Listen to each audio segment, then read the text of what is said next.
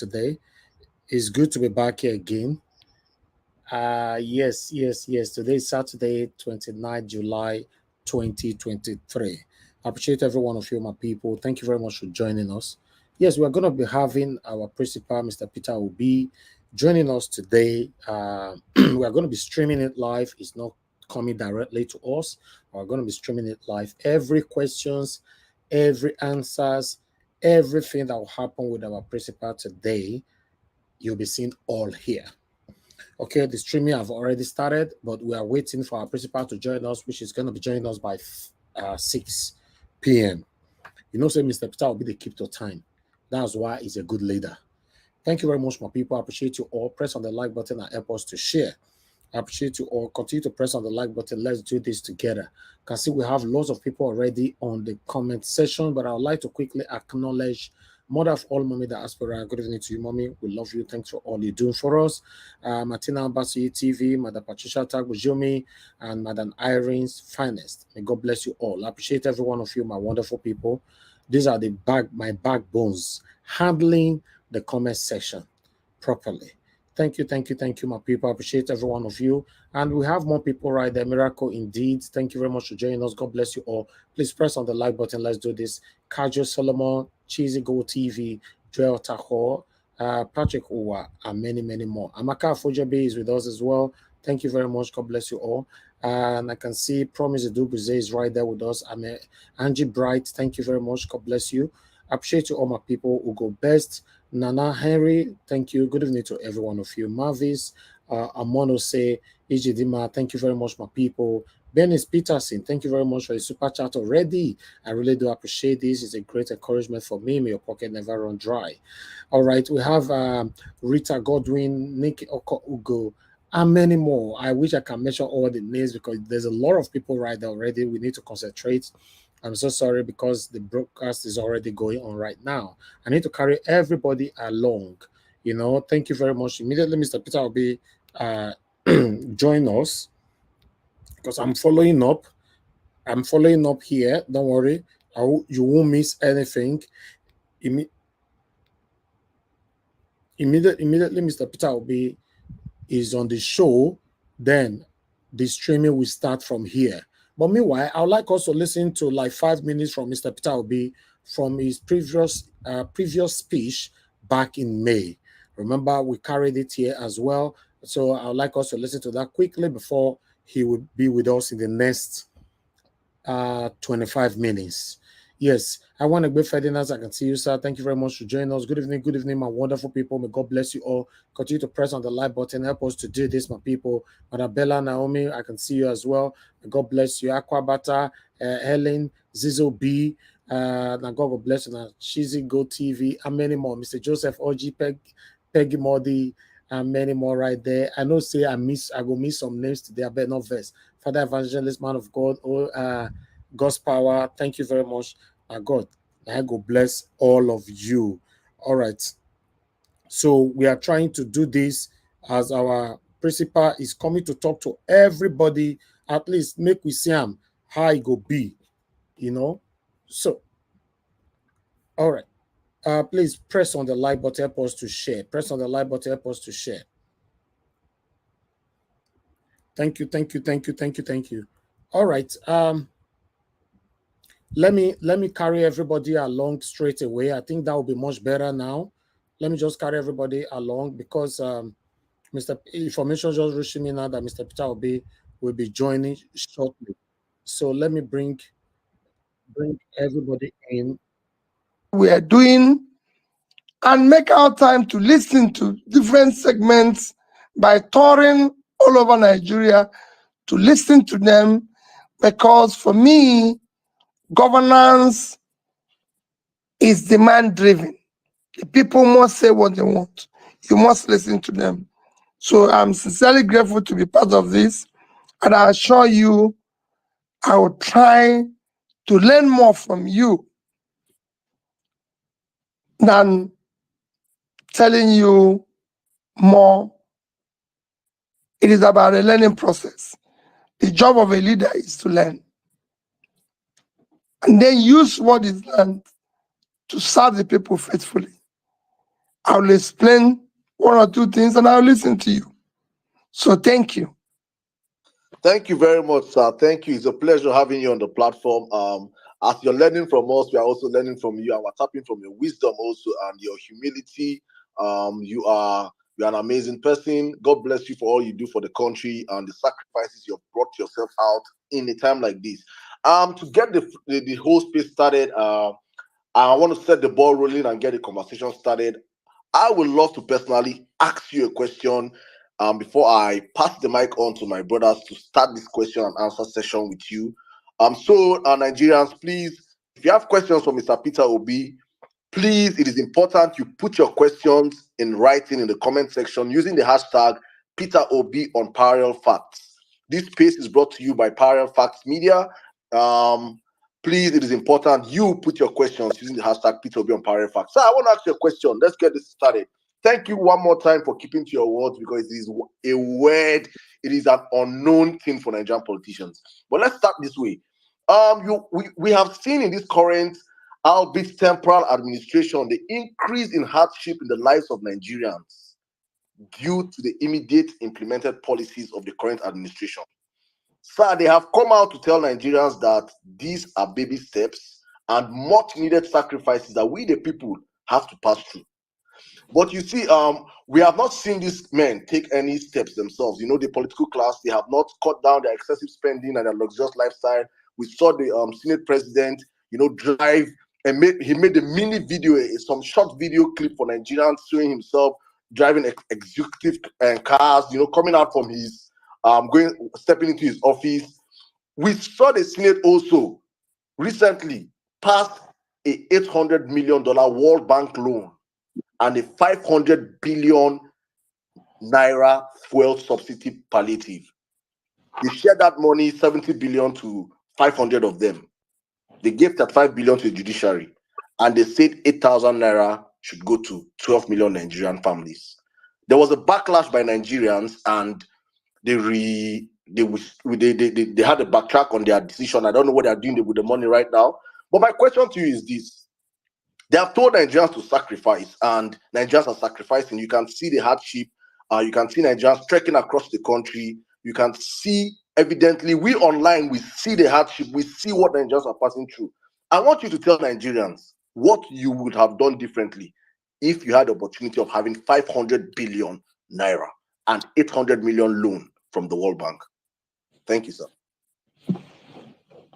Well, thank you for your comments. I wouldn't say it's all the question is a comment and what I would have done differently and everything. If you go back to my tweets of 19th of September 2022, I did mention the problems of the country and the way to approach it. In the country called Nigeria, we have a few problems which has to be religiously and simultaneously followed simultaneously. When I mean simultaneously, none will be left to the other and everything. The number one problem we have here is corruption. I keep repeating it. Corruption kills three things that makes a country. It kills entrepreneurship. Nobody is enterprising in a corrupt country.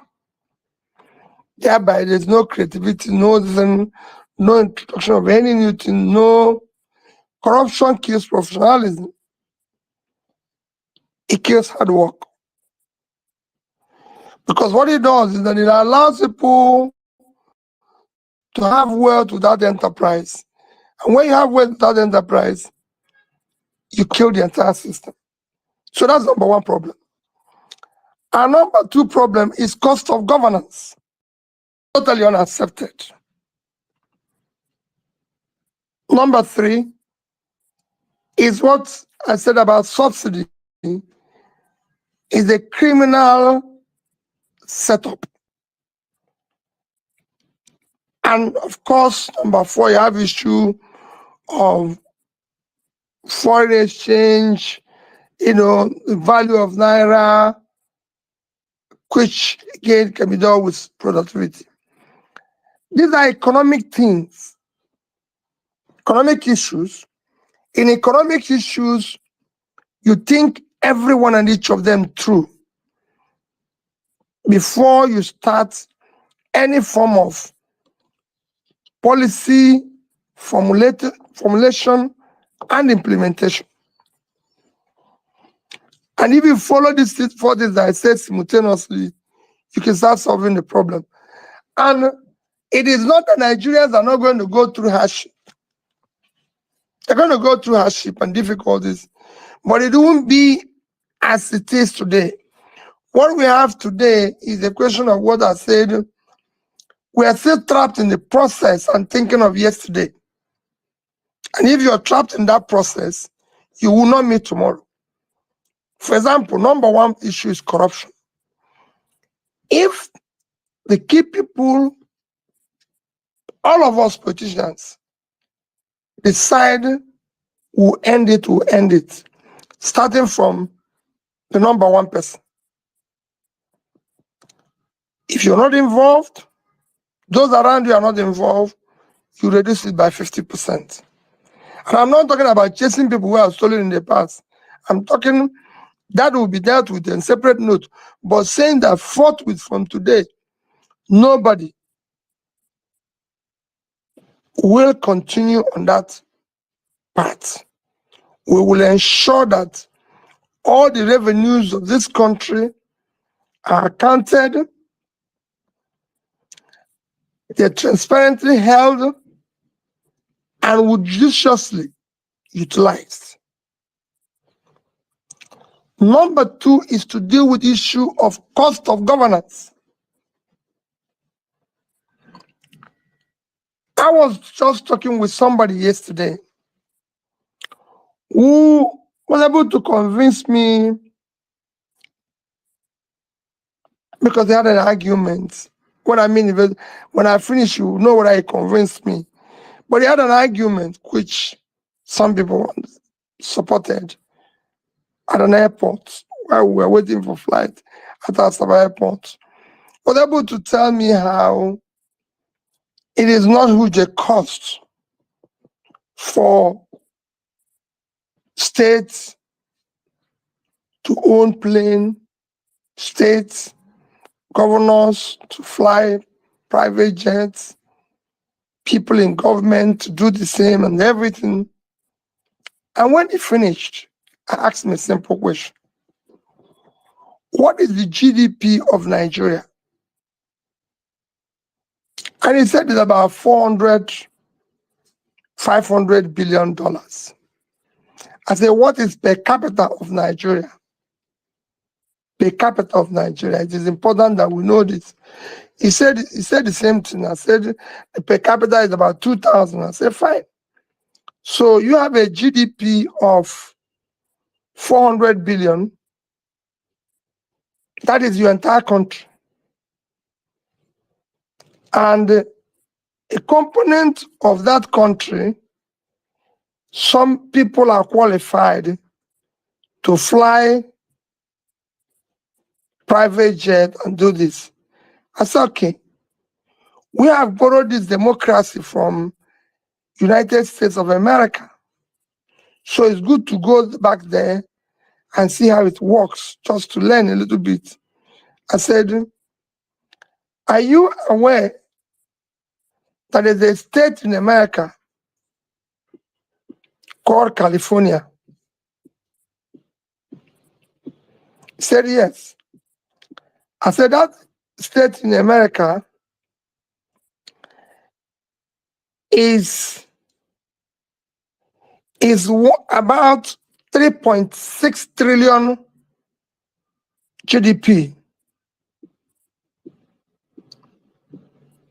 So if you're 400, there are 9 times your size. He was looking at me and said, there are 3 times your size. He said, well, we're not talking about America. Said, no, they are 9 times your size. And that state have a per capita that is about, call it 30 times minimum. I know per capita in America, of California, is about $60,000, $70,000. So I said they have about 30 times your per capita. And I can tell that if governor of California decides to go to Washington and a charter and he goes into goes with a private jet, he will not land in Washington before he or she is removed from office. He does not have a lodge in Washington. He stays in a hotel. And he cannot stay in a hotel where he will pay $2,000 a night. He will not wake up in the morning before they remove him. That man or woman will not be seen in streets of LA with 10 vehicle convoy. He will go the next day. So sometimes the things you see. So these are things we need to deal with. And then subsidy. I said it's a criminal setup. And I thank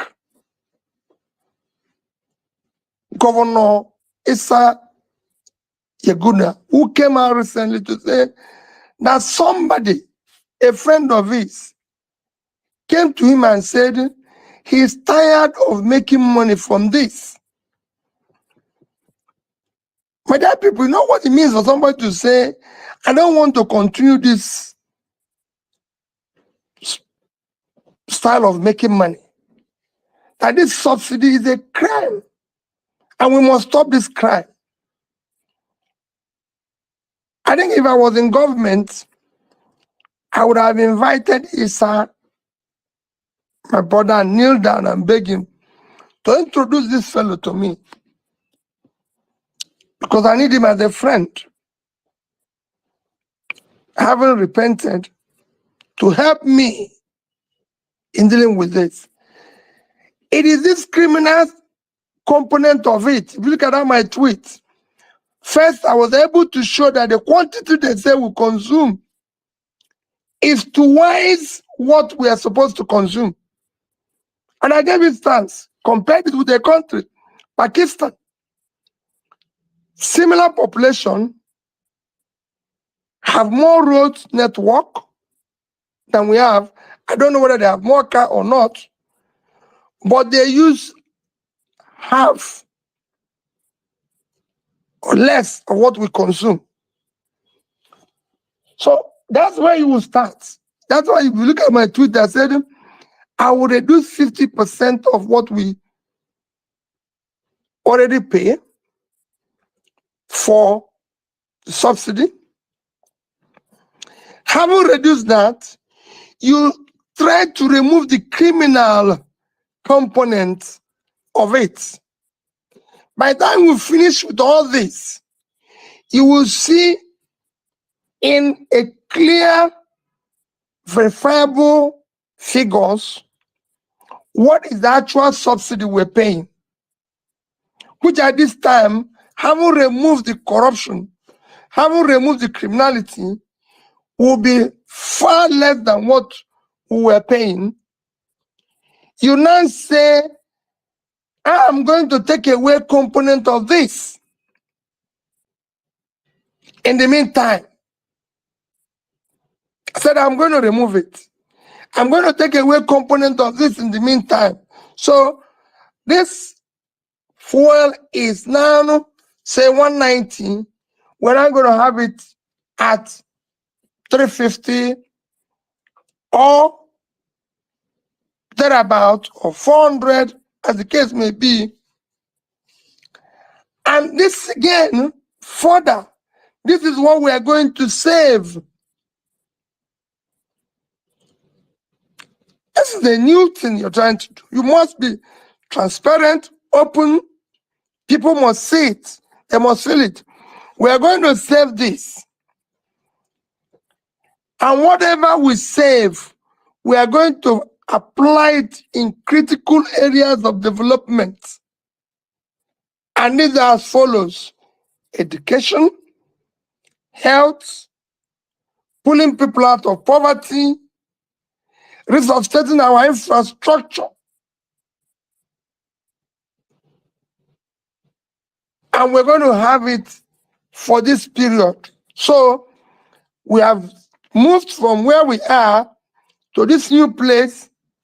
It's going to be difficult, but remember that we all said we are going to sacrifice.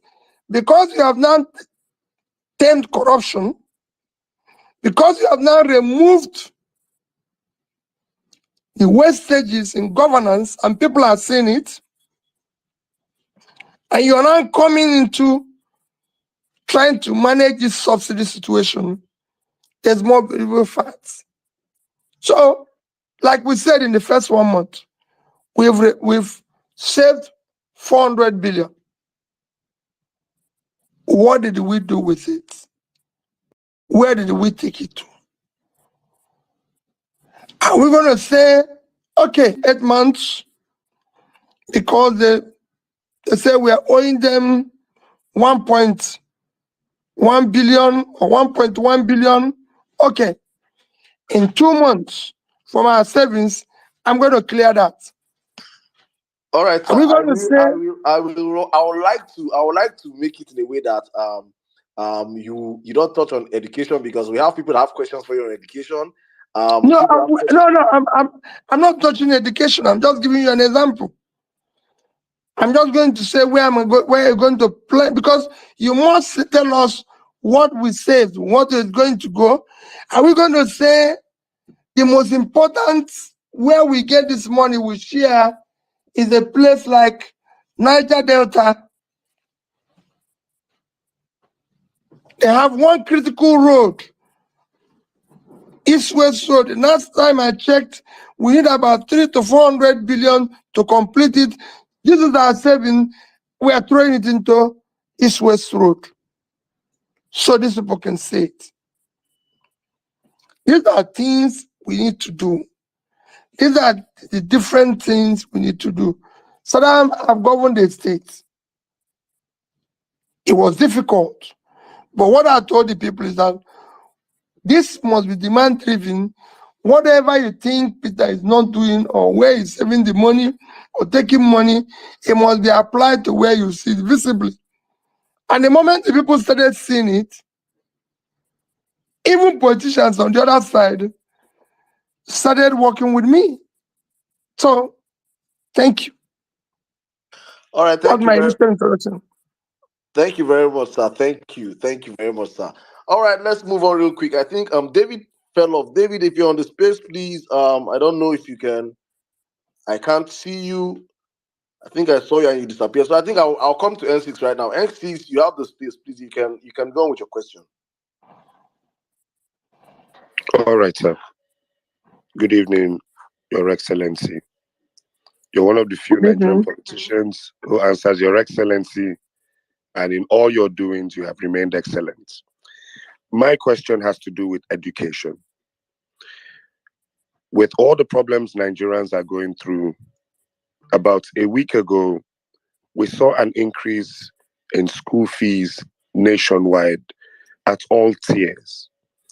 Increase in Unilag school fees, increase in school fees for unity schools, secondary schools. As a governor, one of your biggest milestones was in education. It's one of the proudest legacies you left behind as well.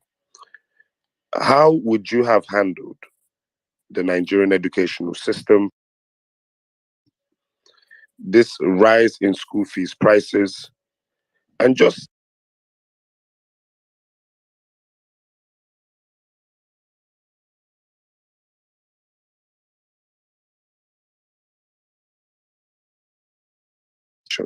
If you can answer this in 5 minutes, I won't mind. Thank you, sir.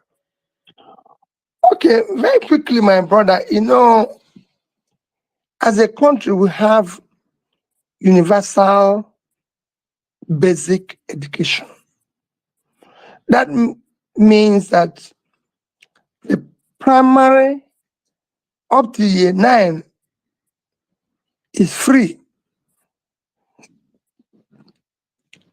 The basic education. I've always argued that it should be primary and secondary school. For me, that's what it should be. Should be free.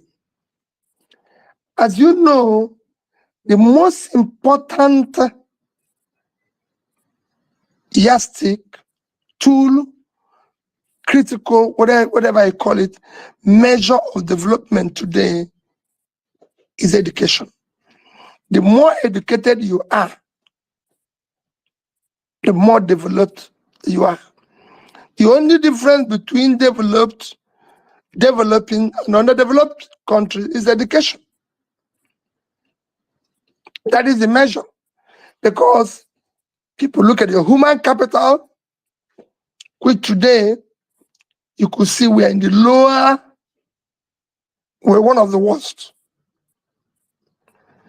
People look at it, what you're doing in education, you're funding everything.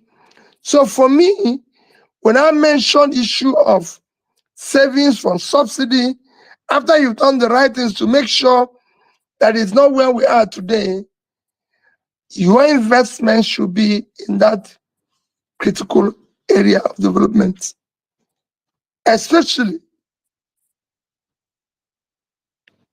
in the north, but it's all over Nigeria.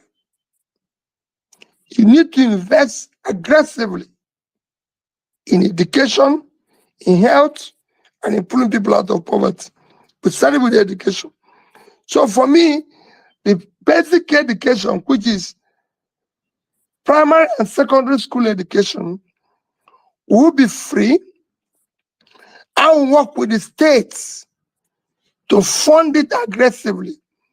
We did it as governors, and what we did is to say, it doesn't matter to me whether it's private, private, public, owned by agencies and everything, we are going to support it aggressively. And that is what we need to take back. Encourage those in private, encourage them, just do whatever everybody is doing all over the world. How much do we spend per child? It is critical, it's important. On the tertiary, especially university, yes, I've said we have to have different models, which we must do. The government must state, this is our contribution, which will be very clear annually to support university education and going to universities based on their population. Thereafter, there will be another component which must come because corporations today need those human products as part of their own production system. There will be those taxes you're collecting for education must go into supporting tertiary education. And then you now come with the component which you mentioned, issue of loan. It won't come in straight away. So initially, you have to bear this cost until you're able to have a properly articulated loan procedure, which will allow students in some areas, because it's not in every area, when you start, in some area, to have access to this loan, because you're sure when they leave school, they will be able to get a job that allow them to pay for this. With all this combination, you're going to have a better educational system, a quality educational system, because you're not going to have a situation where teachers are going to be trained, the right equipment for teaching at the primary distance, then at university level, lecturers, everything, they can hire and do this and all that. Not a situation where I can tell you some of the people who are giving job in various universities in Nigeria in the past 2 years have not been paid anything. And they're lecturers. Imagine how they're lecturing. Imagine how they're living. These are things when we talk about saving money or saving costs of governance, where you're going to channel them to. Thank you very much, sir. Thank you. Thank you very All much right, for answering my question, sir. Thank you. All right. As we await David to come back, I think we'll just move on right now to Ibrahim. Ibrahim, if you can hear me, please unmute your mic and speak. Thank you, sir. Thank you very much, Sadem. Thank you, Your Excellency, for being here with us. I'm from the north. I can say my question directly going to go on agric because that's what I think will be one of the most commitments that you are going to give to the northern part of the country. And you have cited a lot of examples to us when you are doing your campaign about the issue. But in the economic aspect of it, I found it very difficult to comprehend and understand what really happened to the country. For example, we have different programs done by the previous government, and also this government has declared state of emergency on food production. And my worry is just that before they said we don't have fertilizer blending companies, they are just like 3 or 5, and they have like 50. But the cost of food in the market is still high. So I want to relate what is the input government putting into the system, and also food is getting more expensive. Let me give you another example. We have more, what they call them, rice millers now, in almost getting in hundreds of them. Which one of the rice millers, as you said, you are part of the people that helped him to develop. And then this government, the previous government of APC, put a lot of money into it. So my worry is that rice is still very expensive. It's not affordable to the young. It costs almost about 43,000 naira per bag. Fertilizer is costing about 30,000 naira per bag. And the insecurity in the northern part of the country, if you can see Zafra and other places, people have to pay tax for them to do their to go to their farm. And another thing that is scaring us is that the more in these villages bring out this produce to the city is by transport. And this subsidy issue is so affecting the rice issue. So with all this, the word that Saddam don't want us to put, the renew, whatever that we used to call it, which everybody is feeling today. So my question is directly to you, sir. Help us to understand the economics. If it happens that you become the president in the next 2 or 3 months, what will you do different so that at least this rising cost of food would at least go down for Nigerians to benefit from being a Nigerian that have a very wide and very big, fertile land for us to do agriculture? How do we get this food? Because food is the main security that we can have. Because even the education, everything, we need to get food. Well, thank you, Ibrahim. Ibrahim, I've said a lot about the issue of agriculture and issue of implementation of various policies, projects, various schemes of the past. What you're experiencing is poor implementation of those schemes. They were not properly executed. They were not properly channeled where they should go. They've all become transactional schemes, transactional policies, that went into the same tunnel of corruption. So in the end, they actually, instead of helping to ameliorate the situation, worsened it. The North, I've said, is going through a major problem today that is bordered on poverty, mass poverty. And if you want to solve that problem, you have to pull people out of poverty, and agriculture is #1 item to solve that problem, because there are vast uncultivated land that we need to cultivate. Nigeria can make more money from agriculture, can earn more from export billions of dollars from agriculture that the president earns from oil. And I've given several examples, which I don't need to go back into. Because you've seen me, Brian, you followed me everywhere where I say that Niger State alone is 2.5 times the size of Netherlands. And if Netherlands can do export of agricultural products in 1 year of over $120 billion, which is about 6 times what Nigeria earns from oil, Nigeria can do more. We can earn more from it. And we will be able to do today in Dubai, small space, the same holidays and call it anything.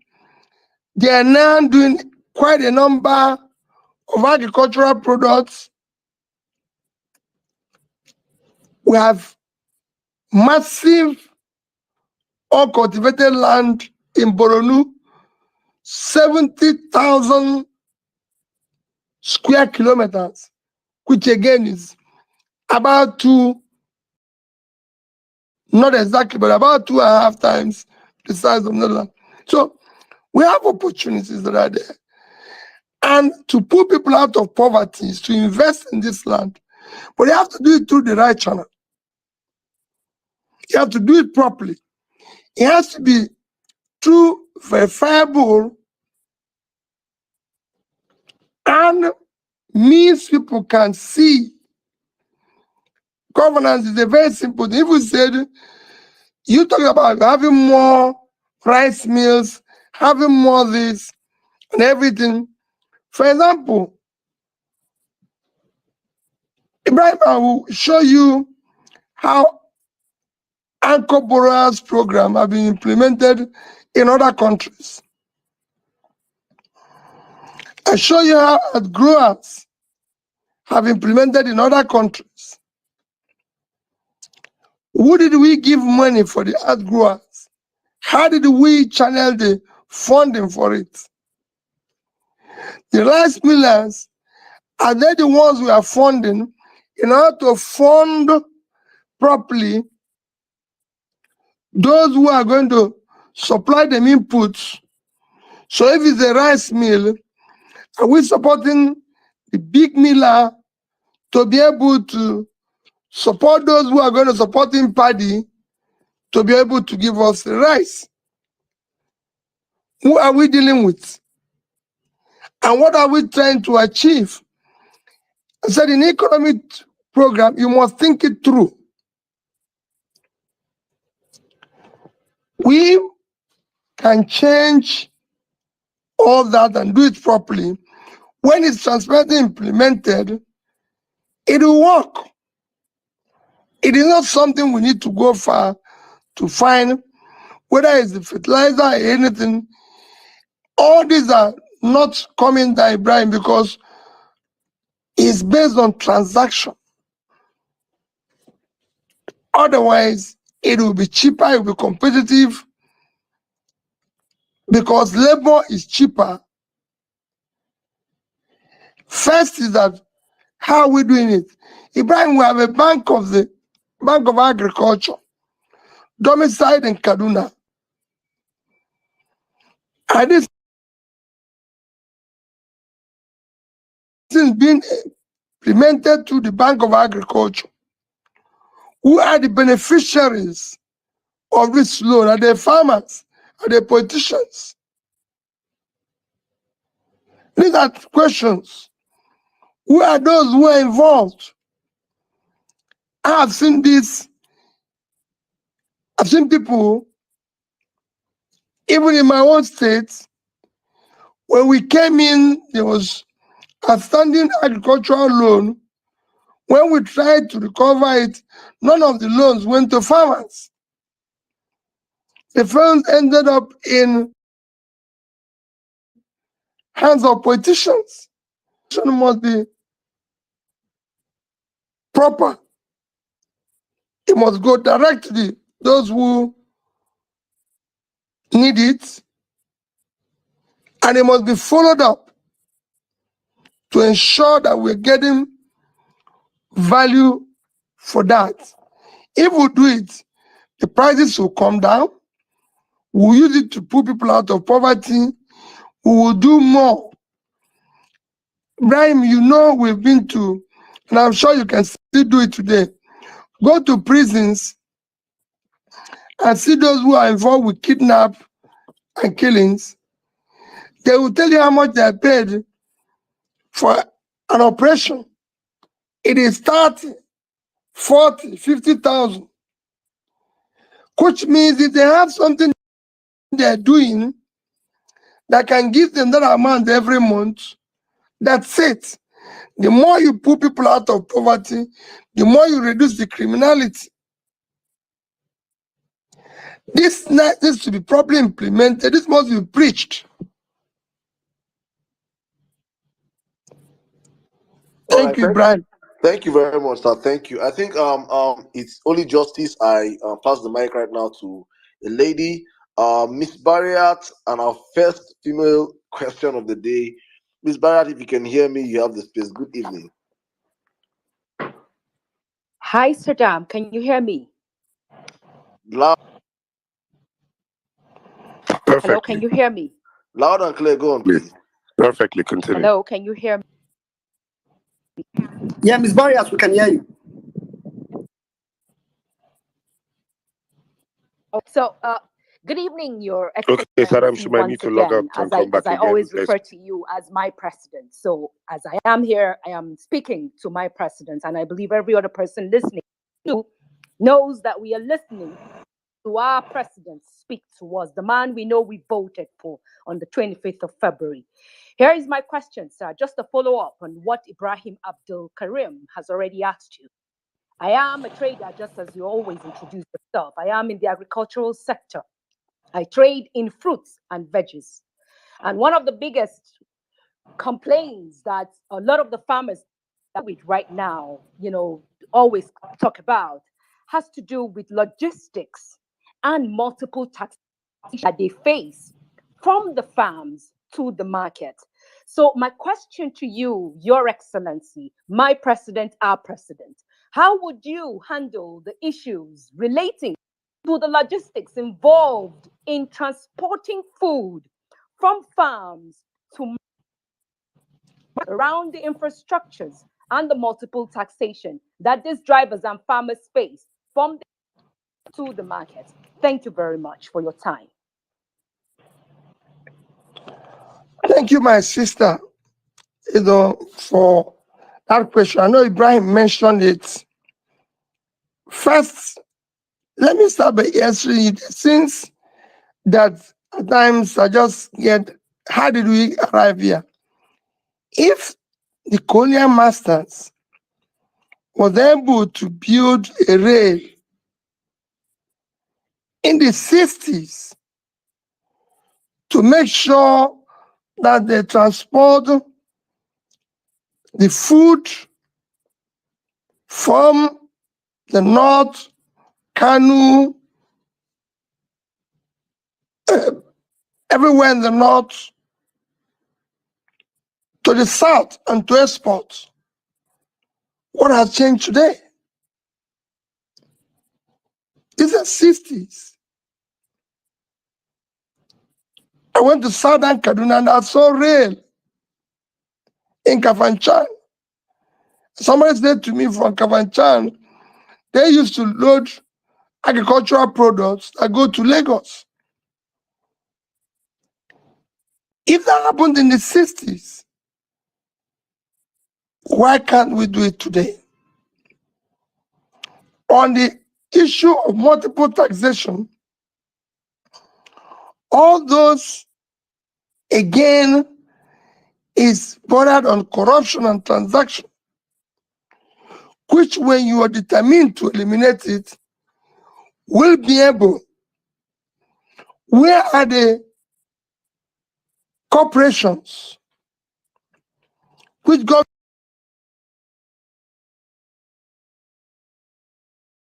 government can support and be able to, by the time you have proper support that are channeled in the right direction? A Bank of Agriculture is in the north supporting all this, where there's stringent rules that nobody can play with. So you get it solved. And then because you're interfacing with these farmers like you, because like I said, it's a learning process too. Because the government is determined to do it, they will listen to the farmers. Yes, there's issues of insecurity. Ibrahim mentioned the farmers can go to farm. Yes, that is number one job of government, to secure the people. So if you're determined to do all this, we've spent enough money in security. I do not see how non-governmental actors will be more active, more daring than government. It is because what we spend in dealing with insecurity are also somehow immersed in this transactional life. You just criminalize the place. So this is time to do things now differently, involving all levels of government, from the community level to local government level to state level to national level, with clear mandates, clear implementation plan, that at any time there's a problem, all those involved will be dealt with. If you do that, you see it differently. When we lend money to farmers, it will shock you. Genuine farmers in Anambra State, we were able, apart from flooding, which occurred a particular year, to recover about 70%. Flooding came and worsened it. When we lent the proper farmers, we were able to see increased production, and we visited them. So it's not just me sitting down in Oka saying, we're giving money to farmers who came to Oka. No. We went to their local government, went to their villages, we went to see everything. So when they had flooding, we were able to intervene to even save those who had loans from other areas, because we could see what they're doing.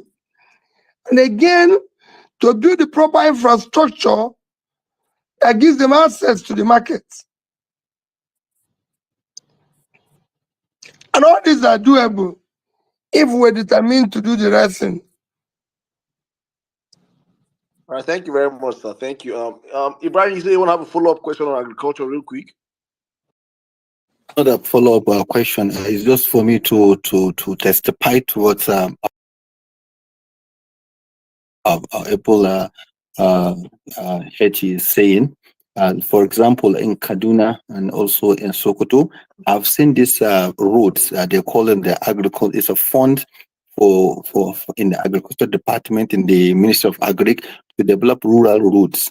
But in my area, for example, in Sokoto, I think Locust Guiwa, I have seen a project given to one of the directors stayed around that place, and they built the road. As I talked to you today, anyone that is in Kaduna, if you know the house of the immediate former agri minister, if you go there, you will see the road being done with that kind of fund. So I think what Mr. Pio is saying is really true. Most of these funds end up in the pocket of politicians because they are not doing the right thing. So money and system and document has been designed to help Nigerians to make sure that this food has become a little bit cheaper, but because this money end up in the pocket of people. This is just the intervention I just want to give. Thank you. All right, thank you very much, Ibrahim. Thank you. I think Otumba, you're meant to come in now with your questions. I don't know if you're ready. Yes, I am. Yes, I am. Thank you, Your Excellency, sir. My question is still on the economy. Given the economic downturn, we're seeing multinational companies report massive losses. From Cadbury, I think they had 20 billion in losses. MTN, 131 billion in losses. The NGX, 232 billion. Nigerian Breweries, 71 billion. Guinness Nigeria, 18 billion. Airtel is, I think they reported about $151 million in losses. And a lot of this is attributed to the floating of the Naira. We've seen the dollar, we see the Naira weaken against the dollar. We've seen Naira weaken against the British pounds. If you were in charge of the economy, which hopefully you will be soon, what economic policies would you help implement around the floating of the Naira, and also to reduce, these losses? Because as just an ordinary person, seeing these losses to me translates to budget cuts for those companies, which translates to either layoffs, massive layoffs, or reduction in employment opportunities for Nigerians that work in those companies. So, what will you do around the floating of the Naira? Thank you. My brother, let me tell you, if you look at my tweets about the issue of Naira exchange, I mentioned it in that tweet. I mentioned about 19th of September last year. First is that what you have that is affecting your Naira value is the value of your reserve. And what drives your reserve is export earning. And what drives the export earning is production. Because your sources of revenue, as far as foreign exchange is concerned, is oil, which most of it is stolen. You have no agriculture, you're not exporting enough. Your factories are not producing enough export.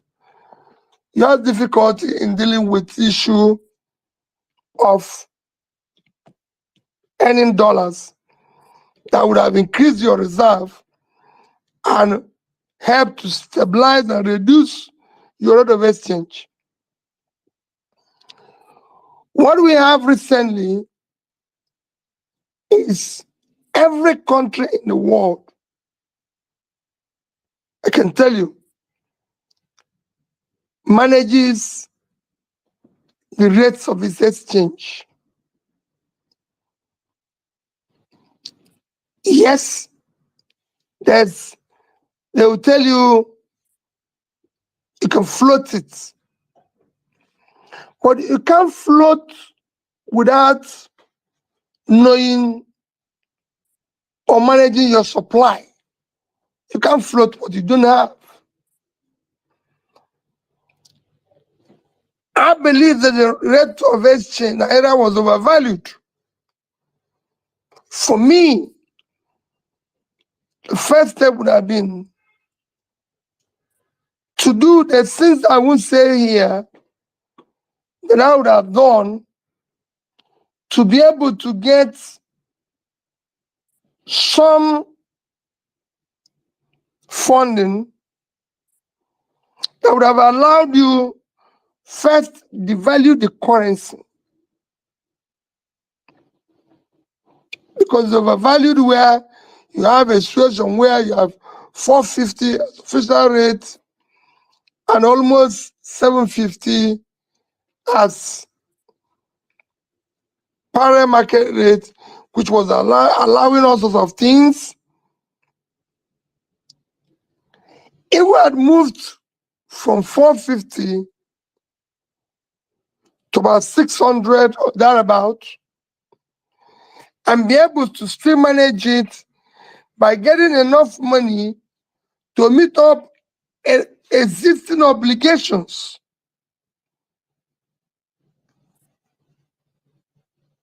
Corporations and people will lose money,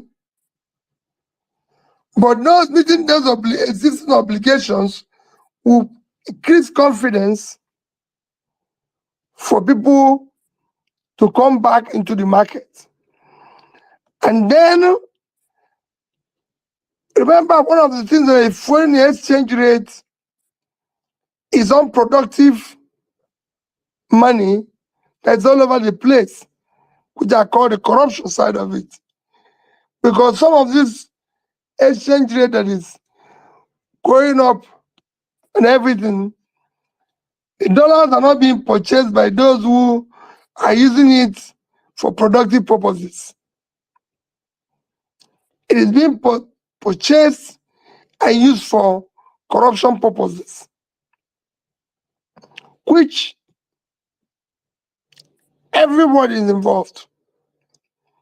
So you can stop it. Today, you know, for various political activities, and people in government are now transacting in dollars. It is an open secret. So we are in difficulty. Some of this we have to start doing it differently. I'm not going to say, that's why I said I will not be dwelled in the process of yesterday. I'll be dwelled in the process of today. When I was in government as a state, we decided to have what we call subnational savings. And that was why in Anambra State, we were able to have, by the time I left, $150 million in savings.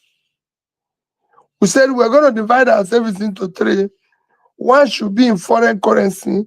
Since we trade in dollar, let's save in dollars. One should be in naira.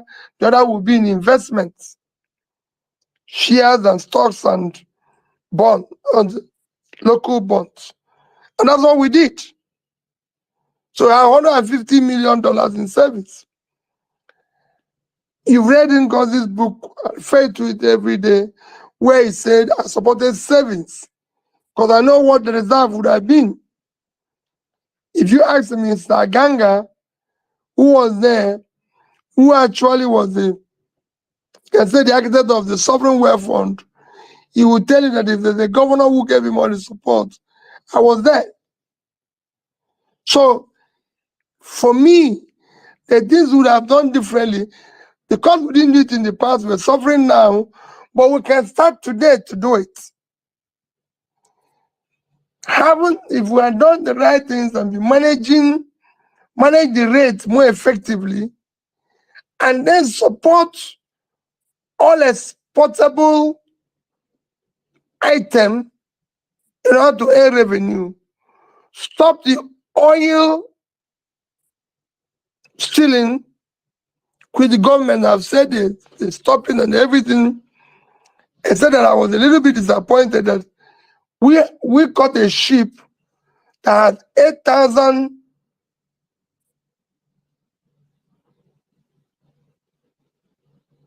We got with about 8,000.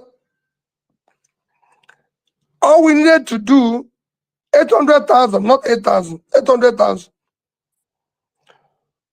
And they said and that ship was supposed to be operating 800,000, and that ship was supposed to be operating for 12 years. For 12 years. Nobody cared to say if that ship had been operating for 12 years, for 12 years, for 12 years, what has he been doing for 12 years? Where has he been for 12 years? It's very important. But rather, what we did is to say, destroy it. We don't need to destroy it. I would have seized it, ensure that they explain what they've been doing for 12 years. Nobody have told us what they've been doing for 12 years. They just said he's been around there and doing similar operations for 12 years. These are issues. So if we get it right, I believe we can earn more dollars. I believe we'll stabilize the currency and everything, and that makes more meaning. Thank you very much, sir. Thank you. All right. I think we'll take. Can I? Okay. Okay. Before you go on, I just wanted to take a quick quote from what our principal just said right now. He said, basically, you can float the naira. Basically, you can't float the naira when you have not made sufficient moves to take the country from consumption to production. I think that is, for me, a quote. I'm going to put it out right there on Twitter for Nigerians to understand. We are speaking economics here. All right, NCs, I think you can come right now with a quick interlude questions. Please go on. Good evening, Your Excellency. My name is N6. I have more than a decade's experience in radio and media. And I want to ask you a question about a huge, intangible, but it's going to be a big problem that happened after this election. I don't know if you might understand this question, but please give me time. This election has destroyed whatever fabric of national unity we have. The politicians weaponized tribalism, they weaponized ethno-religious sentiments, and they really split Nigerians apart. The Yoruba and the Igbo, the North versus the South, and they've done this, they did it at national level, they did it at state level. When we sit and talk about Nigeria, we always focus on education, health, this, that, this, places that have verifiable data to tackle. But how do you datafy the unity of this country? So please, sir, I want to ask you, do you have a plan when you get into power? Because you surely will. There's no technicality that is going to stop that. When you get into power, sir, is there a plan to sew Nigerians back together again? Or do you think that in your grand scheme of tackling poverty and also alleviating the Nigerian, hopefully the Nigerian GDP and all these things, that the tribalism issue will die off with our prosperity? I always thought it would, but it's sad to see these things happen again. You saw our opponents going as far as Yoruba, Ronu, and things like that. Sir, my question is on national unity. We are highly fragmented at this point. What do you have in mind to get Nigeria back together as a country, loving each other, for us to be able to achieve all these things you have? Thank you. Well, thank you very much. Let me be honest with you. I've been asked this question several times. And what I'll tell them is exactly what I'm going to tell you now. is actually at times good that all these things are coming out. When in 2015, I campaigned across Nigeria, then with Jonathan, I saw this happen where Northerners were like, we don't want to hear anything. We don't want to see you. We're not. So, and there were so many attractive proposals, campaign promises by Buhari then, and he was voted into office. 8 years after, I did not see, maybe there is, I'm just saying, any reduction in the poverty in the North. I did not see where the North was buying bread cheaper than the South. I did not see where food, like Ibrahim said now, was cheaper in the North than the South. There was no improvement. They were not more secured. There was nothing they would say they celebrated for that, taking that ethnic stand. Today, we're seeing a similar situation in the Southwest, where people think it is our turn, we don't care, it's not this and everything, because the politicians use this as a tool for competition, especially when they're incompetent. So they hire tools of division, tools of ethnicity. And I've asked people, can they show me where they buy bread cheaper in Ibadan? Is cost of rice or food cheaper in Ibadan? Is cost of petroleum cheaper in Ibadan? Is there anywhere people in Ibadan are buying fuel today 300 naira and people in the east are paying 600? Is there anywhere they're buying bread 500 while people in the north are paying 1,000? Same thing is what happens with religion. Because people will say to you, oh, he's playing a religious card, he's doing this. Show me where the Muslims buy bread cheaper. I can tell you, Christians will go there and worship with them and buy the bread and come out and continue what they're doing.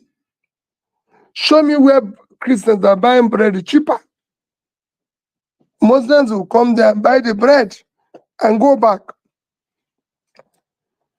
I went to a secondary school, Christ the King College in Onitsha. And I wasn't just a student anybody would say, you don't know in Christ the King College. I even became the deputy discipline prefect. So everybody that went to that school would tell you knows Mr. PeterObi. We had students that were Muslims.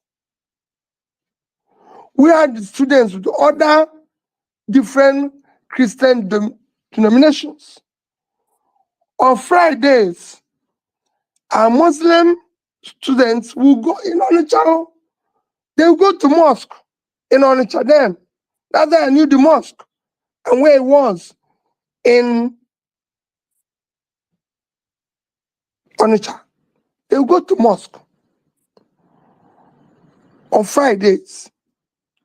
On Sundays, we will go to church. Those who are Catholics will go to Catholic. Those who are Anglicans will go to a neighboring school, DMDS, for their own, everybody. We didn't know what was religion. I went to University of Nigeria, Nsukka. Again, nobody who passed through Nsukka will tell you while I was there, he does not know PeterObi. Then you're not in the part of that school. What I mean, not that everybody knows me. There might be people who don't know me, who don't even remember me, but if there's popular students in the school, I'm one of them. So we had a lot of Muslims. We had people from different Christian denominations.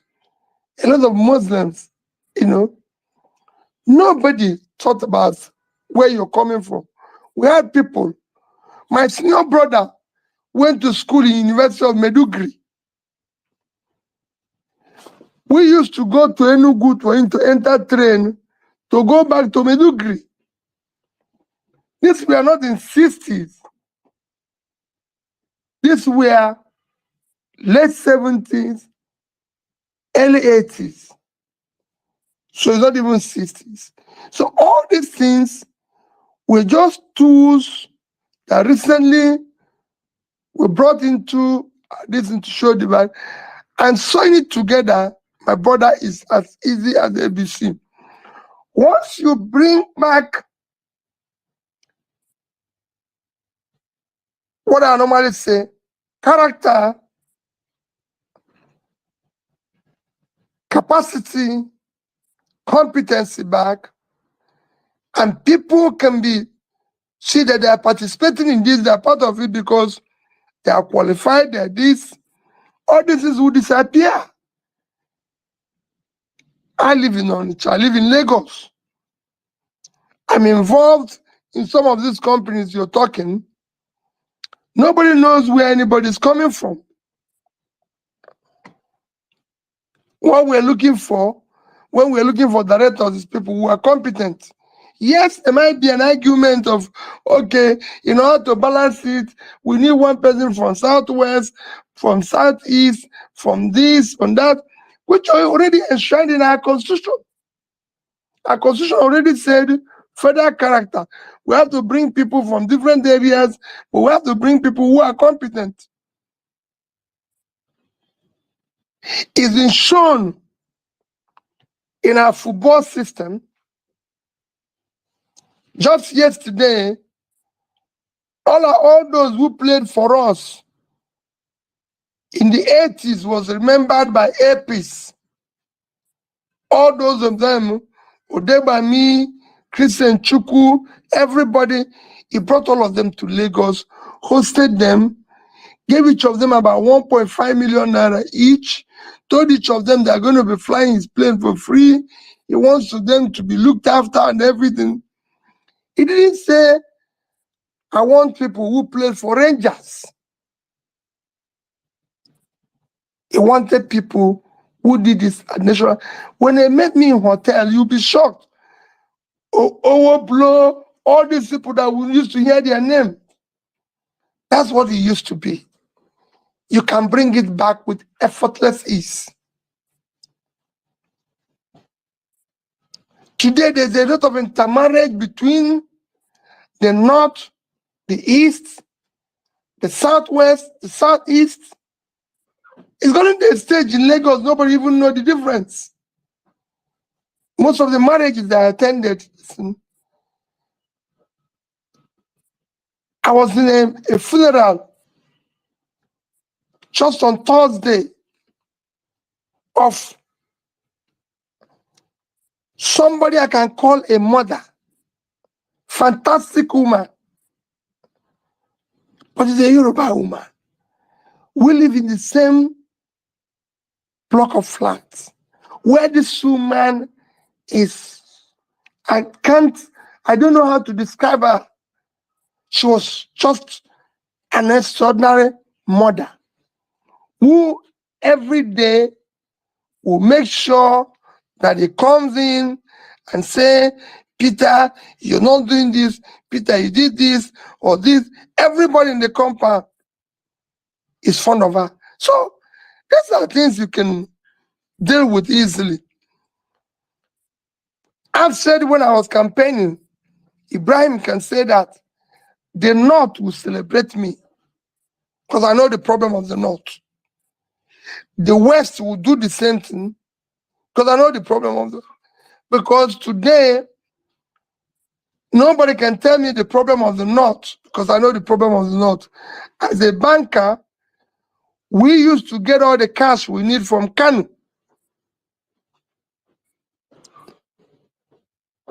Today, Kanu is dead. The industries in Empire 1 is dead.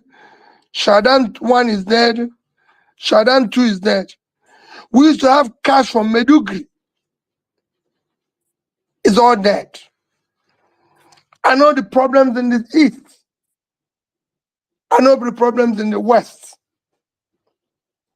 And that's what we need to deal with. I took time to explain to you the things that brings us together.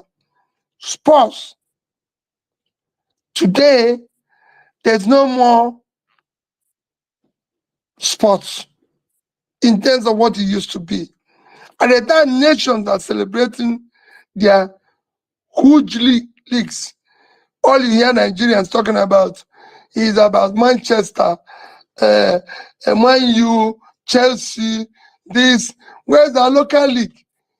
Yes, people used to do that before to play even what do you call it again? To all this lottery, what do you call it again? Pool.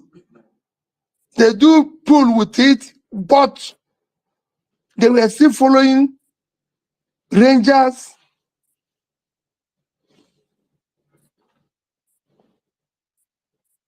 all the other clubs like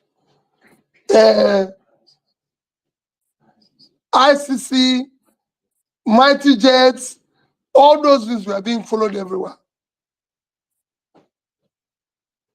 So these are things we must go back to. People who were playing in different places were not even from there. Their tributes were playing for Mighty Jets in North, but their tributes were from Anambra State. People were playing for Rangers, and they are from the North. You know, you had a Matsemeka who were from Port Harcourt. I don't care about playing for. So these are where we must go back to. In terms of our entertainment, you can see it everywhere.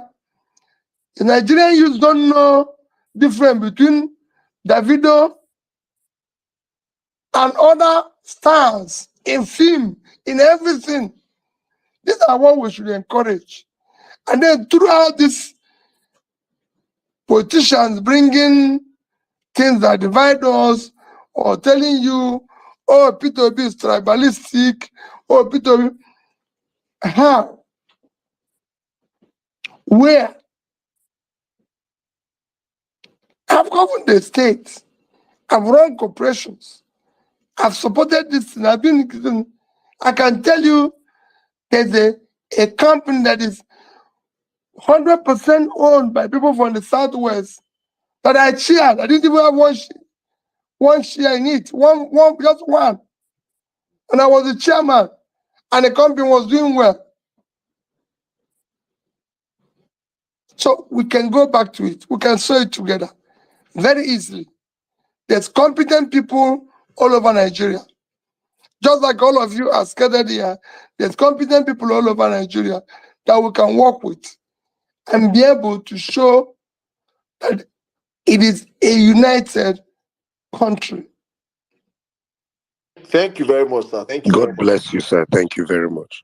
Thank you. I think how you went in on that. Thank you. All right, I'm bringing David. David has been falling off. I think David, your enemies don't want you to speak to the boss. I am sure as David conquered Goliath, you have conquered them. So please, David, I want you to come in right now and show them that you are also a conqueror. Please, you have this space. Good evening, my brother.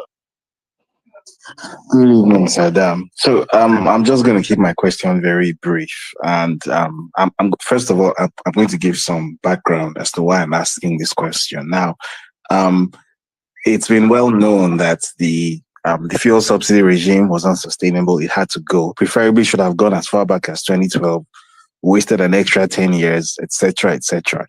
Regardless of what happened on February 25, the fact is the fuel subsidy was never going to remain in place because the outgoing administration had already not made any budgetary provision for it. Now, that has been used as an argument to state that, well, even if the results that were announced had gone differently, and even if PeterObi had been announced as president and he had, he was sworn into office on May 29th, that the economic carnage that we are witnessing would have been the same. That it wouldn't have made any difference who was president. Now, I beg to disagree. I believe that the way it was handled, the way the announcement was made in itself, and the way the initial first 2 or 3 weeks of the subsidy removal were handled were what directly led to this huge slowdown in economic activity that we are witnessing and this extreme spiking of fuel prices. Now, the question is, if PeterObi was the one who was midwifing that transition from subsidy to no subsidy regime, what would PeterObi have done different in such a way that the extremely negative effects that it has had on businesses, on people's ability to even travel to work, all sorts of things like that. What difference would PeterObi's handling of the situation have made? David, first I'll tell you, election took place on 25th of February. Result was announced when? About the 1st of March. Between the 1st of March and May 29th is a clear, call it about almost 90 days. Within these 90 days, I'm sorry to say it, I would have been able to have a respectable economic team that would have sat down with me. Even as I talk now, if you say PeterObi is president tomorrow, I'll give it to you in 1 month. Respected Nigerians that can sit down and will say, this is where we're going to go. If we're going to remove subsidy, I said it again, look at my tweets. We're not going to pull it. It's like when you have multiple fractures. You're not going to deal with all of it immediately. It's something you need to remove it one after the other. I said we'll remove the corruption side of it. So we know the actual subsidy we're paying. There's so many components in this subsidy that when you listen to, because I've listened to some experts make their comments, you remove that. Having removed that, you now decide on the component of subsidy, whether it's budgeted or not. If it's, for example, when you remove it, maybe what will remain will be 40% of what you're paying or 50%. You cannot set from this day to deep where we're going to remove this component. We've seen a former governor come in and said that somebody, David said, he's tired of making money this way, that he has made enough. I don't think I've ever seen anybody who said he's made enough money. Not even Warren Buffett also, who is involved in investing. So for somebody to say that, it shows you what is happening there. So I would have done all that. And I've said we would have also seen what is happening with the issue of the refineries, not the one of government. Modern refineries that people have set up here and there, which they are complaining that their problem is supply of crude and other things. So that there's a combination of simultaneous things you need to do, quite a number of things that would have helped to manage this better and everything. There's a combination of things you would have discussed with people in all the stakeholders that would have made it better. It will still be painful. It's just like what I said before, that there's a difference between giving you some form of anesthesia before pulling out your tooth and just doing it without anything. There must be a thinking through. It's an economic decision. It's not going to be easy. If it's a return school to the original owners in Anambra State, there were issues with it. People were on strike. The schools were on strike for months. But before we returned it, we made sure that we went through all the beginning to the end to mitigate the problems. For example, saying that all teachers that are employed must be paid by government. They must be maintained by government. That the churches and this thing can no longer run the school. They don't have the resources. There's so many things we put in place that we will continue to do the capital projects. We will continue to do this. But they will take care of the administration and management, but will support them. I can tell you, I don't know what has changed. At the time I was governor, no state in the north, no state in the east, no state in the west can compare their secondary schools or primary schools with ours. We were the only people where you have secondary schools that have computers, buses, this, everything. Go to those schools today. The infrastructures were rebuilt. We don't own them. Private schools in Anambra State were supplied computers. Private schools in this, so we thought it through. As a governor, I decided that every person, old person in Anambra or does not have any form of pension, the government will pay the person 5,000. You can go and verify what I'm telling you now. Across the whole state, 5,000 every month. I had security in each community employed and paid directly by government in each community. I bought each community vehicle. But this we are taught through, so I knew it was going to be sustainable. People ask me then, where are you going to get money to do this? I say, look at our calculation. Look at what we are getting. Look at why we're going to do it. What I'm saying is that there are things you do, but you have to be taught through.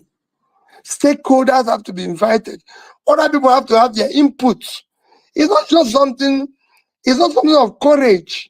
Because people say, oh, if you have the courage, there's nothing, you have the courage. If you're determined to do it, you're determined to do it. I say it any day, David, I'll pull people out of poverty in the north. I'll change. People need to see the numbers. You cannot tell people to sacrifice. You cannot tell people to go through pain when they are seeing you live a life of a rock star, when you're buying brand new Jeeps from all over the world at a very expensive price, and you're saying this is this. No, you cannot say you want, like we've said, we want food security, and this is this. Yes, we want food security. But what are we doing? People must hear it, people must see it. And like I keep saying, it is time we hear from those in charge.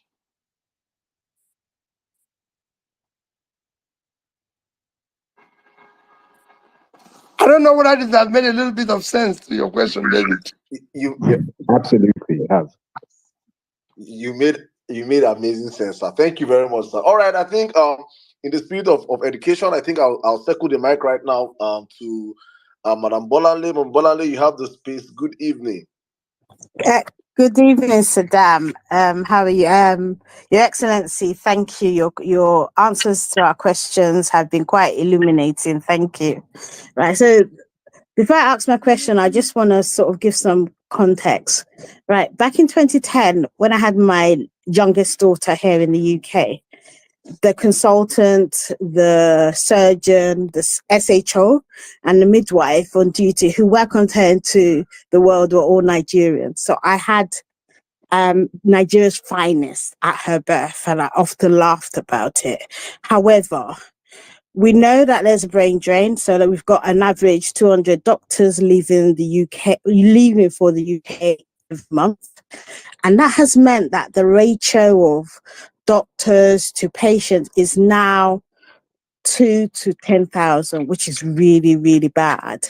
Right. So a few days ago, resident doctors in Nigeria embarked on an indefinite strike, right, which has meant that, the public hospitals and the conditions are not great anyway. And these are the people who have decided to stay, right? And it calls the question, how Nigerians are able to access affordable healthcare. So my question, sir, is this. Considering the difficulties in that sector, is it time to call a state of emergency on healthcare delivery in Nigeria? And if yes, what would a solution look like? Thank you, sir. Well, let me start by telling you that the state of emergency, my sister, has been long overdue. It's been long overdue. Today, Nigeria has surpassed India in infant mortality. India is 7 times the population of Nigeria. India is now the country with the largest population in the world, about 1.4 billion, and we're about 200. So there are 7 times our population, but we have worse infant mortality than them, especially in the northern Nigeria. And this is because of lack of primary health care. Lack of primary health care, lack of education, lack of access to health, which is anchored, like I said, on primary health care. And you can't talk about primary health care unless you talk about the human infrastructure, the healthcare workers that are involved, because they are the nurses, the midwives, the everything. When I was campaigning, I went to an IDP camp where they had close to about, according to them, I didn't know, they were about 50 to 100,000. I'm not privileged to know how many they are. But when I came, the crowd I saw should be about 3,000-4,000. They have no form of facility, medical facility, except a nurse, one nurse, who actually was there on a volunteer basis. She said She's tired of hearing or seeing people die or women trying to get men, and so she decided, let me die with these people. It was very painful to see and everything, because we're not investing in healthcare.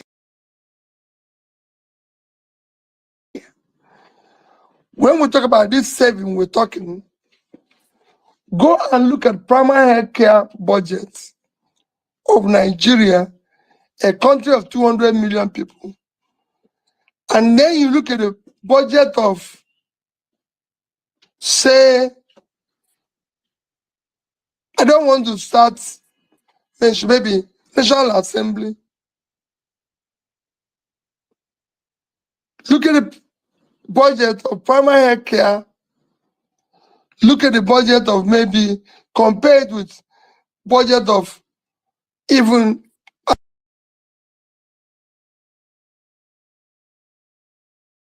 Asra Clinic. All those things, or parrots, that our doctors are leaving, our nurses are leaving, should worry us, but I'm not as worried as people are. I lived in the UK myself, where at a time, all the doctors, all the distance were from India. I used to tell people that I know India would take over in terms of ICT, in terms of technology, in terms of businesses. The economy of India, go and study it, will be a stronger economy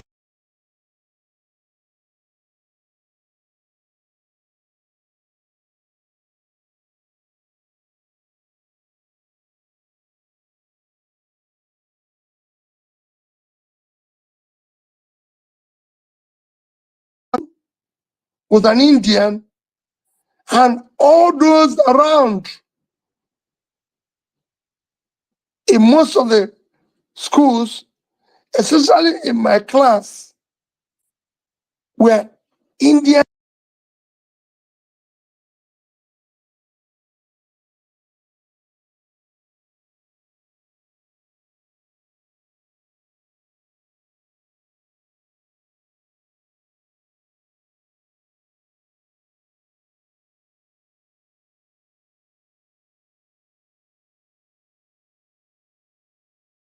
acquired knowledge. Doctors in the UK, they are going back to India. They are the ones who are helping India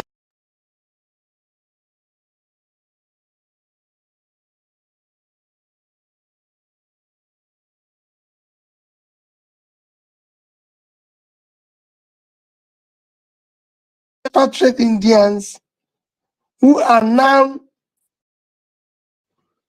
in charge of various agencies, Institute for Transforming India, where things that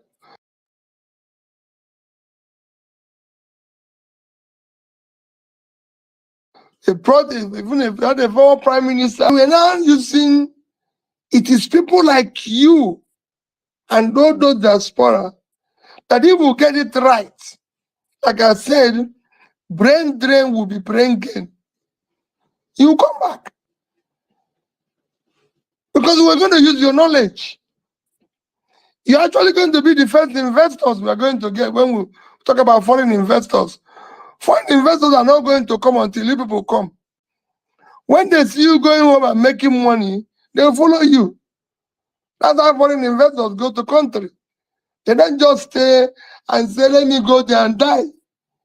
They have to see that, hey, when they see there's law and order, and David can come in and go out while criticizing government, nobody will harass him, nobody will talk about him.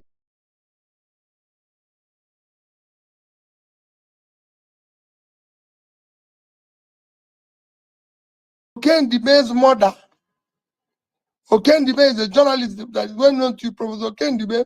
The mother, I didn't know it was the mother, walked me out of a church as a governor, said I should stop praying here because she's being owed gratuity and pension, that God will never hear my prayers. I should leave the church. And everybody was trying to control her. I said, no. I followed her to her house. And I said, Mama, I'm going to pay this money, not just to you, but to everybody. That's how I cleared 35 billion naira worth of gratuity and pension. From that woman, the way he was talking to me, if I do it today to anybody in Nigeria, they'll lock me up. But that's what governance is all about.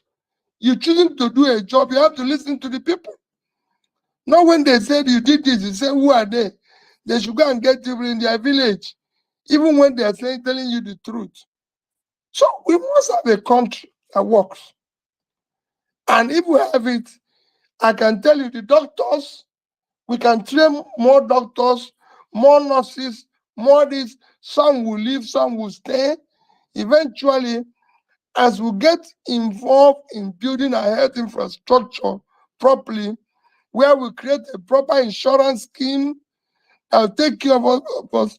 If India, with large population, can have a scheme that provides health facility for Indians, 1.4 million, Indonesia has the best.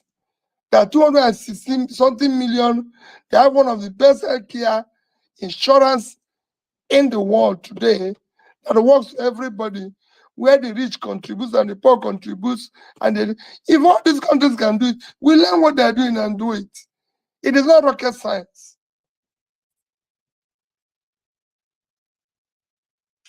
Thank you very much, sir.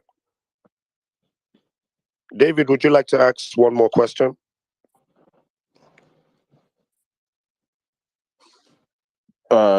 Me?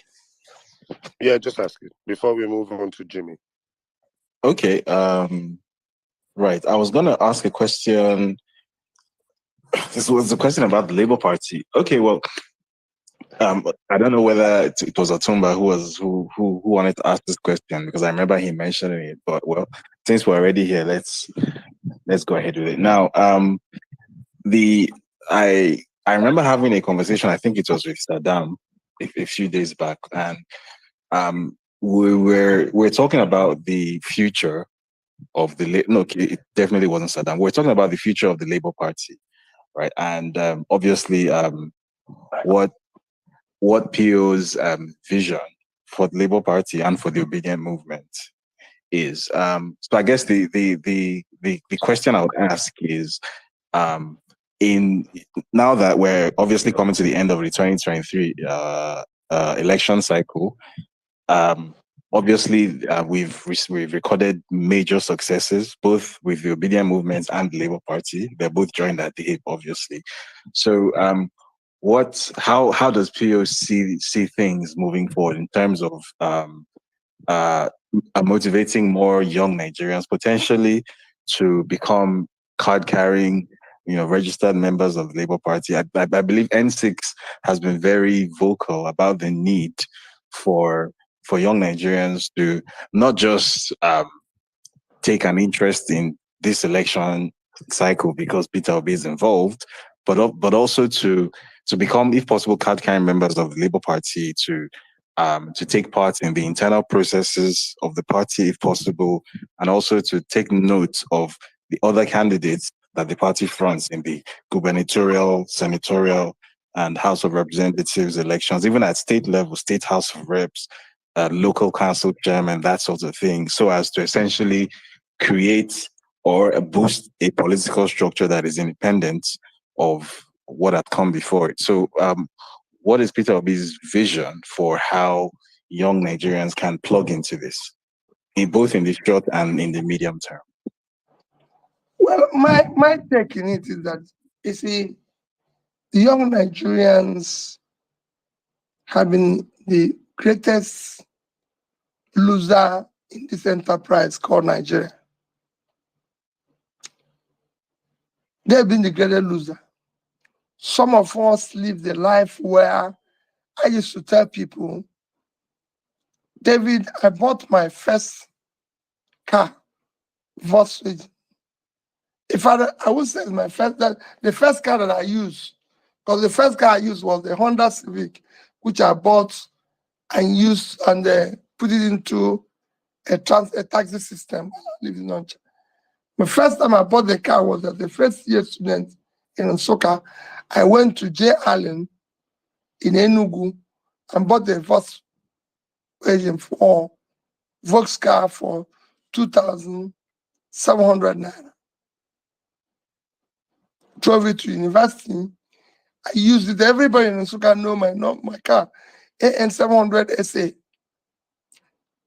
In my second year, end of my second year, David, I bought a Pigeon 505 from Umano Motors in Nsukka for 7,500 or 7,600 naira.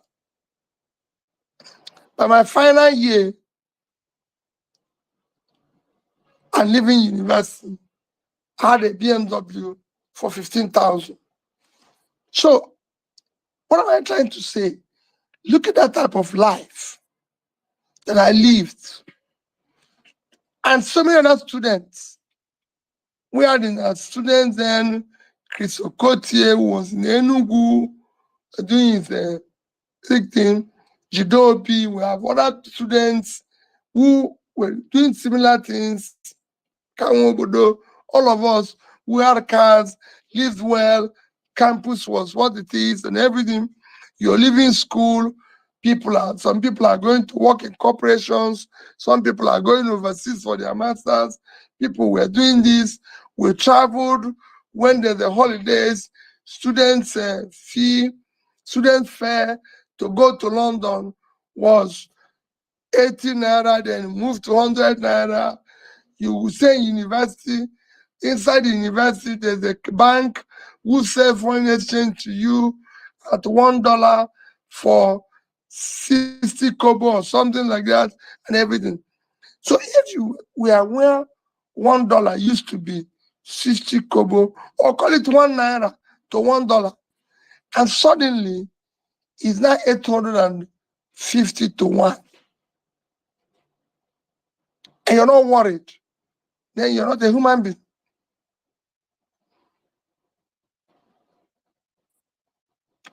So it's become a mess. And nobody's to be blamed. I'm not blaming anybody. But I'm saying we can get it reversed. The young people who have been the greatest loser, who have suffered the greatest pain in this, when I watch them, they've tried everything, including protests, like NSAS and everything, and all that, and still got a pushback. This is their time to get involved. If you look at what you were able to achieve in the past 8 months, I urge you to get involved. It's not about PeterObi. It is about you. All I did and all I'm doing is that I said, I will be with you in this exercise. And I liked when introduction was being made, somebody made it categorically. I am not a saint. I don't claim to be one. But I can say what I tell people, I'm not equally a thief. Because no thief sees what he can steal and leaves it. And it's on record that I left office. I had $150 million of my state money. And nobody urged me to save in dollars.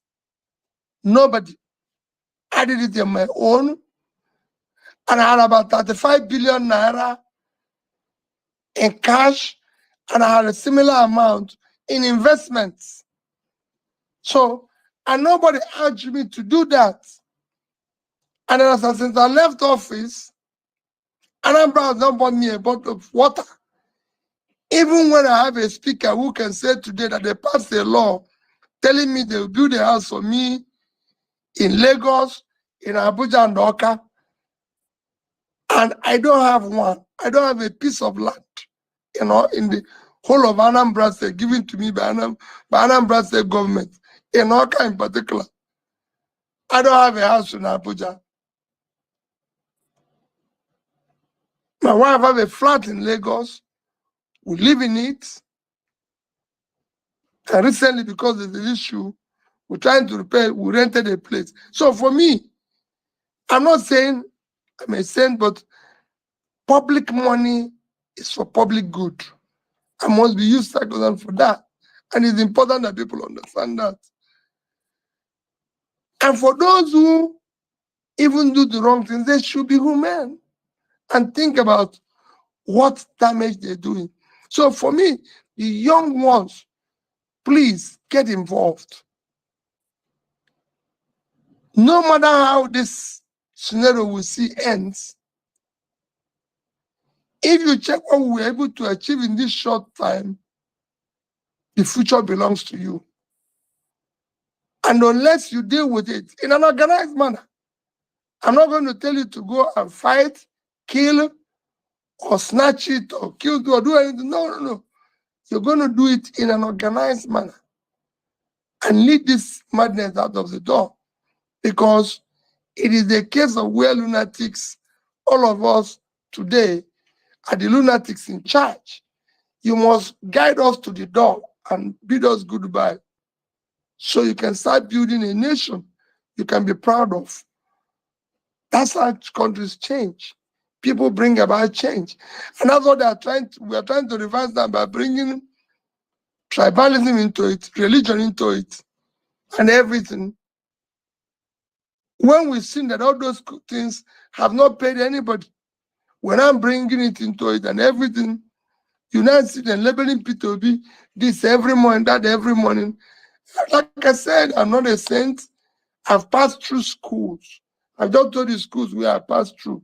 You can go there, Google my name in anything, whether it's in Christ the King College, in Nsukka, in Oxford, Cambridge.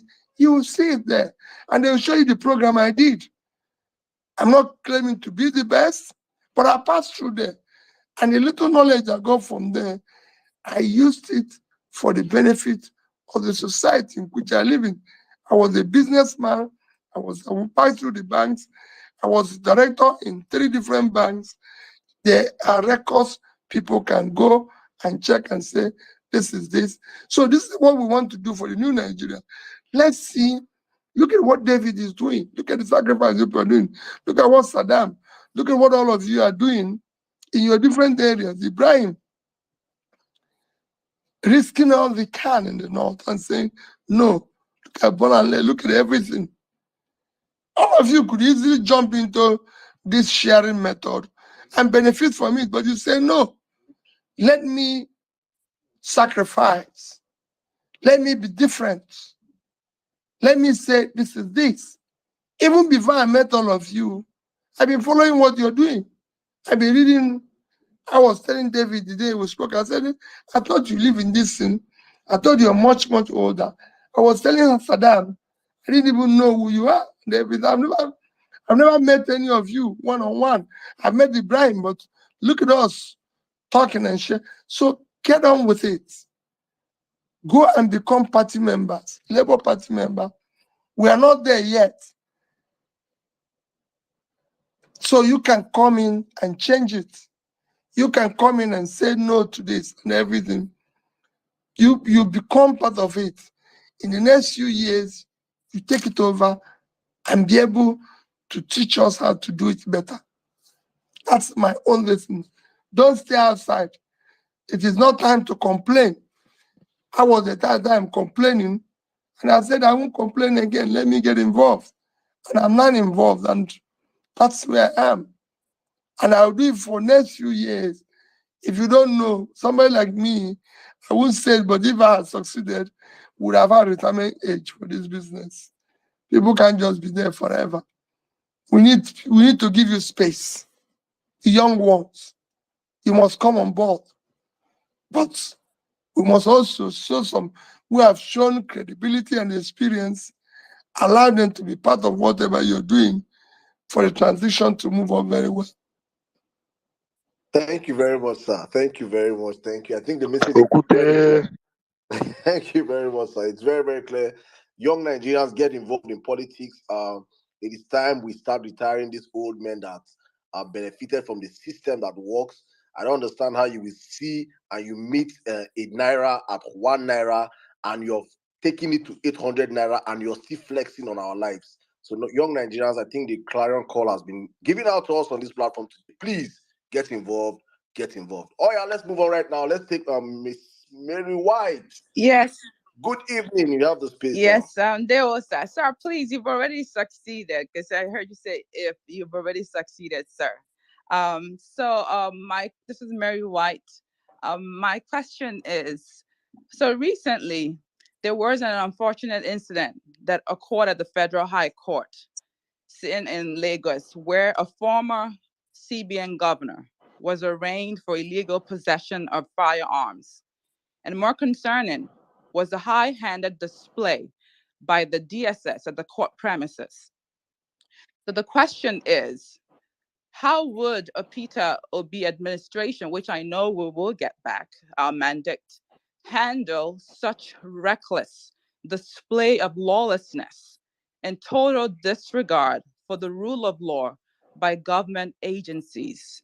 So that's my question. Chukugozegi, Your Excellency, sir. Dalo. My sister, let me tell you. Let me ask you a question. Where do you live? I live in the United States. Okay. Do you know that today, and I'm sure you know, the biggest contributor to the biggest item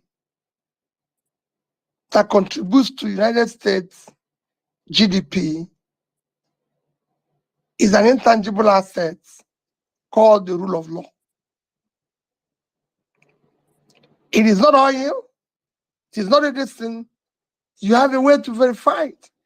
The Western world economy, the greatest contributor, or one of the greatest contributors, let me use one of them, is intangible asset called rule of law.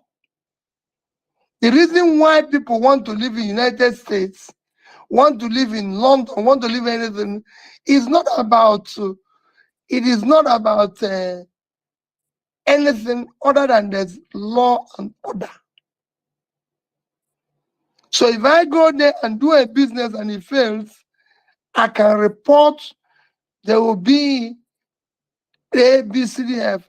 If somebody comes and attack me, if somebody does this and all that and everything. I lived in the UK for years. I told you this. I lived in the UK for years. And my house was in my name. My house is in my name. You know, I'm a Nigerian man. So I didn't put Mr. and Mrs. So it's Mr. PeterObi. I live there with my wife. Her name is not in the.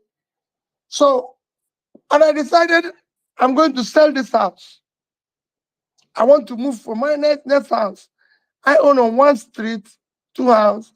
I live in one. One was rented out.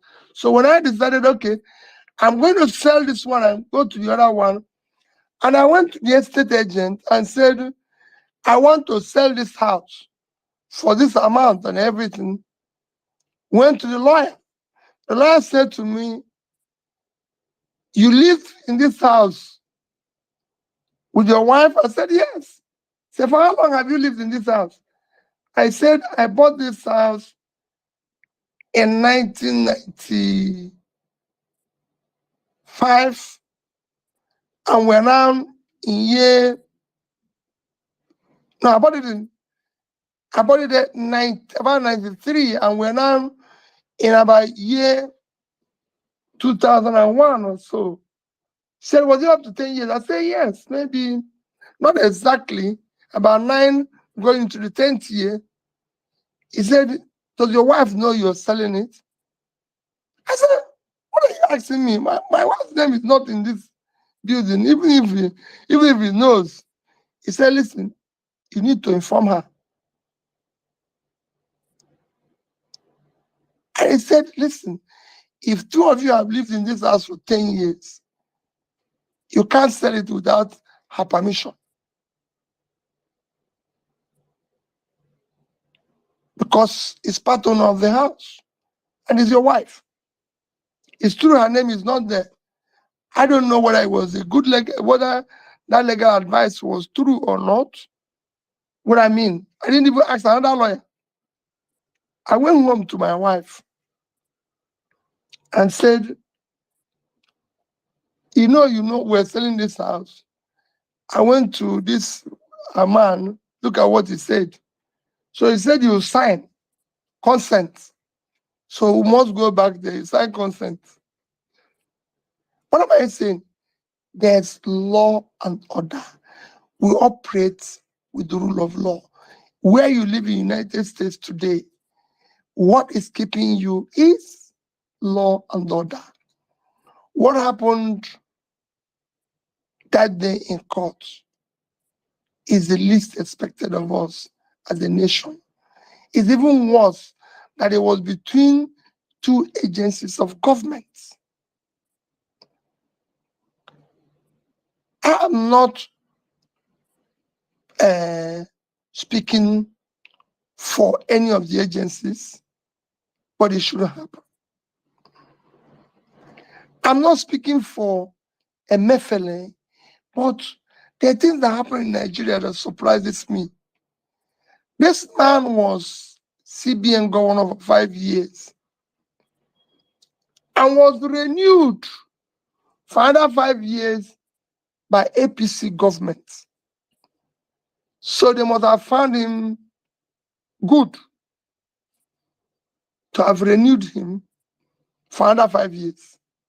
Because I'm sure if he was not doing well, he would not have been renewed.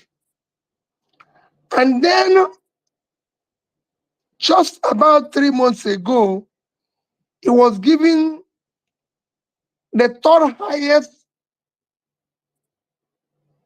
honor award of the country, CFR. It's after GCFR, GCON, CFR. That means he's done very well. And suddenly now, we can't even grant him a bail to go home. And then wait for court section. So I'm confused. You know, and that's why I said, we must have a new Nigeria that is anchored on rule of law. Because these are intangible assets that is low-hanging fruit that we can use to attract investment. I've said it before you asked that I want to see a day those who abuse Mr. Obi, because it's not just this, there's so many of them, those who even mimic me, those who even use wrong pictures of me and everything, can do so freely without anybody touching them. It happened to me. I said it as governor. People were calling me names. People were doing anything. It's not my business, even to today. Because there are people who don't want to hear anything about PeterObi. You know, and people call you, what did you do to this man? I said, well, listen, if everybody like you, then there's a problem. If today everybody in Nigeria said, is PeterObi or nobody, I will leave the country. There's something wrong. There will be people who don't want to see you at all, who don't like your face at all. That is why it's a country. And you must respect that. I come out in public, see people talk bad of me, do everything. When we campaigned, people called me all sorts of names. People called my wife names. People do all sorts of things. If you look at my campaign today, You will never see where PeterObi open his mouth and be calling another candidate's name without reference to maybe something that will make a better Nigeria. There must be a reference why I will mention that person's name. You never see me where, if you look at some of the candidates, there's those who made it a point of view that all their statements is about PeterObi. I've not said anything about them. Every candidate to today, I respect them. Those who are older than me, like Vice President Atiku,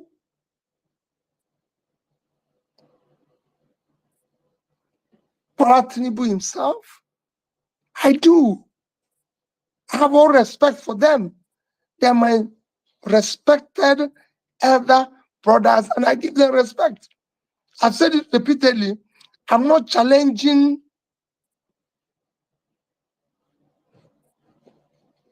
anything about whether Tinubu is president or not.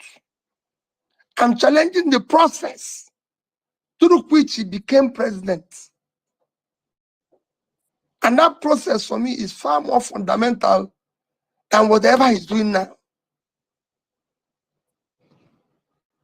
We must come to the right process. If we say this is the process of going through this, let's do it through that. Not that you just came in from anyhow or from the window and started cleaning the house. No. If there's a door with designated people will pass through, come and pass through there. I will remain respectful, obedient, everything to you. But if you go through the wrong door, I'll challenge it. And that's what I'm challenging. Thank you very much, sir. Thank you very much. It's very important when you stated about how intangible the rule of law is in a country like Nigeria and the effects it has on the society. Thank you very much. All right, let's go up to you right now. I think a right amazing question. Thank you so much. Let's go to Jimmy right now. I think Jimmy, you are next. Then I come to Welcome Nigeria. Please, guys, we have close to 33,000 people on the platform right now. And we see every single one of you. Thank you so much. All of you joining us right now is the Power Fact Space with PeterObi.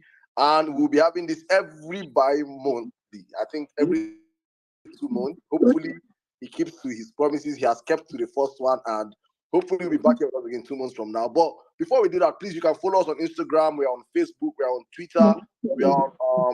We are on Telegram, on TikTok. We are everywhere, trying to make sure that this we form the new the new news. So please follow us across all social media platforms and also retweet this space. Retweet this space. Let people come into the building. I think it is going hotter than I expected at this moment. So please get more people into the building. Let's keep this conversation going. All right, let me give the mic to you right now, my brother Jimmy. Jimmy, how are you doing today? Good evening. I'm fine. Once again, Saddam, thank you so much. All protocols duly observed. Your Excellency, I will call you Peteru in Yoruba.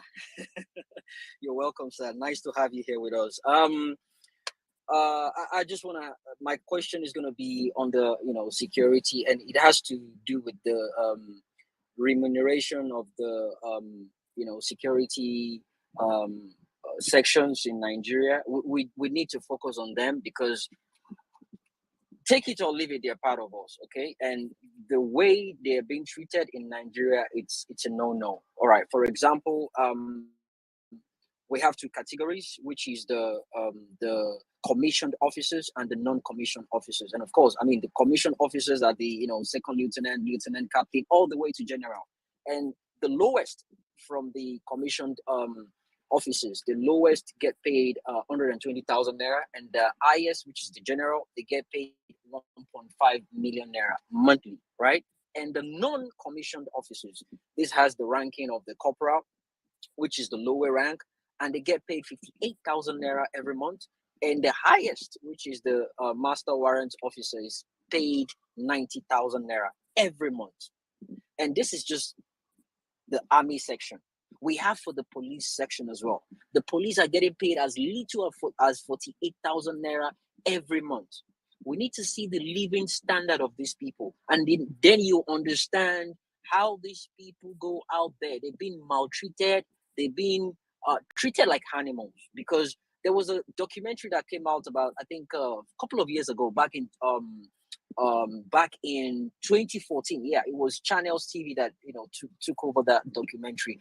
What they did was they showed us a video of how the police academy ran their services. It was disgusting. You need to see where they take their baths, and they interviewed one of the officers. Well, the high-ranking officers there in charge, and he said each police officer is entitled to 150 naira a day, which is 50 naira for morning food, 50 naira for afternoon food, and 50 naira for evening food. So in a day, a single policeman is entitled to 150 naira for a single day. So if you accumulate that together, and at the end of the day, they come out being treated that way, and they are handed over a gun to go out and protect people. These are people that are protecting our lives and property. These are people that are protecting the country. They go out there to die for the country.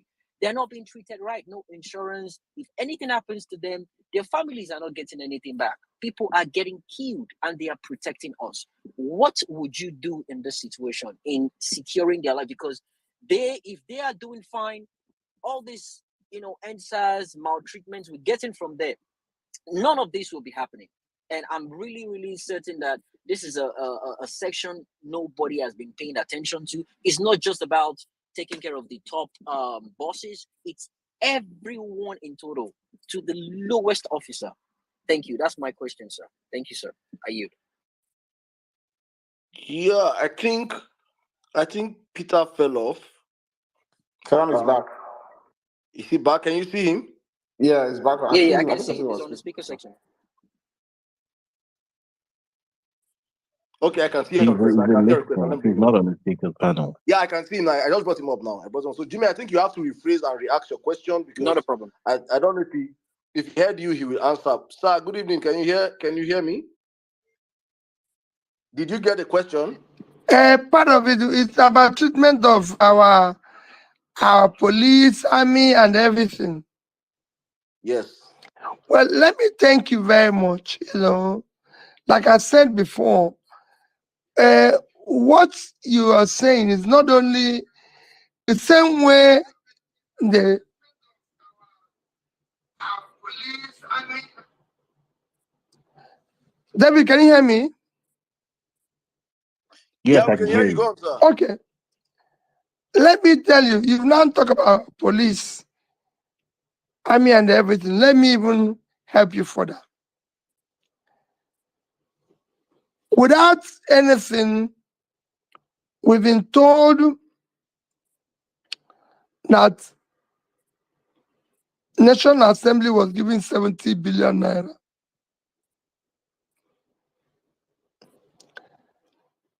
They are going to buy vehicles for them. Maybe, let me say, each of them gets a Prado. I'm just giving an example. A Prado will cost today in Nigeria about 70, 50, 60 or 70 million naira. Let me use the lower side, 50 million. It won't be less than that. I haven't bought one recently, so I don't know. But I'm just giving you an example. University professor is paid 450,000 naira. Those who collect the money, 450,000 naira. Those who are not being owed.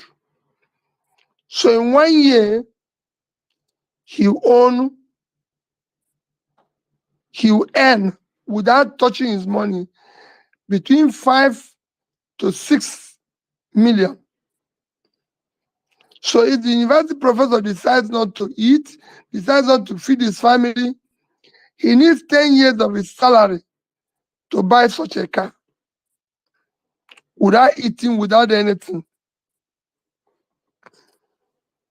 So you will know what he earns compared to the top police officer, the top person. So the entire system is going through that process. It's worse because these are security agents whom we expect to secure us, secure the country, secure this thing, just like we need the professor to impart knowledge to be able to do this. And that's what I'm saying, that if we're asking people to sacrifice, they must see what we're doing. The country's pay package is low overall. And that is because the country is not productive. So the only people who are earning appropriate money, and even over more than appropriate, are we, the politicians, because of transactional politics we play. Recently, there was the issue of fighting for who is speaker, who is senate president, who is this, and you hear all sorts of things. I was forced to go and ask a friend of mine who have a contact in the United States to ask, how do they select their own people? And I can tell you, by the time I got the answer, I was so pained. How did we get here? What is all this transactional struggle all about? So for me, there's need to look at the overall remuneration of people. If we're going to sacrifice, let all of us sacrifice. And let's move this country from where it is today, where it's engulfed in process of consumption to production. That is even what will give government more money that they're looking for. You've heard that government saying, oh, we're going to increase revenue increase is what we need, blah, blah, blah, and everything. How are you going to increase the revenue? Increase in revenue is a function of production. Today, companies are collapsing. Small businesses are dying due to increase in energy costs, increase in all sorts of things and all that. How are you going to get the revenue? Are you going to tax people who are jobless and looking for money to eat? Are you going to do so? It is all a function. It's something that is worrisome. And I keep telling people, it will get worse. People will say to me, oh, this thing we did, I said, no. It will get worse. So really, I agree with you, they are poorly paid, but it's same thing all over the place. We can start improving their own because they're providing security and making sure this thing. And again, they are seeing politicians sacrifice. Because if you're going to tell a policeman to follow you, and it's not being well paid and everything, and if you're going to tell him to secure the place, and his children are not in good school, I used to tell people that those who live with my parents, when I was in primary school, we attended the same primary school as me. So there was no difference between somebody who serves my father and his children and me. whose father is the boss. Today, it won't be the same.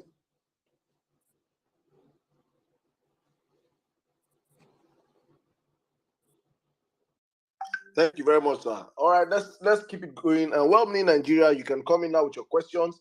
Please, guys, one more time. We are going to be taking reactions and back from the speakers and a couple of questions after our panelists have asked all their questions from the comment sections. We cannot ask all, but we ask as many as possible. Mr. Peter is here with us. So let me come to you, well-meaning Nigeria. You have the space. All right. Yeah. Thank you very much, Saddam. Thank you very much, Your Excellency. I think this has been a phenomenal space.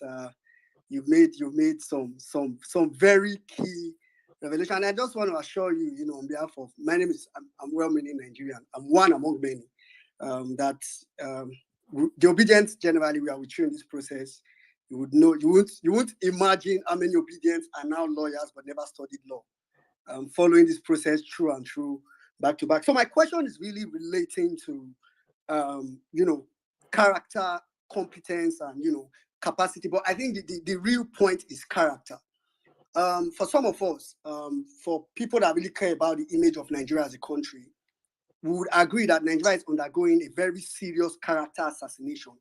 I mean, we've always had that, but I don't think we've had it this bad at, we're having it at this point, we're having it at a very higher level. I mean, talking about people that we've seen visited the Aso Villa, a place that's supposed to be a reverent place. Over the past 2 months, we've seen so many people, but I think that's kind of consummates at the recently released ministerial list. I mean, it's not something to talk about too much because for some of us, we know that this is a temporary or an interim administration, so we don't try to reverence it. But I think the point of this question is, on that list, you can technically tell that most of the names, I mean, you can classify most of the names into one way or the other, but most of them falls within people that are under a reward system. But the most disturbing for someone like me, and I think a couple of people, is, we have a female nominee on that list that in 2018 had to be sacked by the Senate.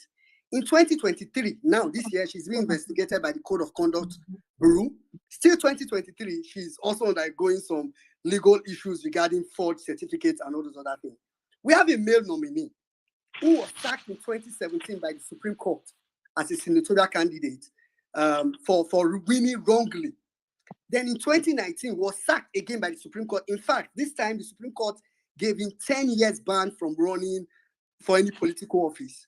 And to see that such people appear on a ministerial list for Nigeria, for me, it's character assassination at federal level.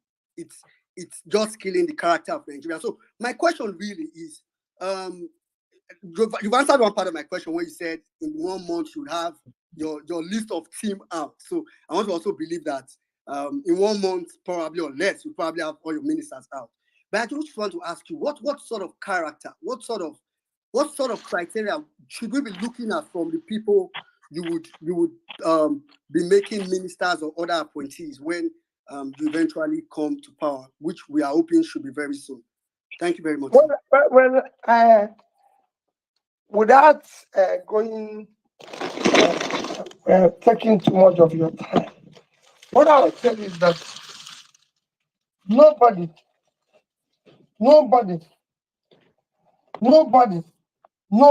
I've repeated it several times, with any questionable form of certificate and the other will work with me. I don't need to waste my time on that. I'm saying it categorically. If you have a question to answer with your certificate, you're out. It didn't just happen to me. Let me tell you, when I appointed commissioners in Anambra State, I'm not talking about what we started today. When I appointed commissioners in Anambra State, I told every one and each of them, make sure whatever paper you're carrying is the right paper. So I had university lecturers, had this and everything. And it was very straightforward. So we did the verification before you even go public. It was already done within a house. So I didn't wait until it went public. We did it in house. If you had any record that existed, I didn't appoint saints. I appointed human beings. Even if you had a situation that is bad, if you had a situation that is bad, we knew. So it wasn't, and we knew that we're going to defend it before we say, yes, we're going to work with this person. But it was verifiable. And where you're going to be was verifiable. When I tell people that I did not, while I was campaigning, meet up to 70% of my commissioners, they are wondering, how did you appoint them? I never met my chief of staff before. Never met her. I didn't know who she was while I was campaigning. I only read her CV. I said this woman should come in and be commissioner for information. She came in and became commissioner for information. After about a year or so, when the person was acting that, she was appointed commissioner for environment. Was just reading his CV and what he has done with regards to PhD in environmental action, science, blah, blah, blah, everything. And showed a few things he has done on the private side, and that's it. So for me, it's not a question of, oh, this is this. Like I said, when I talked about the economy, knowing that we have an economic problem, I have people, when I was a director or chairman of a bank, it will shock you. I work with people couldn't, people don't want you to even appoint anywhere. And people say to me, how can you bring this man who will never agree with you? I said, that's not exactly what I want to. And I told my commissioners, you can go ask any of them. If all of you agree with me in 3 meetings, everybody will go. I know that I'm not working with anybody. You actually appointed to disagree with me, because then I will learn. So don't come here and answer me, sir. No commissioner saw me to the airport if I'm traveling. None welcome me. You're running a ministry. Just like I said, when I see people coming to welcome people at the airport, I laugh. I say, what time do they have to do their job? So we want to do things differently. All of us watch the American president enter Air Force One and Air Force Two. Have you ever seen any minister, anybody see him off? No. If he wants to travel, he travels. So what we want to do is to do things differently. And I assure you, I'm not saying I'm not going to appoint people from the moon.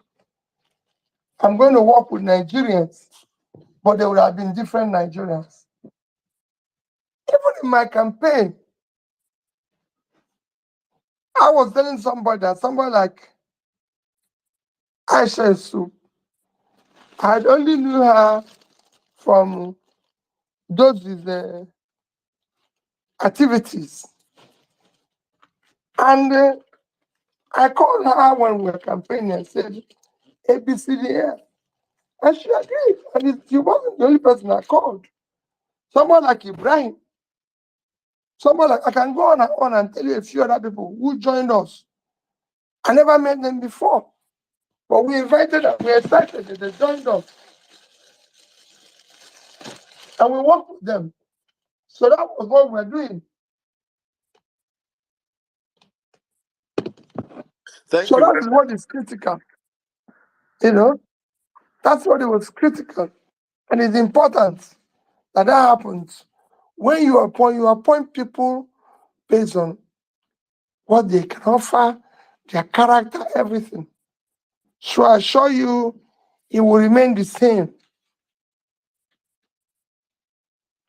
All right, thank you very much, sir. Thank you very much. It's important we know the makeup of your cabinet coming in. All right, I think right now, Entics, you can come in. You can come in right now. But guys, please, we are bringing up your questions now. Thank you to our moderating speakers. Everyone have asked wonderful questions. It's been an amazing space so far. We have over 33,000 people on Twitter right now listening to us, and thousands more on Facebook, on YouTube. We have multiple channels streaming it live on YouTube. And thank you to all of you that are streaming, that provided your platforms to stream. Thank you to Ingenje TV. I just want to say this real quick. Let me use this moment and do a little bit PR and sell. Please permit me to sell my market. Sell our wonderful market. Please, if you are a student and you love journalism and writings, do you love reporting and you are on campus? We're creating a Parallel Facts Media Campus community. You can please send us, shoot us an email at info@parallelfacts.com. Please, info@parallelfacts.com. We need young Nigerian writers. We're about to take back our country and want to do it with young, talented Nigerians. So please, we see all the politicians on the platform. I hope you guys are really taking your pen to jot things down and take it home to begin to implement real life-changing policies for Nigerians. Thank you. And if your hands are up, so I'll allow you to come in right now. Then please, guys, our moderating speakers, thank you so much. I'll have to drop some of you. I'll drop you guys down and bring more people up now so we can have the last few conversations with our Excellency. Thank you very much. And if you have the space, good evening. Good evening, Your Excellency. There's a question I want to ask you, and I'll need you to please listen to me so you could understand what I mean. You're a frequent traveler, and you travel with a Nigerian passport.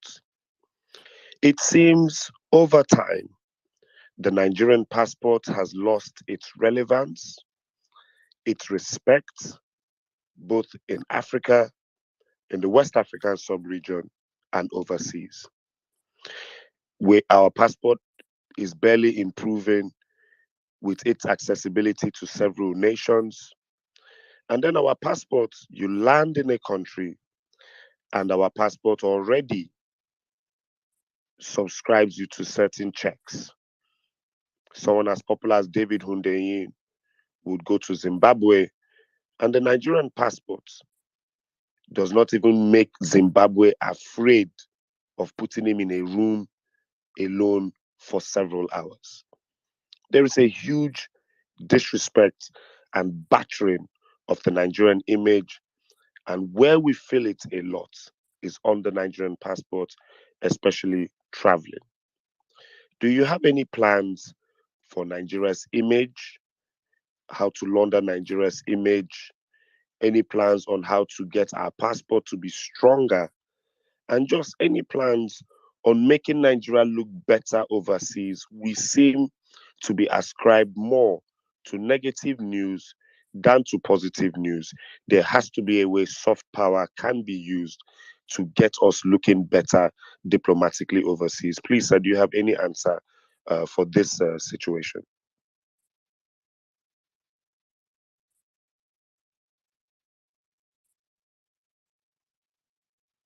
Mr. Peter, are you there? Hello, sir. Are you here? It's muted. I think he has to unmute first. Okay, you have to unmute your mic, sir. You have to unmute, yes. Okay. Very straight answer. If you want to earn respect anywhere in the world, whether as an individual or anything, you put your house in order first. Nobody respects you when you're going around as a beggar. Nobody respects you when your economy is in shambles.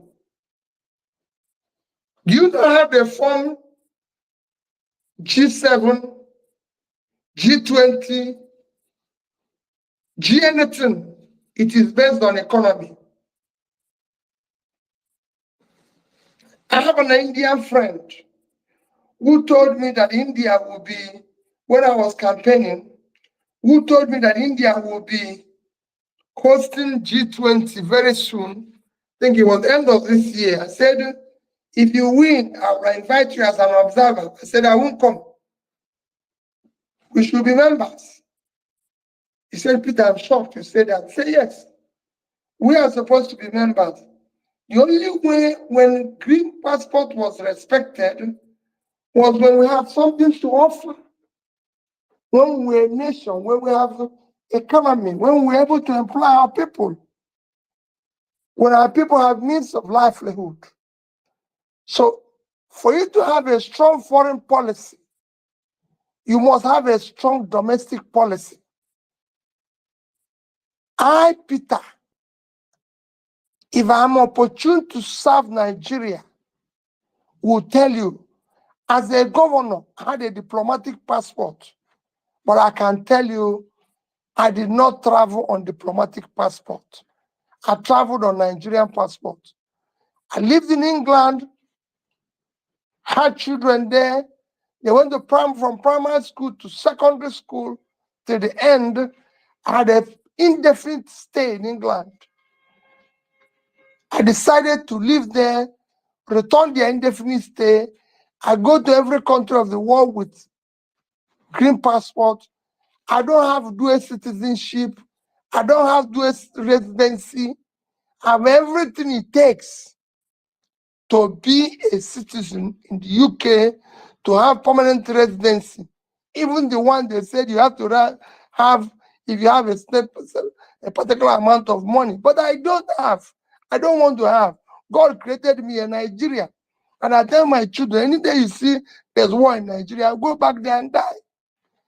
I've traveled everywhere I went in the world where there's problems. I was in Rwanda when there was problem in Rwanda. I've gone to so many parts of the world. Even when Haiti had earthquake as a governor, I went to Jonathan and pleaded to go there as a Nigerian to help them as a sitting governor.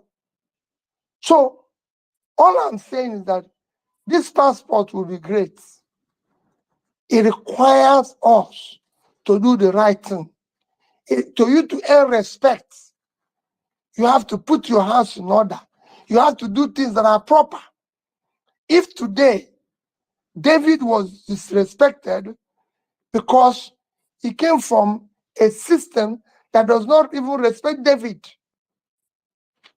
because the way he's treated or the way Nigerians will be treated, if Nigeria was good, you can summon even the ambassador and said, no, we can't have this.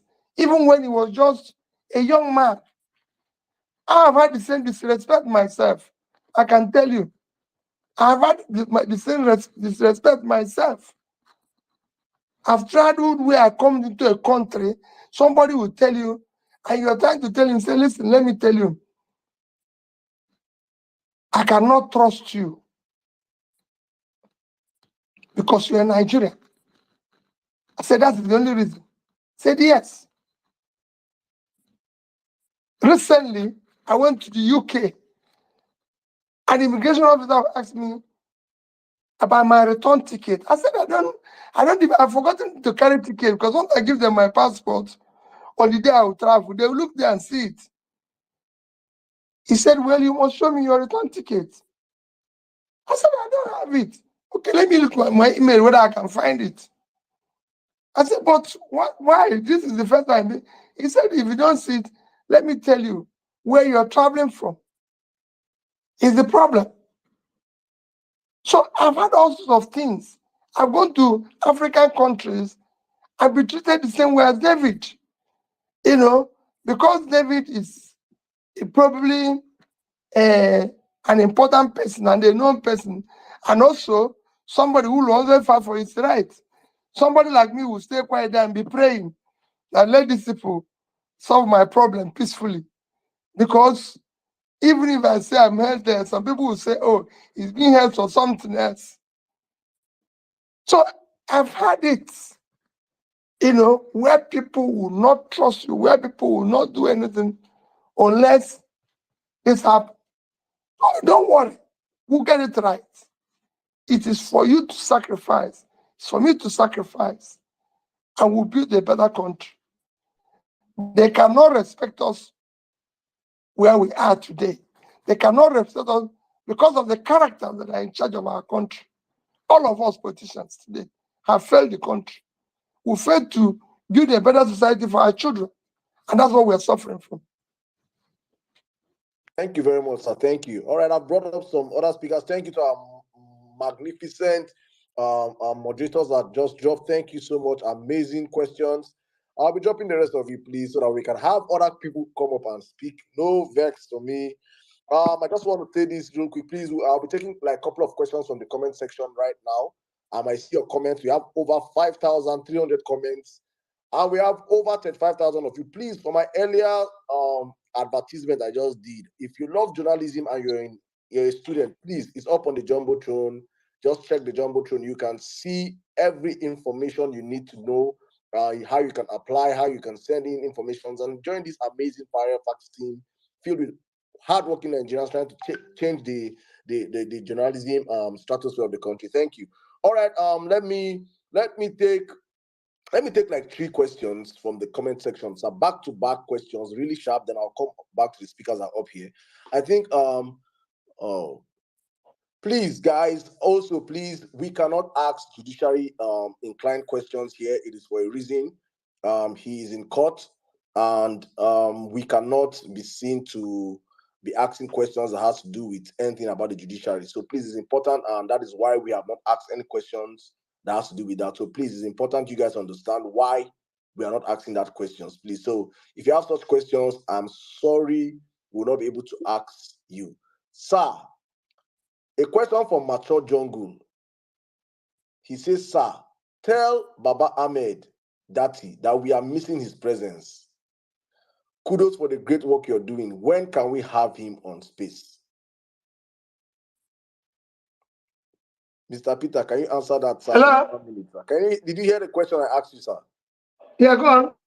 All right. The question from Mature Jungle, he said, please, sir, tell Baba Dati Ahmed that we are missing his presence.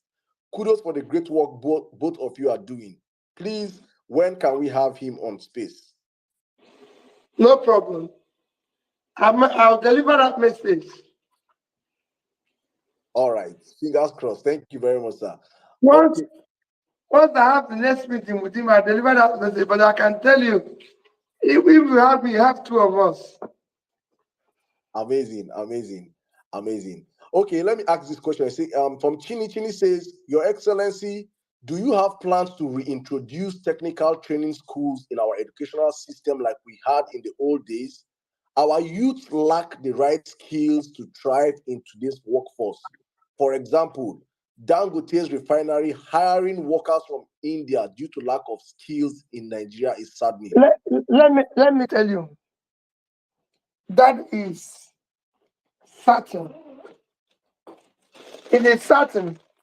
You know the biggest pool of training, and the biggest, and in terms of training technical people and ICT and engineers and everything in India,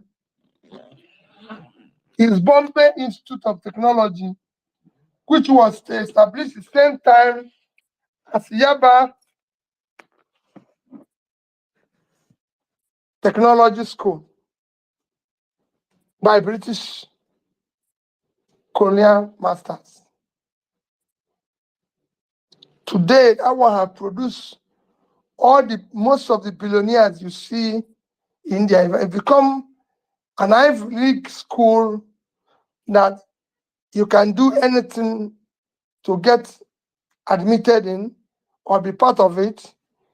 Nobody talks about Yaba College of Tech again. Everything has failed. We need to bring them back. And that is why I said, that's why we're not earning any respect. We must bring back our country. And it requires a lot of sacrifice. Thank you very much, sir. Thank you. All right, blessed Emmanuel, say question, sir. Sir, what period of time would it take you to put all the seaports functioning? Probably, I think, to make all the seaport functioning. One, how fast will Well, you tackle insecurity in all the geopolitical zones in Nigeria? well, like I said, insecurity is number one. Security is number one job of a government. And it is critical. You can't talk about attracting investment if you're not secured. You can't talk about attracting investment if the rule of law is not respected.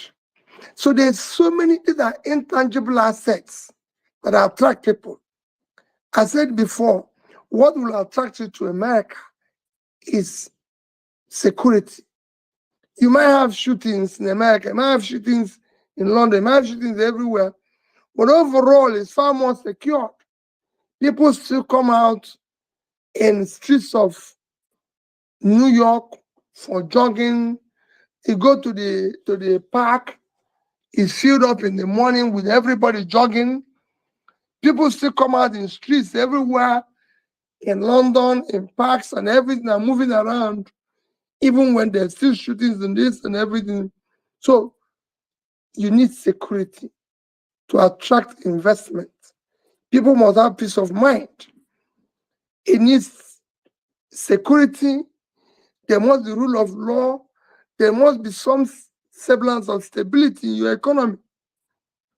So your rate of exchange can be high, but it remains stable maybe for 4 or 5 years and everything. People can plan. These are things you need to put in place. And doing that requires some time.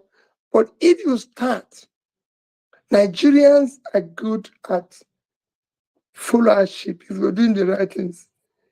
Governance is about hope. You must give people hope. If you say we're going to do this and people see you're doing it, you won't achieve 100% result overnight. But people want to see 100% effort. You see me say this in virtually every 2 months appearance that we must put 100% effort. Our sacrifice and everything must be seen. And that's it. All right, thank you very much. Sir, you did not answer the questions of seaport, how fast you can get all the seaports working. Let me tell you about seaport. What I say about seaport, what I do about the airport. These are critical economic issues that needs to be up and running. Nigerians today go to Kenya to go to Dubai. They go to Ethiopia to go to Dubai. They go to Rwanda. They go to South Africa to go to Dubai. If there's any place that's supposed to be transshipment ports, in terms of seaports, in terms of airports, it is Nigeria. Nigeria is so strategically located in Africa, where we are middle in the terms of north, south, and everything.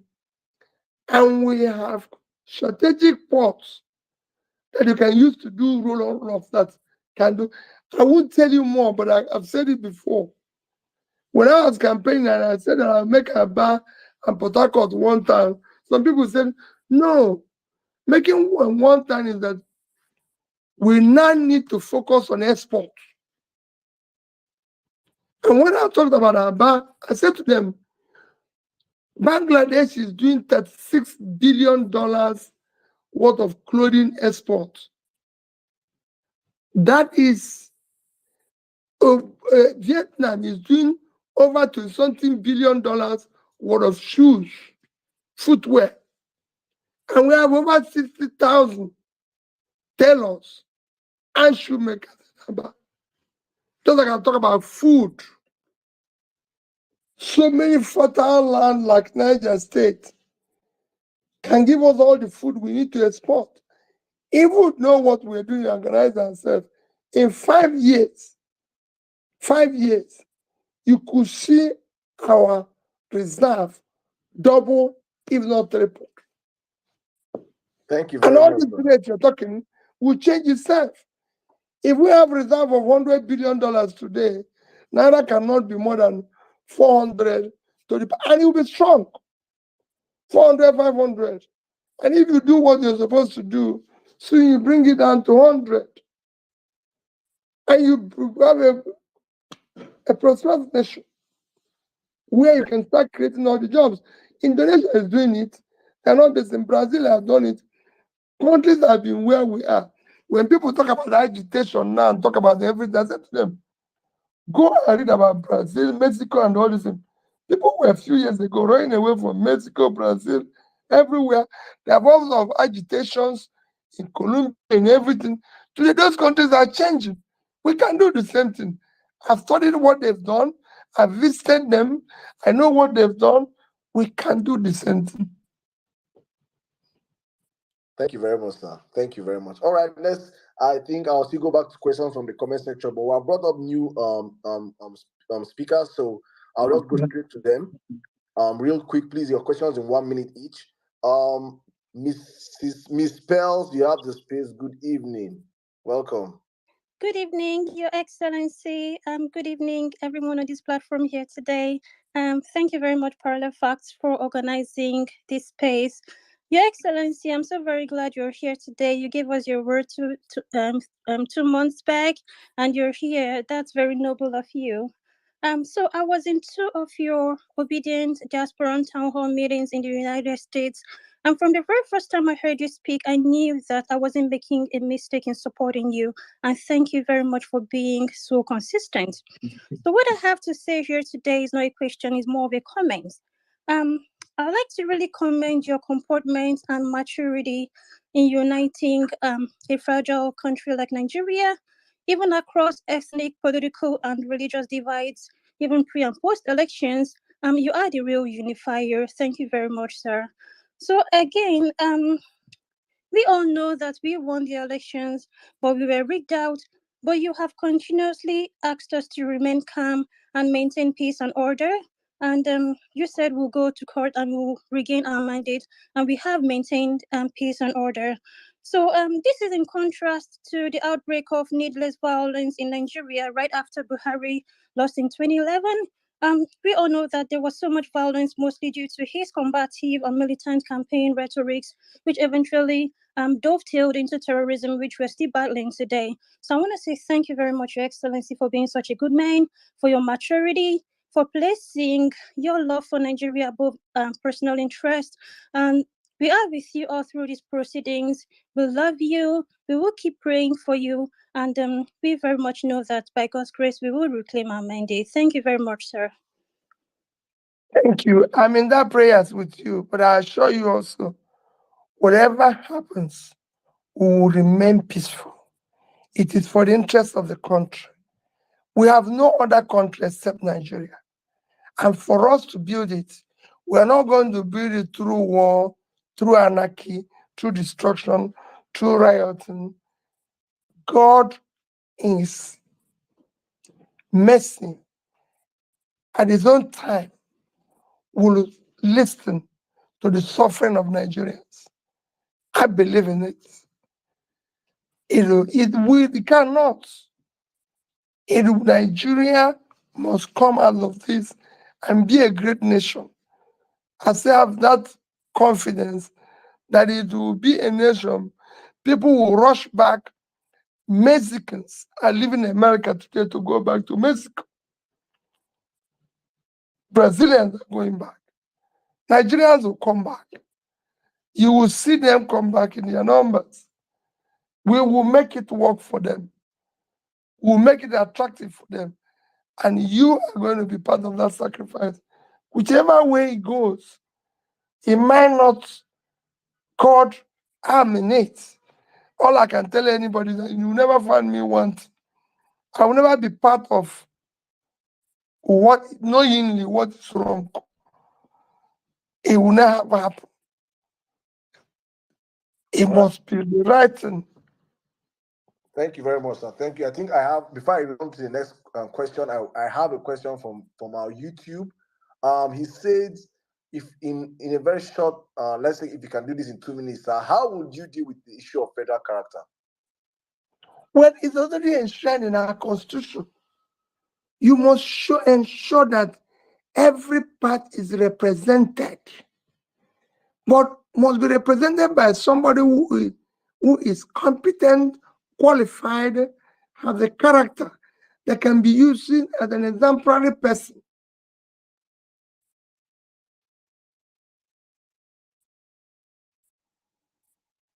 Thank you. We lost you, sir. We lost you, sir. But okay, I think. Can I go back to No. He answered the question fully, sir. All right. Please let's go on real quick. Oladipo, your hands are up. So please, in a minute, your question, please. Thank you. Your Excellency, good evening, sir. Good evening.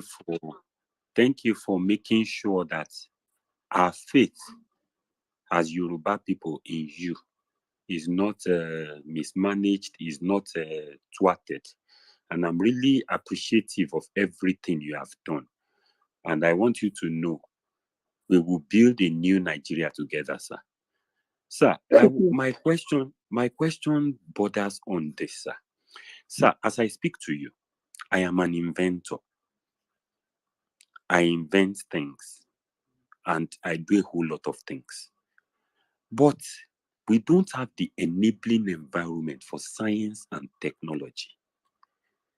The environment is so hostile to us that we are the one that will source for the money, we are the one that will do the research, and we are the one that will start to construct what we are doing. And it's not really making us. I know a lot of my friends that have left Nigeria. The things I do. Yes, sir. Thank you. You know why? I've said it even when I speak in open listen, that if Bill Gates and Steve Jobs and all these were Nigerians, they won't get anywhere. Nobody will support them. Nobody will support you as an inventor in a corrupt country, because you have people with wealth without any enterprise, any invention, anything, until such things becomes respected, seems to be something of value. People can see what you're creating and value it, and you become the person to be celebrated. Then it becomes something people will jump to. Banks will give you money, institutions will give you, they will give you all the support. Today, our banks don't even lend money to people like you or entrepreneurs. They do pump brokerage. So you go to a bank, the bank will tell you, if you give me a house, I give you this. You have to bring your mother's house, your mother's land, blah, blah. But the same bank will turn and give local government money because they are sharing. So the system have crowded out the real sector people that are supposed to lend money, because they're lending to local government chairman because he gets statutory allocation every month. So they give him money to go and do whatever he wants. This has to change. That's why I said we have Bank of Industry that will lend to industrialists, lend to innovators like you. Have Bank of Agriculture that will lend to real farmers. The two biggest banks should be, or three should be, Bank of Agriculture, Bank of Industry, Bank of Infrastructure. These are what it is in other countries, but it's not.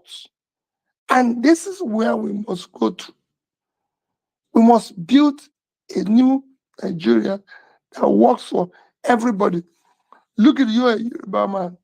Look at today, what we are getting either in Lagos, in Ogun State.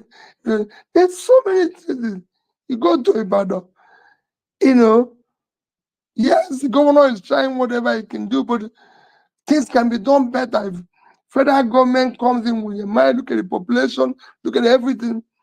You can turn all our population into gain, the way Indonesia, all other countries like our size have been able to do.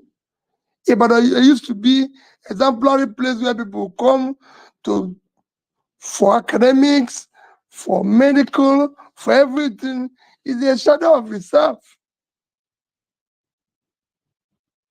Thank you very much, sir. Thank you. All right, 99% oppressed. Please, If you're up here and you want to, please, let's try and make sure it's questions we're asking, because it will. If you have pleasantries for Mr. Peter, you can put it up on the comment section.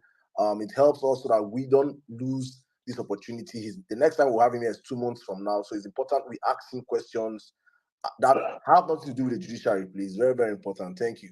That's President of Press. You have the space now. Please, in a minute, please. Thank you. Yeah, thank you, Mr. Dan. Good evening, Your Excellency. Good evening. I'm happy to be on the space with you today. Yeah, my question will border on security. Yeah, you've talked extensively about oil theft in the past, and you said openly to Nigerians that oil cannot be stolen by ordinary individuals. And recently, we've seen where the government claimed that 2 vessels has been apprehended. Oil theft vessels have been apprehended.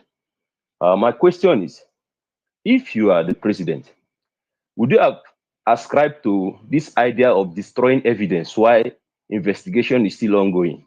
Because we saw them destroy 2 vessels without telling us the real owners of those vessels. They only brought out the. Okay, I answered that question earlier. I said, not just that without telling us the owner. They say one has been operating for 12 years. 12 years. So you have been stealing oil for 12 years. And nobody told us, and that one was carrying 800,000 barrels. So assuming it carries only, assuming it carries only one, it goes only 1 trip a year. It has carried almost 100,000.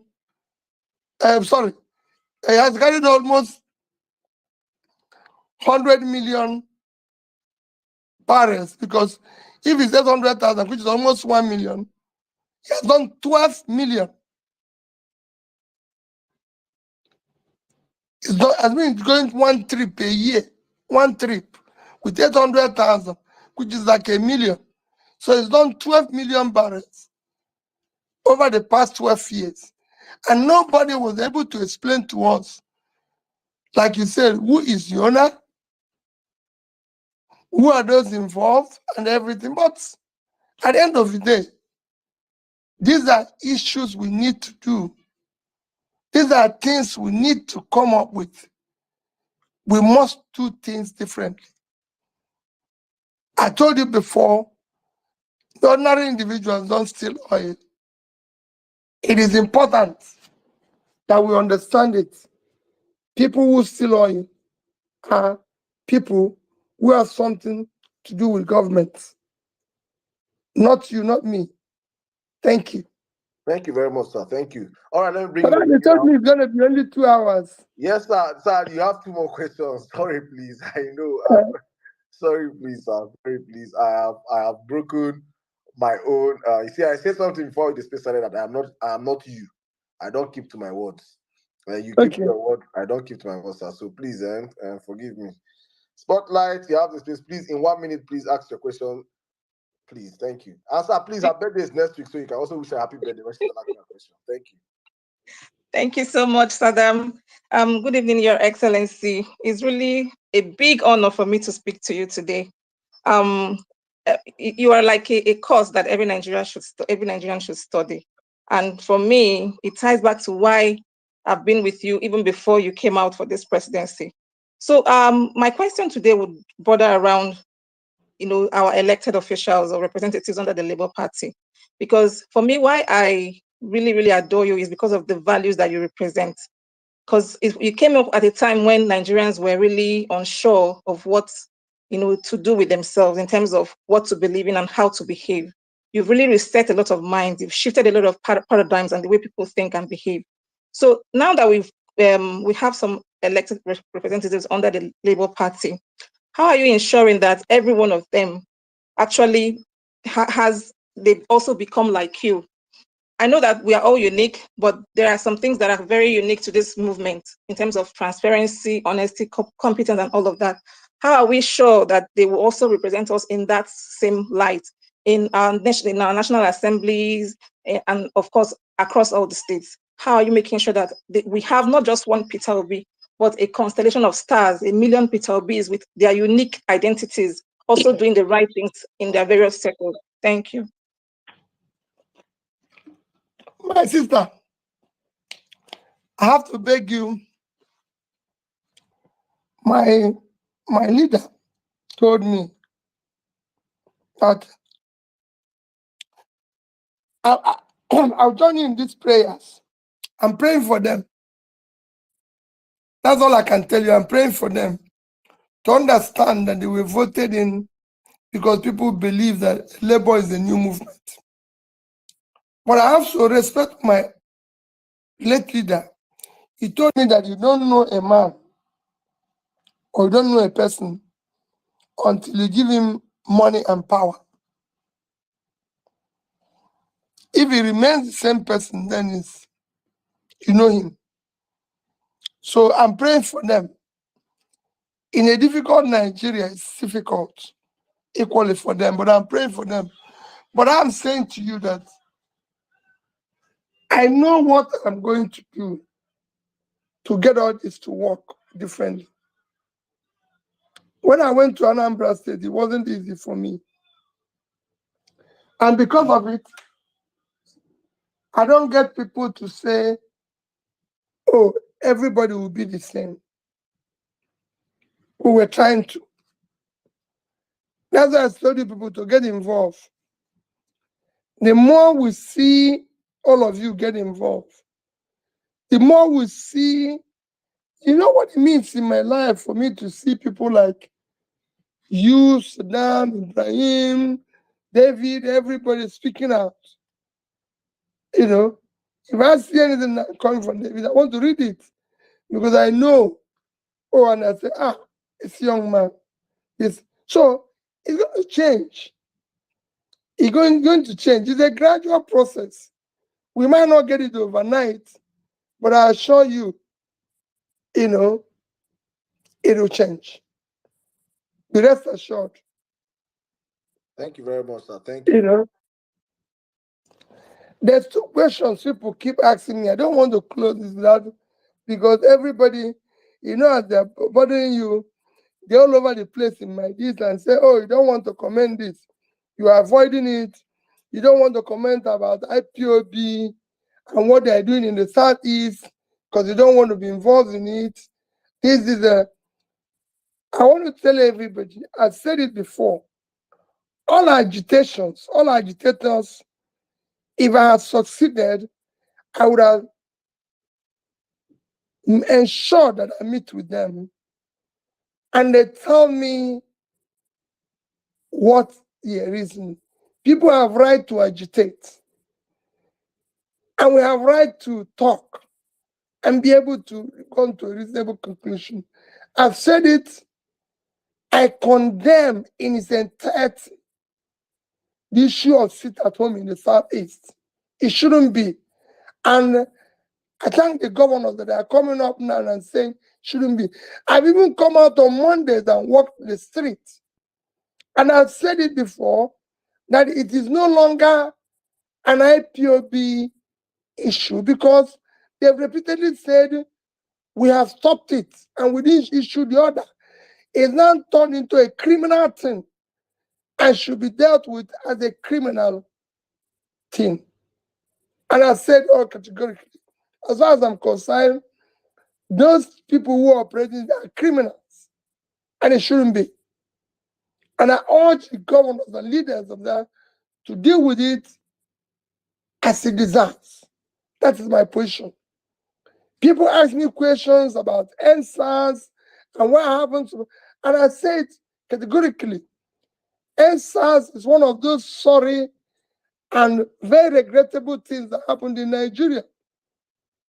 And I urge Lagos State Governor and government who have tried, even setting up a panel and everything, to come out transparently and deal with that issue, and where it is possible, If the wrong government is wrong, come out and own it, apologize, ameliorate, compensate people adequately, and assure them that it will not happen again. There's nothing shy of doing this. Things go wrong. We take wrong decisions. We should be able to own up and apologize that we were wrong.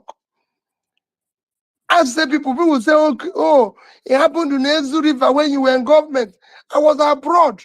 I cut down my trip to come back. The other day I went to Jos, a Mangu, where 327 people died. For God's sake, our government should start doing things properly. Only about 280 or 288 people died in India, train crash. Modi, as the prime minister, got shot his trip and went there. We should, even when it is a mistake of the government, we kneel down and beg people and apologize. It is nothing, there's nothing in it. Government makes mistake. We can apologize and beg. With that, we have a final closure to it. But we must be transparent and accept our own negligence and do what is appropriate in it. That's what I stand for. I don't know it all. Where I'm wrong, I say I'm sorry. You can ask all the people who work with me, who are around me, whether it's Aisha, whether it's Nana Kazauru, whether it's Tanko, whether it's Ibrahim. They tell you. Every day I say to them, I'm sorry. Because I'm a human being. I make mistakes. I say sorry to my children. I say sorry to my wife every now and then. You know, so we can have peace and have it. They call it, we can have a country.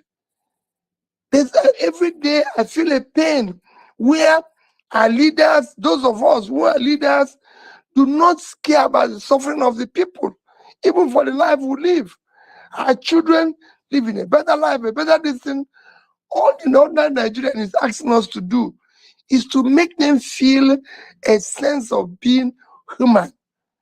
And we can give it. And that's what we require to give them. That's the least we can do. Thank you very much, sir. Thank you very much, sir. So we're going to just wrap up with the speakers up here, and it will be unfair if you can just take this in 3 minutes. These questions, I think I'll allow them ask their questions back to back, so you respond to all of them. Then you can give us your final parting shot. Thank you for your sacrifice, for your time. We agreed on 2 hours, maximum 2 hours, 30 minutes, and I said I will not push it beyond 3 hours, and I have done that. So sorry, sir, but please do. I apologize to you are big on apologies. Please accept my own apology too, sir. Please. So I think I'll just allow these 3 speakers ask you back to back to back. Then you can wrap up with their questions, and at the same time, you can give us your final parting words, and we'll be seeing you again in 2 months' time, God willing. So I'll allow the 3 speakers ask you back to back. My brother, magnific dude, good evening. You have the space. Please, in a minute, you can ask your questions. Then distinguished Oluchi 1 minute. Dan Juma 1 minute. In 3 minutes, let's wrap this up. And we'll be having reactions, my brothers and sisters on the platform. We are not ending the space immediately. We'll have a reaction back on what we have listened to today. Thank you. Magnific, you have the space, please, in a minute. Okay, thank you very much, Paul. Your Excellency, good evening, sir. Good evening, my brother. Yes, sir. I think maybe they must have asked the question because I didn't really join on time. But before I ask the question, I really want to say this.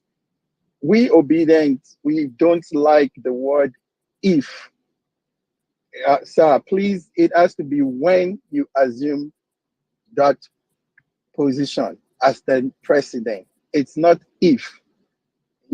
Please, sir, you will get it. It is your mandate. It is our mandate. We voted for you and you will get it.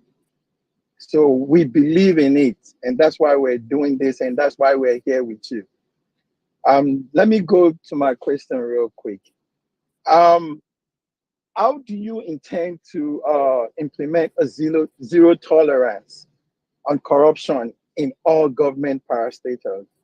Because Personally, I know those government parastatals, that is where corruption at its highest order is in Nigeria.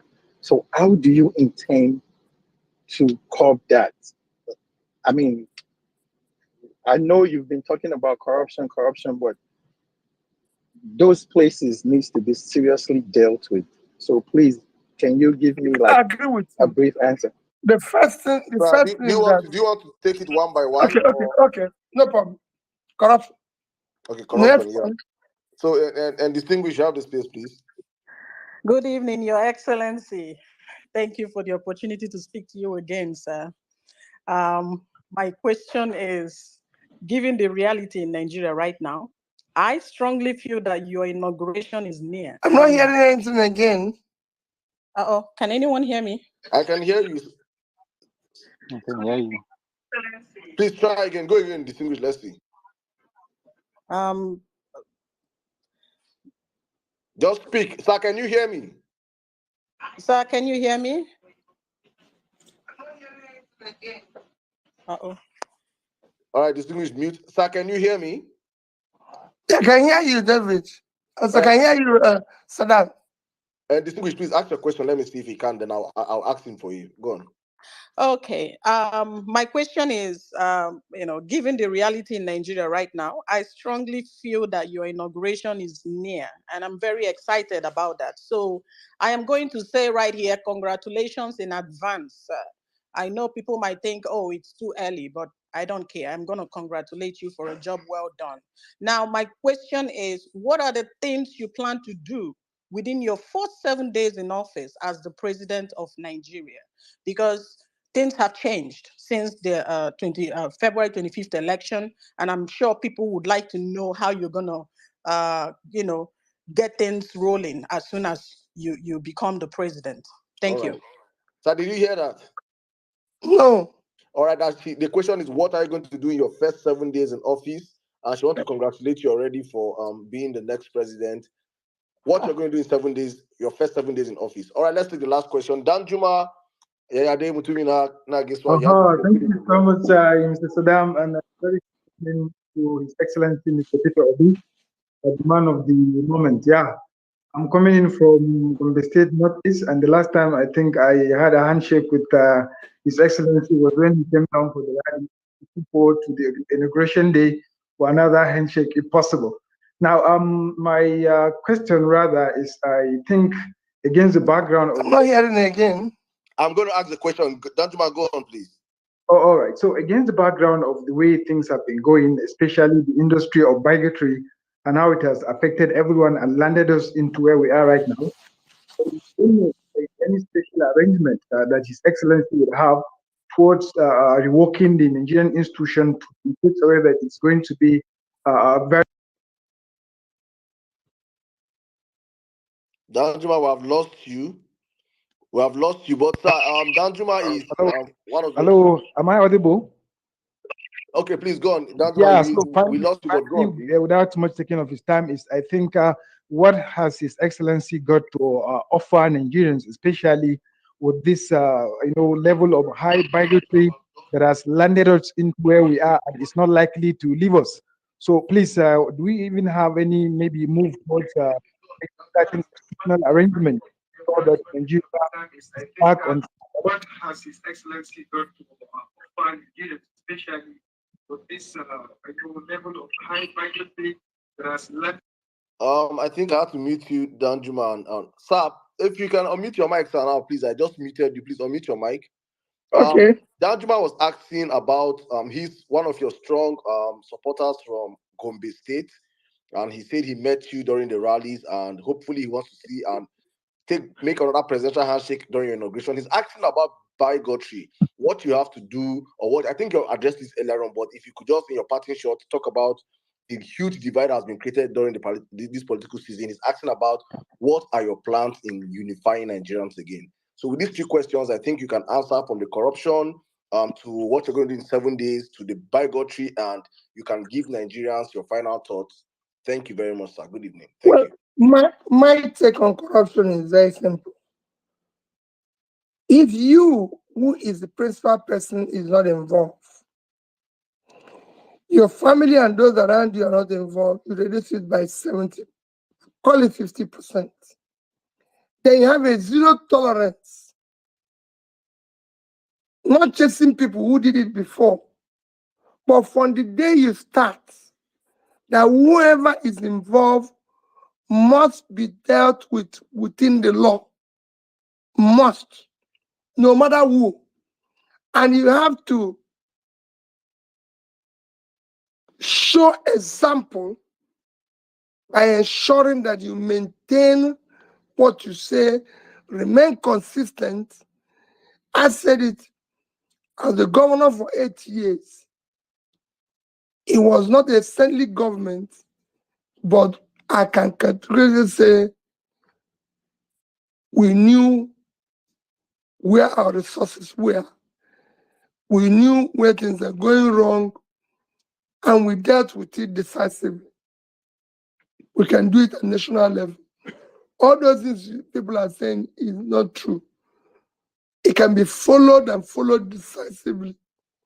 And once people see you're not doing it, they'll run for cover. What I'm going to do in 7 days, I don't know, except that Nigerians will start seeing that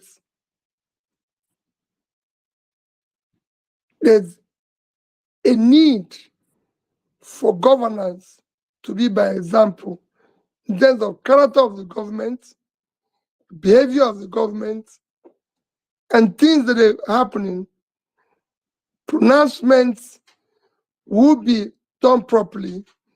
And of course, in 7 days, I should have been able to speak to Nigerians like I'm speaking now, where they'll take hours and narrate their problems, and we'll be able to listen to them and know which way to go. In terms of unifying Nigeria, I said it is not a difficult thing. It is a question of sacrifice. It's a question of doing the right thing. Nigerians are united. It is the politicians and the elites in Nigeria that are divided. And they deliberately did it so because it suits them. The more divided we are, the better for them. And that is why they want to keep it so. It is because they cannot compete in terms of character, competence, and other competitive criteria. They want to now compete by dividing us. We are one united Nigeria. We're going to focus. If I have opportunity, I will tell every Nigeria, we must bring the love, we must bring the care and everything. And that is why when people say to me, oh, we're going to do this, no, we will remain calm amidst all provocation. We will remain calm no matter what they do to us. I've always said to people, we're not going to pull Nigeria down, even if anything happens. No, we will remain calm. We will do the right things. I urge all of you to always remember, we have no other country except this one. We will build it for our children.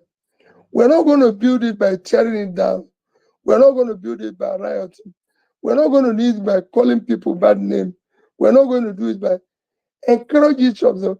Where they show you hatred, show them love. Where they go scandalize your name, please give them good name. Always remain a reference point. Remain exemplary. People have told me all sorts of things. People have said to me, if they've called me name, they've called me president of mourning, president of condolences, president of, and I've written them back and said, oh, he's always going to where there's burial. He's always going to burials. He doesn't even go to where there's feasting. And I always tell them, it is better to go to the house of mourning than go to house of feasting. It is these are the things that makes you a human being. When you attend burials, you know that this life is so temporal. It's what makes you a human being. You know that all those things you're acquiring, you don't need them. You should not acquire them, especially when you acquire them wrongly. Those things will not last. It will not save you. So better use those things to help humanity. When you're giving public money to manage it transparently. It is for benefit of public and everything. Stay with people who are in difficulty. Don't push people down. Don't look down on anybody unless you're going to pull the person up. Let us pull each other up. Let us stay with each other.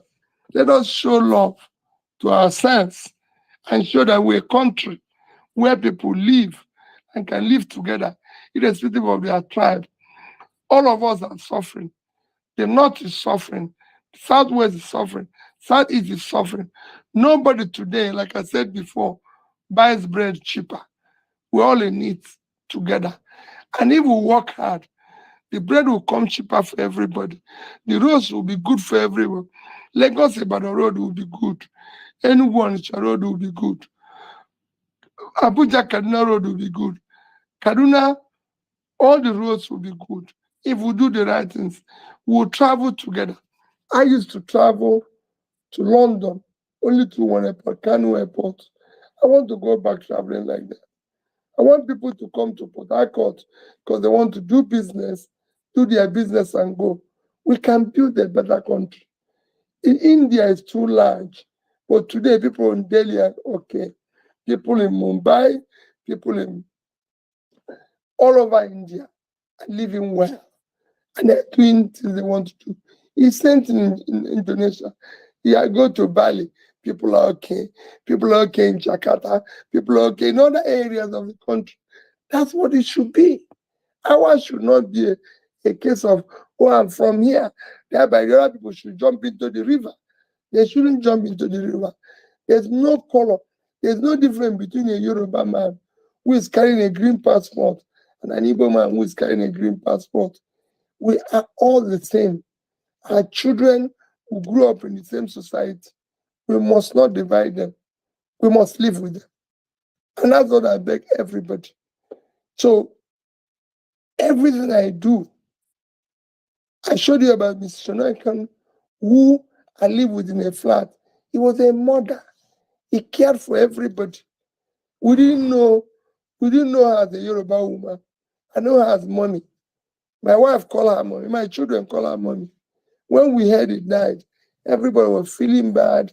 On Thursday, I canceled everything I'm doing to go for a burial. She's being buried in London. My wife, my family, everybody will be there. So that's what we should do. That's how we should live. We shouldn't live where you say, oh, Aisha is from this place, Aisha is from there, and everything. No. It is one Nigeria. Let's be one.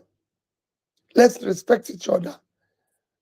If David has problem, we have problem.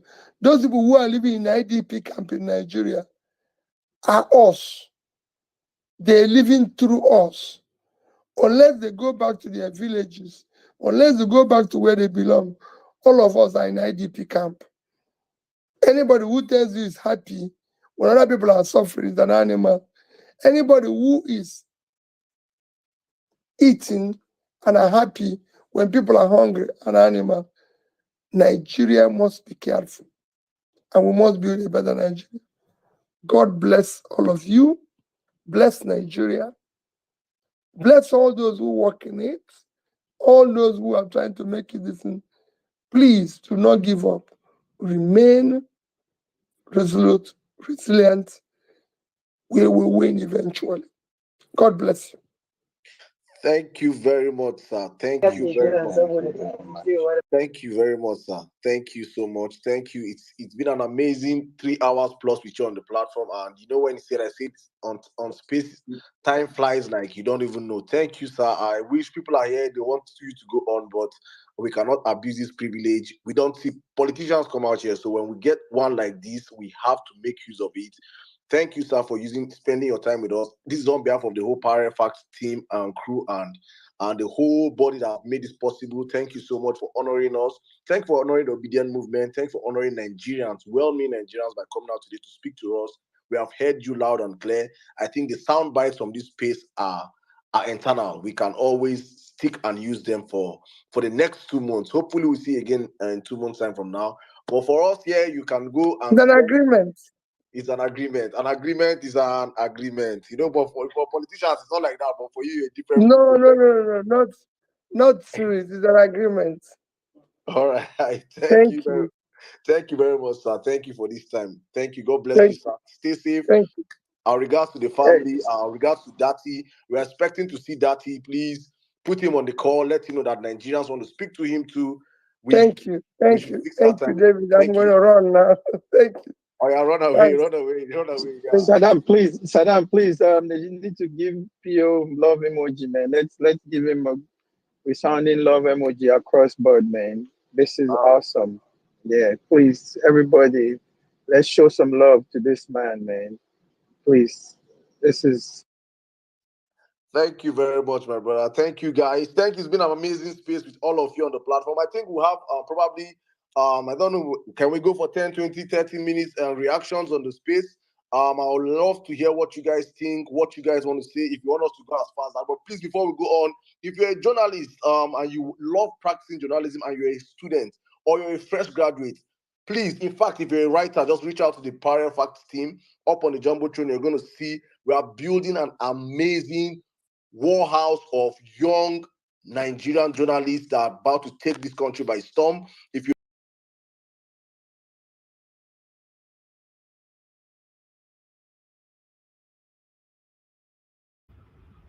All right, my people. That was a wonderful one. From Mr. Peter Gregory Obi. Appreciate every one of you right there. Thank you very much for joining us. It's been a long day. But I think we should have a reaction, right? So I'm going to post out a link. If you want to join us for this reaction, just come in. Let's have at least 2 hours reaction, then we can end the show. Thank you very much, my people. It was really packed. You see how much people love this man. Over 150,000 Nigerians were watching Mr. PeterObi across the whole social media. Almost, or rather, over 150, because the last time I checked, it was 107,000, including ours. We were having about 2,000 watching from us. We're having about 34,000 naira. I said 34,000 naira. 34,000 watching from one particular sport in Twitter, and every other Twitter sport as well. Then on Facebook, on YouTube, a lot of YouTubers were streaming live as well. So what does that say? If you have over 100,000 people watching Mr. PeterObi, listening to this man, what can you learn from that? This is the man we voted for. This is the man Nigerians want. If you say a lie, tell your principal or whoever you supported to go live tomorrow. If you are a Tinubu fan right now, you are listening to me, tell Tinubu to go live. Tell him, although he not will go live, post the video on social media anywhere. Post it on channels. Make Tinubu talk for just 5 minutes. Post them for channels or post them for Arise. Then 24 hours later, go look at that video. You not go past 5,000 views. I'm telling you, not go past 5,000 views. Who want to watch them? Who cares? My people, let me post out a link. May not be like say I can't give the whole reaction finish by myself. Join us if you want to talk here.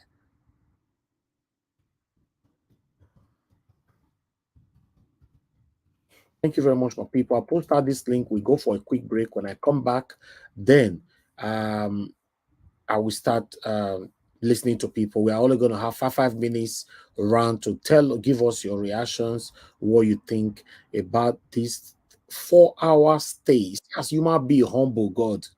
Might go for this. You are the pillar that holds my life. You are the pillar that holds my life. Master Jesus, you are the pillar that holds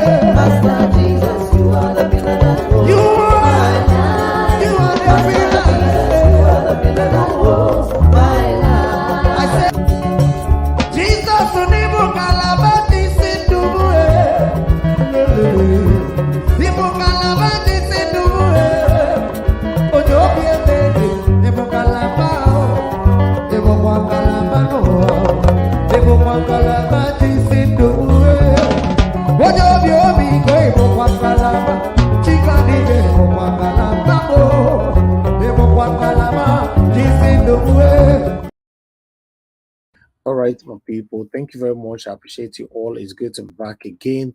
I'm very, very, very excited to hear from our principal. You can see the full humility in his speech. Ah, God, this man, if we miss this man, as I talk on before, we're not going to see someone like PeterObi again. I'm telling you.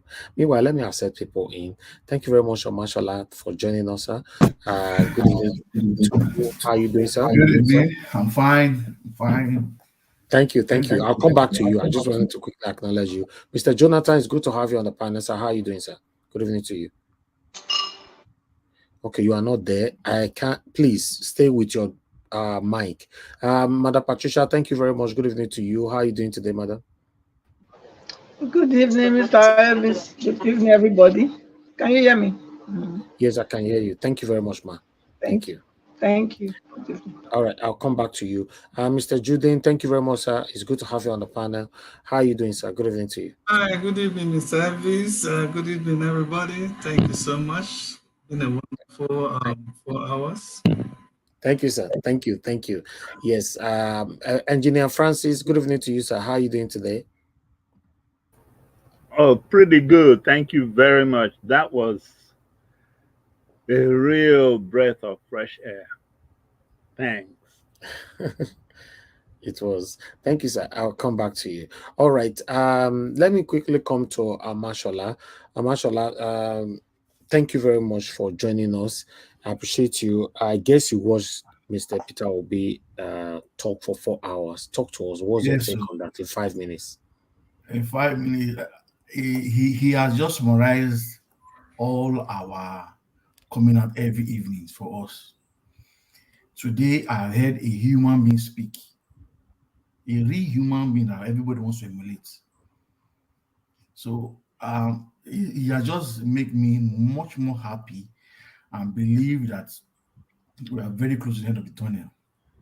He's a leader that is just taking us somewhere, explaining where he's taking us to, and trying to dissect the problems which those in power cannot even understand. At a point, I felt I could just talk into that panel and say, please don't say much, because I know the Agbado ambassadors are everywhere. They are taking ideas from me from just this. I won't be surprised from the things he has said today. They will start trying to do something with it, because those people are daft. They are daft. They don't know what they are doing. Somebody has just he left for the fact that he has promised for 2 hours. This man could go for the next 3 hours again if we leave him. But I know he has many things to do. He should let you know that a man that does not that has high idea, has a dream, he does not need to look at the paper to tell you what he wants to do. Everything is in his head, is everywhere. He touch left, he go to the right, he has answers for you. Go up, he has answers for you. So that means if the number of people here, but we still want to vote again, we still have people ready to vote, but I know we're not voting. We're just waiting for, like the lady said, he has already congratulated him already as the next president, our president. Because I don't seem to understand. I just believe very soon the judges will now bring out the informations that we need to know.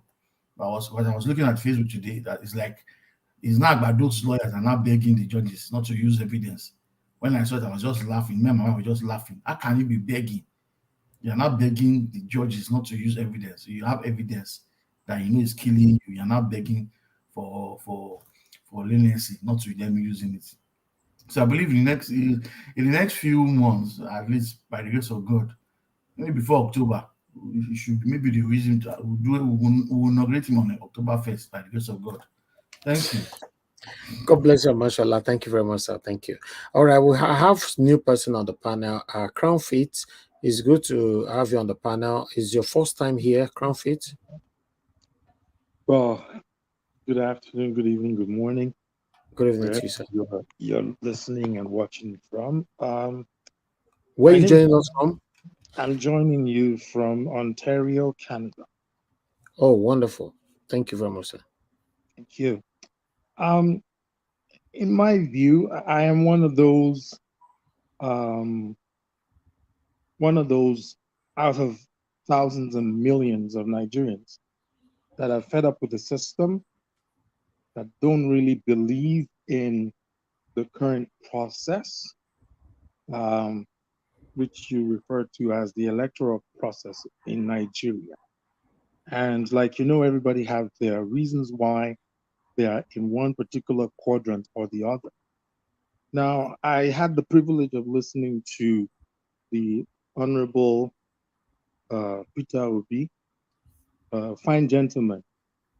And one thing I can pick out of everything that he said is a man who he has a vision for what he would like to see if Nigeria were to be working. And that is what sets him apart from everyone else who had participated in the last election. Now, there is an area that I didn't really hear much about in the line of questioning, particularly questions that address folks who really don't want to be a part of Nigeria for whatever their reasons are. In your next meeting, I know there are thousands and hundreds of thousands of people on different platforms trying to participate, but just a voice of a handful because of time constraints will get to ask the questions that can be picked up from within the radar. So we would like to know where he stands, particularly when you're dealing with the Biafrans or the Oduduwa Nation folks. He answered that. He already answered that question, sir. He gave a superficial answer. No superficial, no. I'll tell you what I meant by that. No, tell us now, what do you mean by superficial answer? Oh, okay. A lot of the answers that he gave, all right, I will say they're superficial. How? Or perhaps let me use another word. They are just on the surface. Implementation of everything that he has talked about will require a lot of work, a lot of process, engagement. Those are the high level stuff, right? The nitty gritty require a lot of work. That's what I'm saying. Well, he just condemned anything to do with violence, criminality, and IPOB or sit at home. He condemned it. And he talked about the general agitators in Nigeria. No, don't get me wrong. He's a reasonable man. I know it's not about reasonable man. His answer to the IPOB or sit at home, he answered it brilliantly. Yes, you see, I'm not against the answers that he gave. I would like a more in-depth, because you can call him up on economy, right? And we can spend 3 hours on just economy alone, right? And that is just one segment. What do you expected him to say? Because you are still beating around. Just tell us. You said he gave a superficial answer. Right. So what were you expecting? Well, in future discussions, right, I would want more detailed response when it comes to the divided Nigeria, because you cannot sweep this under the rug. There's a lot of hope out there, a lot of folks who really want Nigeria to work. They think there is hope. This country can work. We can make it work. I'm not against anyone who holds such opinion, right? Everyone has their opinion. However, to the large crowd that no longer believes in Nigeria, okay, PeterObi can be sworn in October, no doubt. Okay, and he's one of you still didn't answer the question, sir, because you said something on a very big platform. I wanted you to clarify that. So I will want him to address in depth the community that no longer subscribe to the hope message that he's selling that a lot of people have bought into. There are people out there who don't want nothing to do with Nigeria. So aside from sitting with them, I want him to go more in depth as to Hello, can I help him? Mr. Elvis, Mr. This Elvis, man can't say depth. He can't say much Mr. because they are Okay. using Mr. everything he says. Mr. Elvis. Yes, sir. Hello, Mr. Elvis. Just let me make a comment so that just to help the panelists here. Okay. See, Mr. Obi, to your question response to your comment, Mr. Obi dealt with it expressly and in details. One, he said, with respect to IPOB and all agitators, not only IPOB, all Exactly. agitators, Oh, that the first thing he will do, if given the opportunity, which means when he becomes the president of Nigeria, he will meet with all of them. That is the starting point. So he can't preempt himself that this is what then he IPOB went people will on. come to the table Then, to then, say. This then he is went what on. Oduduwa people will come to the table to say. The first thing is that I will meet with each and every one of them, hear them out. What else do you want him to say? That's And one. Two, then he went on by condemning the sit at home in this entirety. in its entirety, he Yes. condemned it. And then in other areas, you do not expect him to bring out the entire details of his plan. Especially, there is nothing wrong in doing that. However, when you are bringing it out to people that you know that they will rubbish it, they will useless it, All they right. will use Thank it you. as another channel. So Thank you. he dealt with it expressly and in details. And if not, there is a clear out reason for not doing so. Thanks. Thank you. Besides, I think if I may jump in, please, 1 second. I think our brother is Francis, talking please with hold on. respect to. See, let me just a few Go seconds. I ahead, think our Jimmy. Go brother ahead. is 1 probably minute. talking with respect of not giving a kind of explanation on if at the end of the day, after meeting with the various agitators, if they still insist in exiting, a pathway to doing that peacefully without anybody being killed. I believe that is what our brother probably is talking about. Thank you very much for Which is to something that that. people would love to hear. Okay. I mean, you Can can't I force people to remain in a Thank marriage that they are being killed every day. And it's a Nadia very Watch, can I interject? Okay, Crown Fit, please hold on, sir. What Yeah, go ahead. what he did is what King Solomon will do. You cannot jump in the middle of anything and start talking about it. Like Barack Obama will say, I would like to know what I'm talking about before I open my mouth to say anything. He has not sat with these agitators. All we are hearing are what I might call hearsay. So he cannot come out and start making a decision based on hearsay. But he has given us the assurance that he will meet with them. He will talk with them. And he will always find a common ground. I So have I, no I doubt. think I think he has given us the best answer and the only answer that I can say is true because he has not sat with any of them. He doesn't even know the details of their agitation. Okay. Thank you. Okay. Thank you, Engineer Francis. Mr. Crown Evans. Fit. Oh, hold on, Crown Fit. Okay, go Okay. ahead, madam. No, I wanted to say if you can allow him to say what you wanted him to say. He already said it. Because He already said it already. Not everything you allow people to say. Go ahead, Crown Fit. Please round up. Okay. What I'm actually looking for from Mr. PeterObi in subsequent town hall meetings like this is a community engagement with people like myself that holds the belief that I have, the opinion that I hold. And there are millions like that, unless we all just want to pretend that, it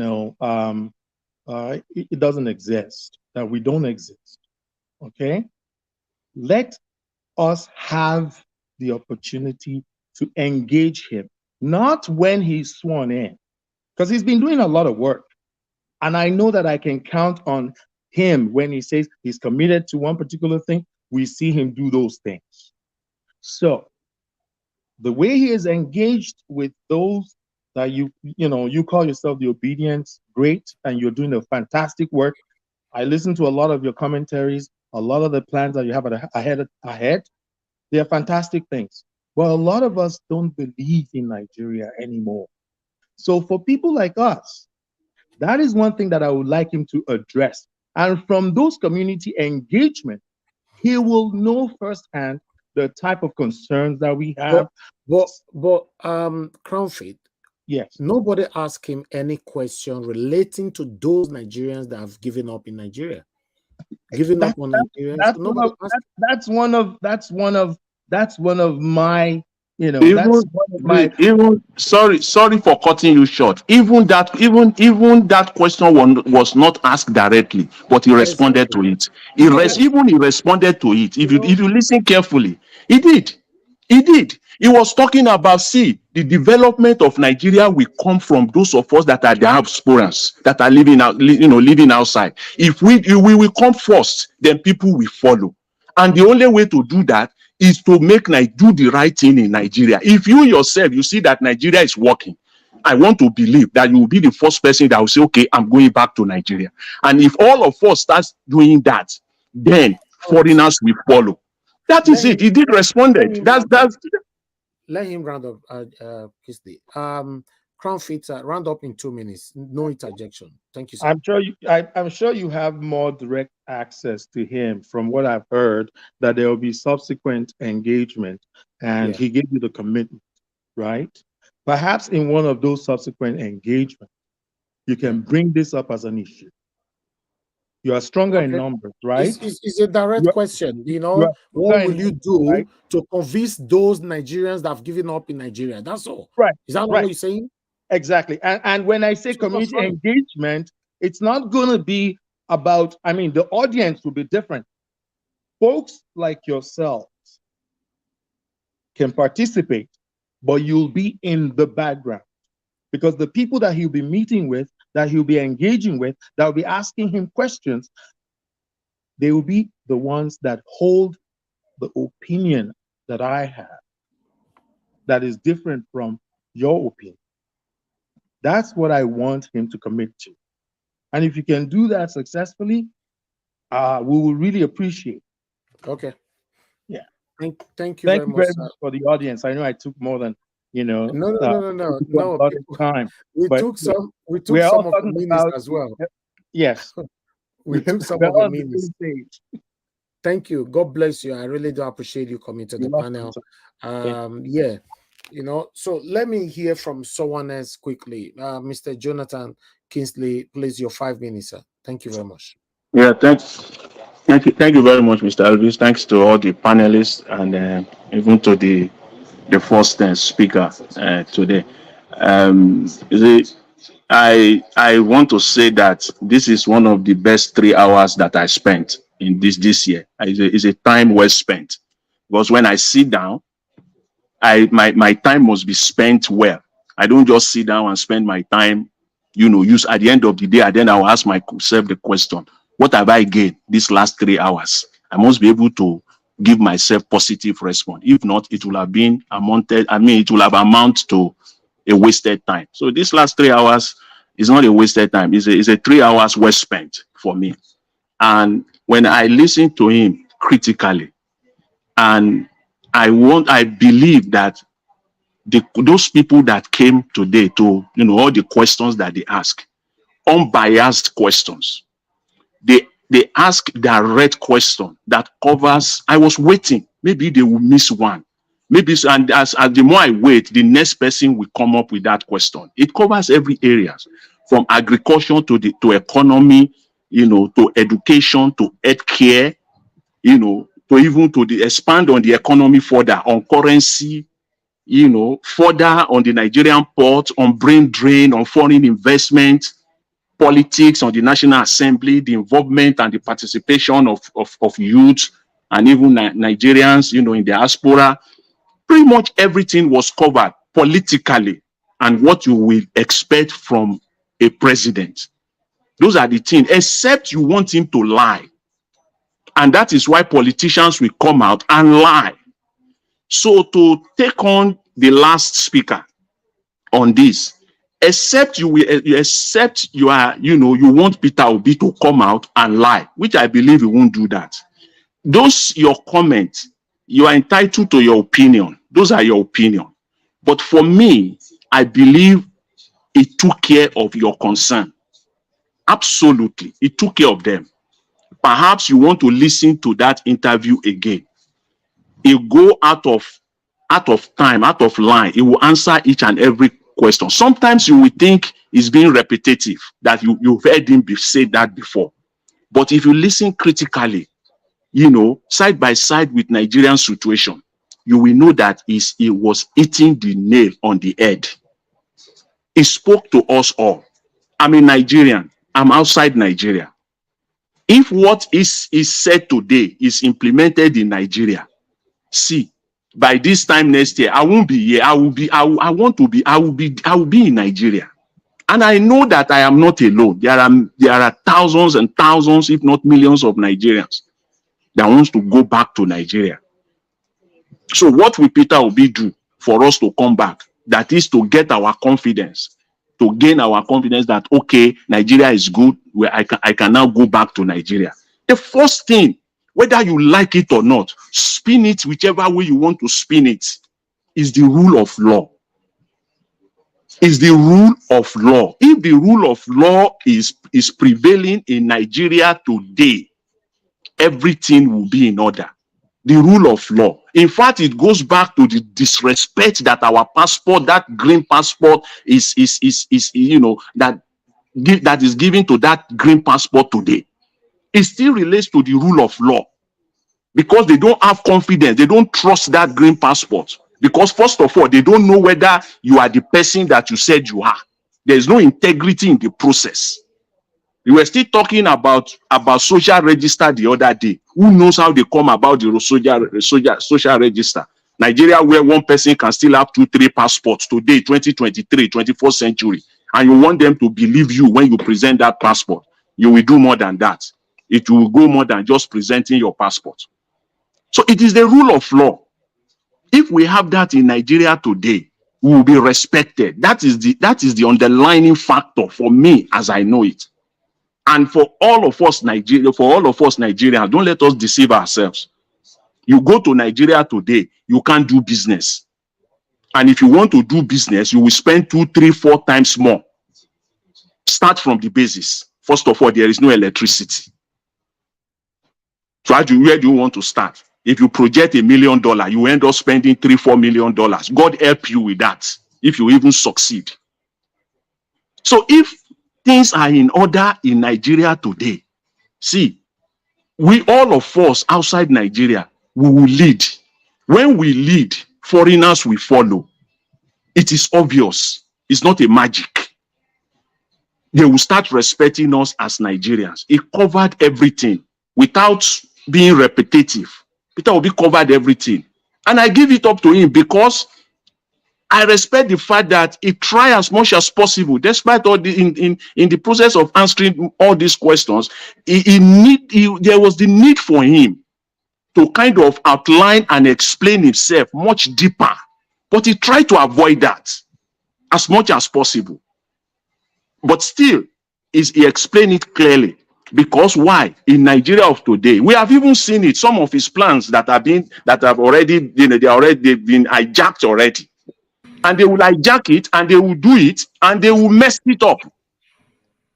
We all know that. That's what is happening. Is it in the area of agriculture that we all know that the massive billions of naira that has been budgeted for agric in the last 6 years, just forget 8 years, the last 6 years of Buhari's administration, when the billions of naira that was voted into agriculture, all this money went into the hands of politicians.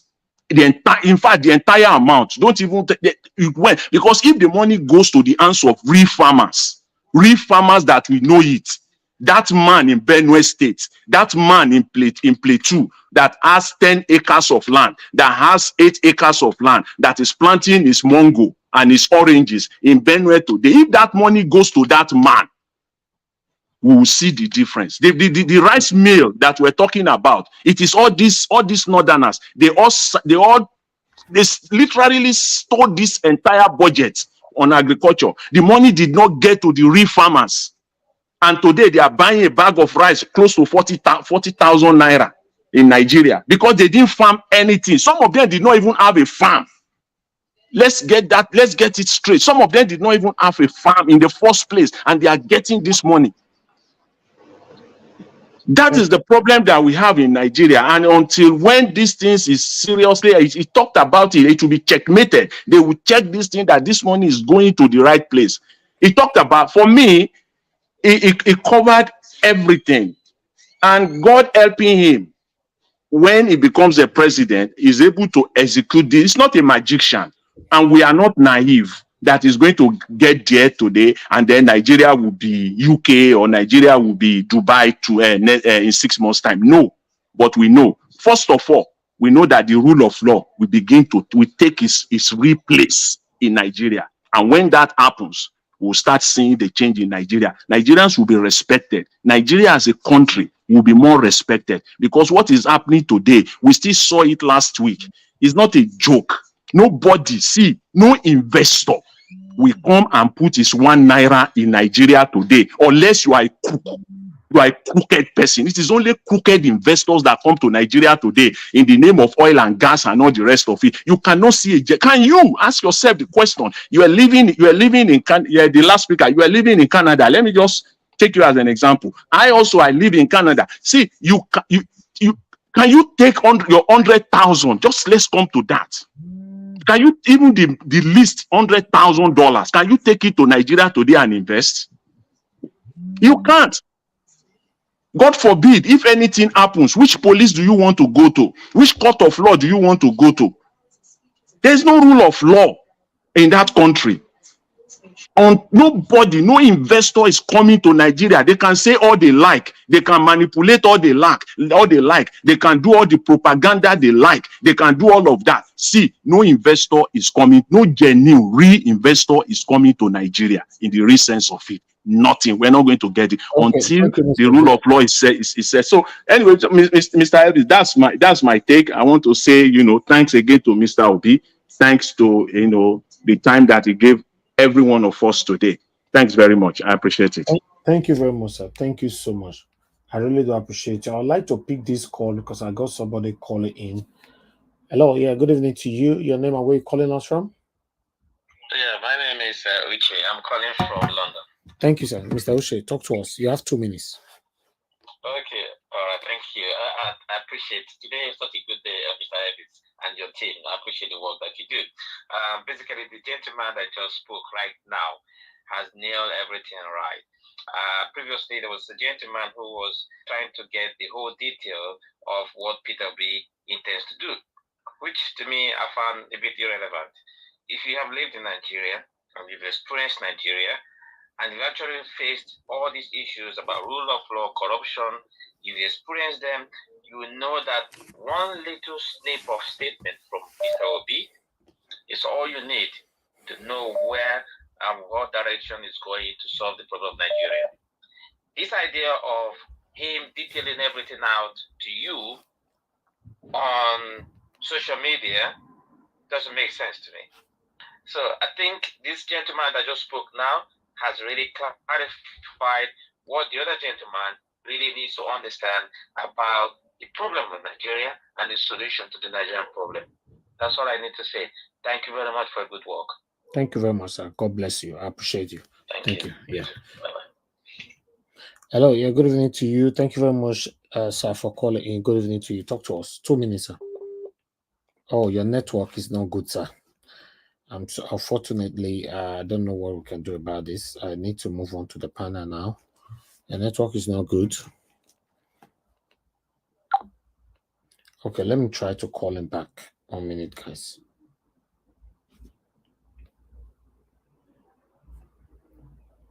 One minute, guys. Please bear with me. Hello, sir. Yeah, good evening to you. Please talk to us at 2 minutes. Hello. Hello, Mr. Elvis. Good evening, sir. Yeah, thank you very much, sir. Just thank you for this opportunity, and I just want to say this: the first fellow you allowed to talk, I don't know his name, who was trying to turn Mr. B's comment on the IPOB and the other, agitators. Hey, I want to say this to him. He should listen to me carefully. PeterObi answered the question as he was asked. You don't go and start answering questions to direct it in another way. The question that we asked you, you will answer directly, and that was what he did. And he nailed it there. The man that spoke now, before this person that spoke now, talking about, rule of law. Yes, that is our problem. And why do I say so? You look at Nigerian people, let me take import, for example, or even with a policeman. You see the wife of the governor carrying exhibits and wanting to move into Nigeria. Maybe a policeman stops him. Before she gets there, the husband would have given a call. Please, that's my wife, allow her to go. We have the laws, but they are not implemented. That is the thing. And we want to also advise the fellow that spoke first there. He should not lead you to be the one asking his question. The question is free for everybody. He should come around in the next 2 months when Obi will be talking. Stand there, find a way to make sure he links up so that he can ask that question the way he wants to ask it, so that PeterObi will answer him directly. I don't know what he's looking for, but he has no points. I'm sorry, I will stop at this. I'm very grateful. And please pardon me. I owe you a lot. I will find a way to find It's okay, sir. out, please. Thank you.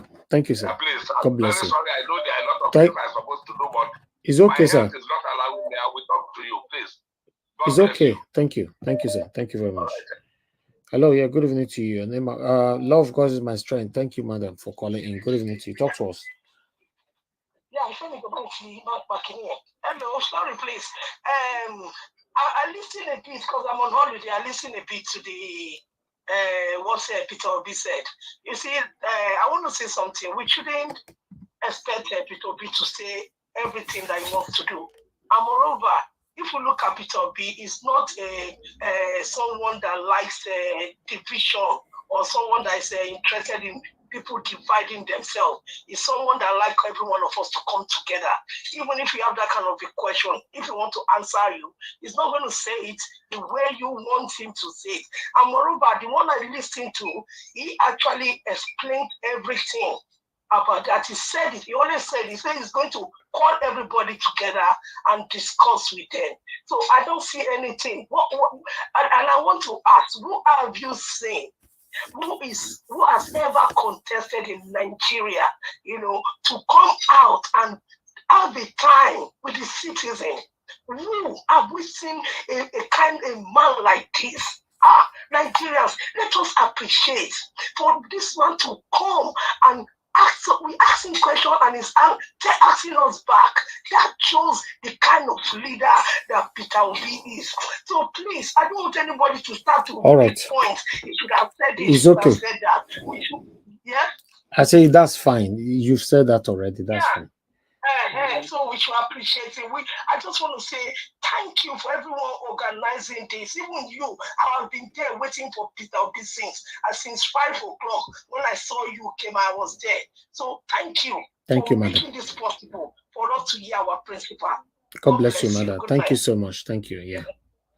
All right. Let me come back to the panel. I appreciate you all, my people. Thanks for your patience. I'd like to go to Mr. Judin. Mr. Judin, thank you very much, sir. Please, I'd like you to talk to us. Yeah, thank you, Mr. Elvis, and thank you for to all our listeners. Yeah, it's been a very wonderful time, exhilarating time listening to our dear president in making for this past 4 hours.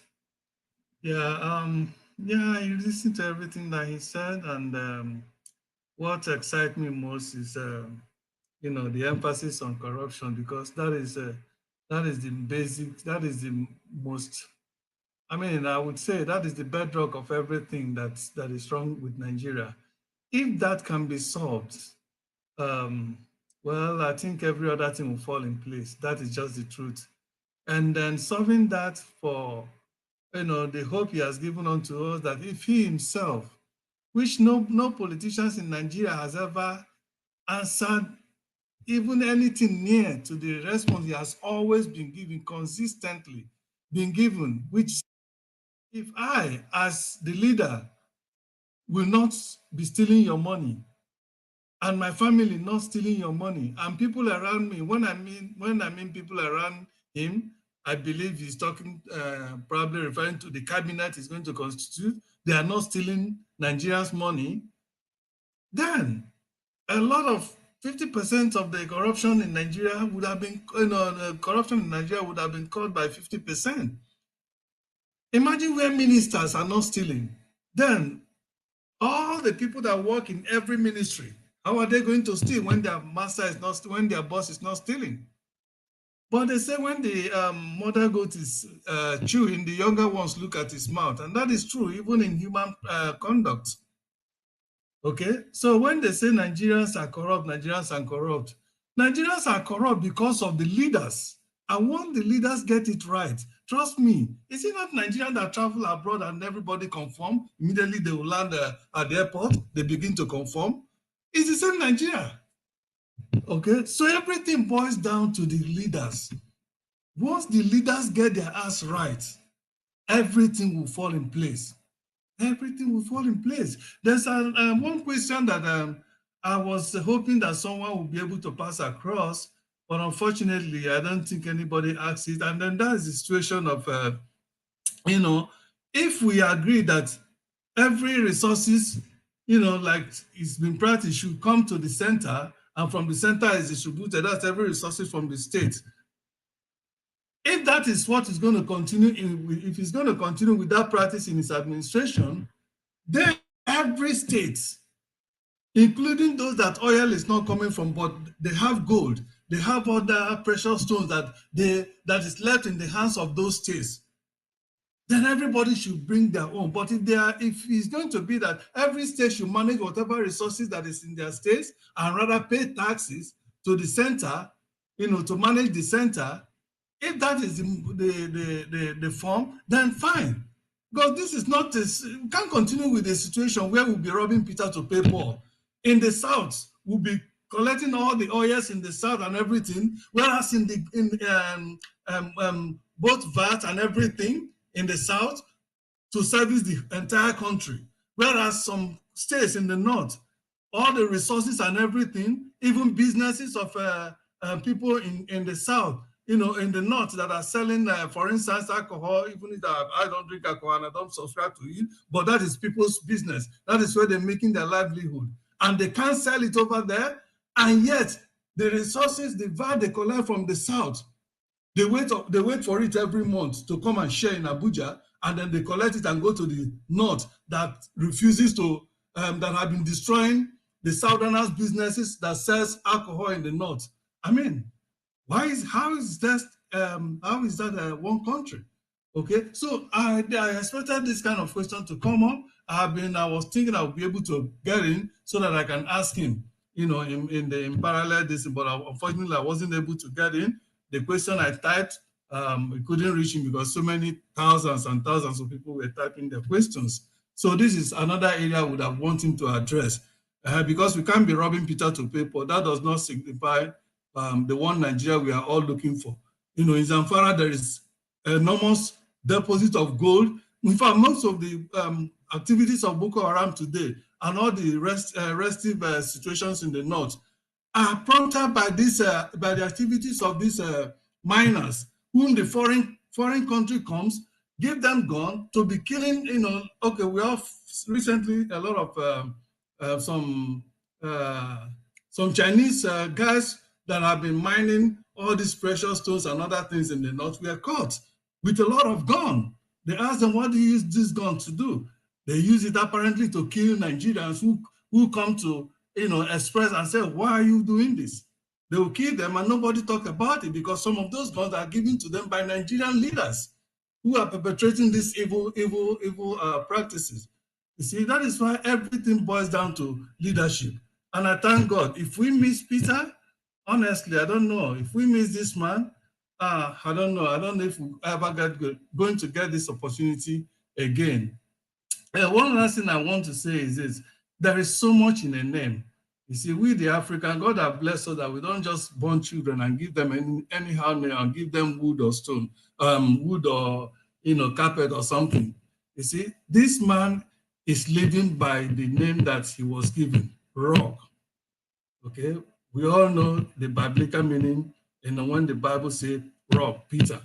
Okay, and God is his advent in the political scene of Nigeria at a time like this is not by accident. It has some spiritual connotation, and if we miss this opportunity, which I know by the grace of God, we're going to get that mandate, and he will be our president by the grace of God. So we are looking forward to it, to help to start rebuilding this country. And then again, I just hope, I know he's not going to spell it out, but I just hope and believe that he will not only start to fighting corruption from when he will start going forward, but also he will strengthen the agencies that will be under him and give them the mandate to go after all those who have stolen Nigerian wealth. They can't just steal all this, loot all this wealth and then go back and then relax and be enjoying it with their families while Nigerians still continue to suffer. Because Obi can recover, get every penny he needs to develop Nigeria and make it a first-class nation from these past politicians, from both the past and the present politicians, the money they have stolen from Nigeria. It's enough, even if we're not even producing anything. The money each of those people has, both the senators, the governor, the vice president, the former vice president, both past and present, all the money that they have stolen from Nigeria, when those are recovered, look at how much only one man, Abacha, stole that is still being recovered.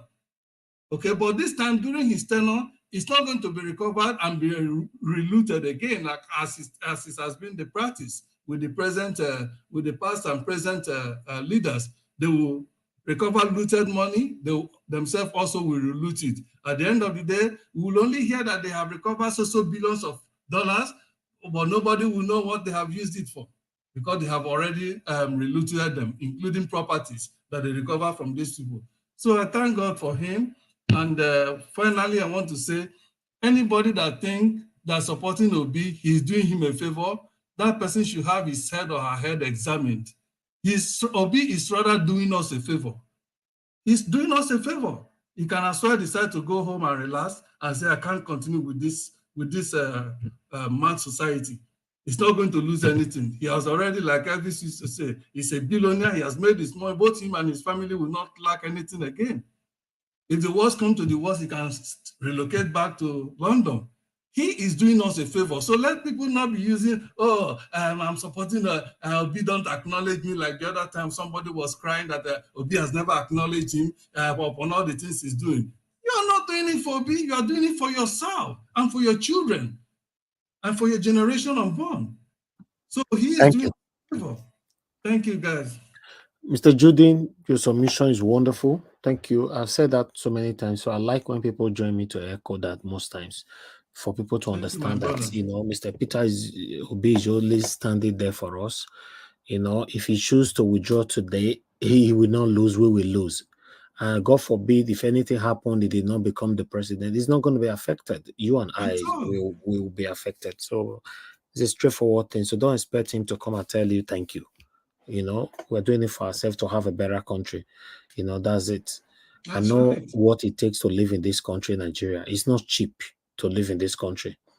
It's extremely hard here. So I'm feeling for the people that cannot help themselves at this particular time. But meanwhile, I'd like to appreciate Love of God is my strength. Thank you very much for a super chat. I appreciate this.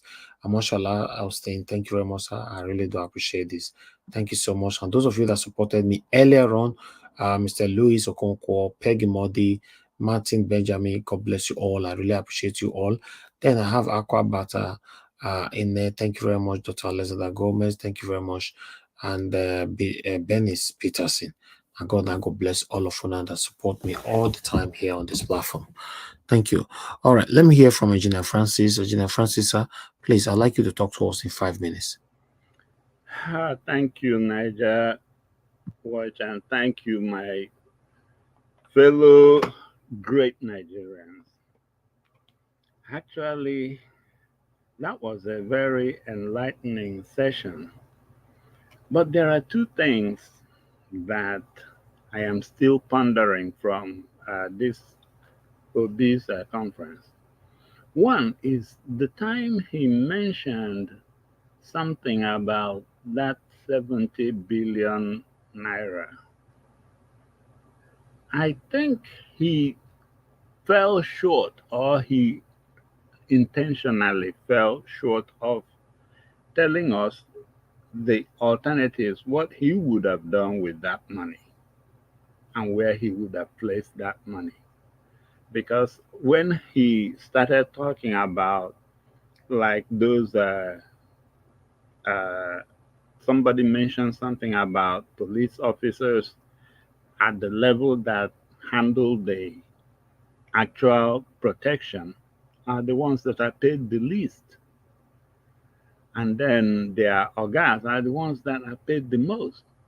That was in response to that that he brought up that 70 billion, telling us that he knew where he would have channeled that money. But there is something that is still making me not, I don't even know how I feel now, especially when he keeps preaching that no matter what, that we should remain calm. And I hope the justices don't take that as if we have all agreed, because I still have not agreed yet within me on that. Yeah, Peter is Peter, and that is why he is in the Bible, or those, but I'm me. So whether he wants to win a Nobel Peace Prize, great. But those justices, they better not try us, because we are not, all of us are not PeterObi. Peter is God's gift. So the best thing they could do is actually leave Nigeria's God's gift to Nigeria by giving Peter that thing that God has. He's just a man on God's mission.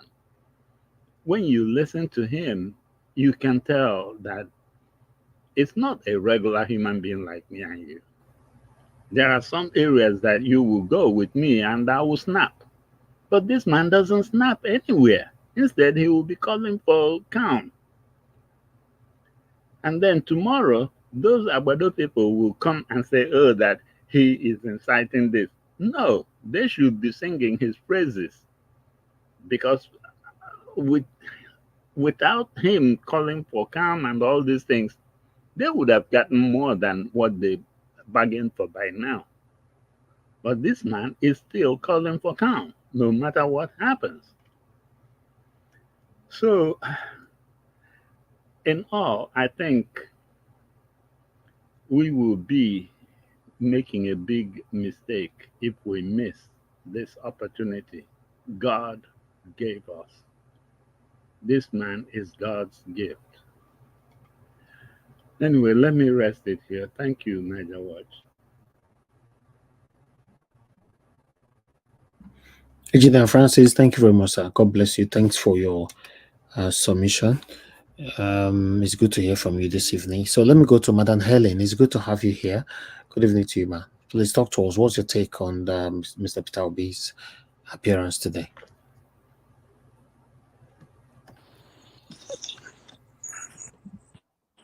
Madam Helen, are you there? Yes, Mr. Elvis. Good evening. Thank you, ma'am. Please talk to us. 5 minutes. What's your take if you followed up with the PeterObi speech? Yes, I did. Mr. Elvis, first I want to really, say thank you for always giving us access to, to things like this. Because without you, making this happen, I don't know whether I would have even known about it. I followed through, and I really appreciate the way and the manner with which PO took time to re-emphasize on our having a new Nigeria, the path to having a new Nigeria, the possibility.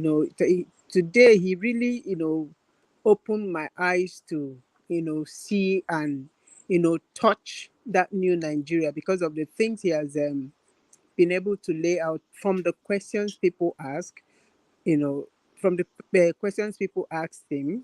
I could feel it, I could touch it, and I believe it more and more. And I believe the possibility. So I appreciate you for making that happen for me. Thank you so very Thank much. you. And God bless you. I want to say that you know God is a strategist. That's why both the court cases and every other thing that is happening right now is happening for a purpose. Like when somebody said to him that he doesn't like the word if, that he would rather he use when, because that if is not so, does possibly doesn't sit well with him, which does not also sit well with me, because whether we're having our mandate back, we are having it back. So use the word when you have it back, what you're going to do. And thank God that he's been able to tell us the things that he will do, the areas that he will lay emphasis on, and then bring that correction that will bring this country to the path that will take us to where we ought to have been, possibly 30, 40 years ago. But it doesn't matter. When we arrive there, we'll all still arrive there, and we'll be better for it. I thank God for him. I thank God for the obedience. I thank God for the energy that you keep bringing on every day, no matter how they these criminals have gathered. They've tried to trample on that energy. They've tried to trample on the honesty. They've tried to trample on the ability, the possibility, the credibility, the interest.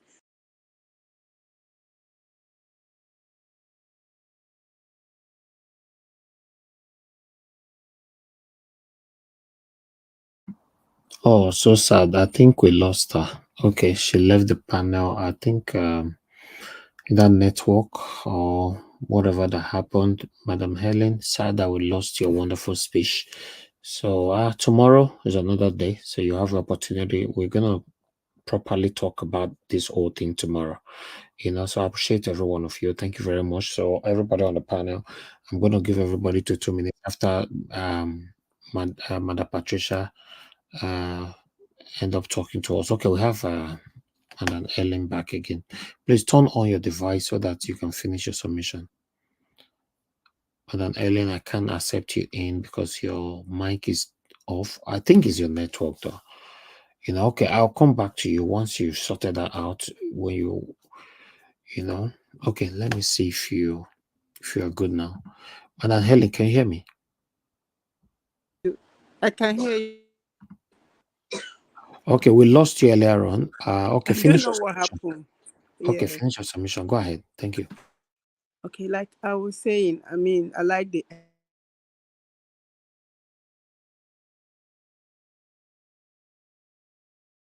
it's they've maintained that momentum. They've not shifted grounds, and I think that's what's also giving our principal the ability to stand firm on his mandate.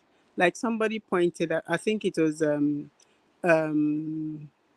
I think it was a Black Panther that pointed out that he doesn't really he does. I mean, if we are expecting him to come and say thank you, for the backup, because we are feeling that we are doing him a favor, we are lying to ourselves. We are not doing him any favor. He's actually the one that is doing us favor. And if he chose to back out, at some point, he will still be better for it, because he's a made person. He's not. There's no way his generation is ever going to be hungry, and that being made did not come from what Nigeria You understand? Like the criminal politicians. He's a self-made person. So I'm just happy that I am part of this. I never knew that I could be part of something that is going to work. Even if I'm not visibly visible, but I'm happy that I am part of something, and you, Mr. Niger Watch, gave me the opportunity to be part of that something that is working, something that is going to give birth to something new, something so powerful that generations will, look back and say, wow, we had people like this who pushed and pushed their way through to something great. Thank you so very much for always making it happen for us. God bless you. Yeah, God bless you too, Madam Helen. Thank you very much for your submission. I appreciate every one of you. Fortunately, that I understand some people really want us to stay more longer. It's not easy. It's been a very, very busy day for me. I've been dedicated to this, since morning and all. So let me give opportunity for Madam Patricia. Please talk to us, man. You followed up. You were here with us. We started together. So tell us, what's your take with what Mr. PeterObi have said so far? Yes, thank you again, Mr. Elvis, and good evening, everyone. Good morning, good afternoon. Well, of course, Thank let you, me man. go straight to the point. Yes, mommy, mother of four, good evening. We love you. Thank you for the opportunity. Yes, our PO is something else. He's a politician with a difference. It's not the usual kind of politicians that we have. And hence, that difference is what makes him stand out among his peers. His dedication to this thing is awesome. The fact that he told us that whatever happens, we should maintain peace. That for me just shows somebody that values life. It shows he really values life more than his own personal ambition. And that makes me even like him the more. It makes me love him the more. Because I mean, who does it? How many people can you know can stand for that? Say whatever happens. Say he will not tell us to go and protest. So or but again, the mandate is ours. He voted. We voted, he ran for us. So it's up to us what we want to do. It's not going to tell us to go and do anything. It's we have to decide whether we want to take our mandate by force or we want to let it slip. But I'm saying, and I want to emphasize that if we miss this man, it will be very difficult for Nigeria to get out of this quagmire. And therefore, we must do everything that is in our power to make sure it doesn't slip us. Another thing he said that is very striking, which is apart from every other plans that he was laying out to us, what he would do. Another thing is that he categorically said that yes, he's not. He doesn't say he's not saying he's a saint. He's not saying he's perfect. But one thing he knows is that he's not a thief. Public money is supposed to be used for public good. That one, it says it all. So I think if anybody was still doubting whether they're on the right track, those words he said, they are enough for you to know that yes, this is the man that Nigerians have been waiting for. He's truly the person. So we just have to do all that we know how to do to make sure that we're going to get our mandate back. It's a must. We cannot lose this. It's not something that we have to be, thinking if or when. It's just, yeah. We are the one to put the pressure because we ran for the election through Obi. We are the ones that gave him our mandate. So we are the one to endeavor that we collect our stolen mandate back. Anyhow they want her, we just have to be bold enough to do the needful, because he cannot tell us to go and, protest. Yes, but whatever. But he let us know that it's our future. He told us that. He said, "It's your future. Remember, it's your future." So it's up to you. I believe that the word is enough for the wise, and Nigerians, you heard him right. So it's up to us what we want to do. It's really up to us, and I think I'll leave it here. There's so much things that I said, but yeah, I'll give other people opportunity to speak also. I know you are tired as well, Mr. Ivy, so I would prefer if we don't keep you here longer than the people that are here. So thank you. I love Thank you. you very much, Mother Patricia. I believe you do understand. It's been a long day. Trust me, it's been a long day. Thank you very much for your wonderful submission. Amaka Fojebi, thanks very much for the super chat. May God bless you, madam, for your continuous support. I'm just grateful. Thank you, thank you, thank you. I'm grateful to every one of you that will be supporting us one way or the other. We are very, very grateful here. Thank you very much. All right, I would like to come back to everybody on the panel to give us a final submission of 2 minutes.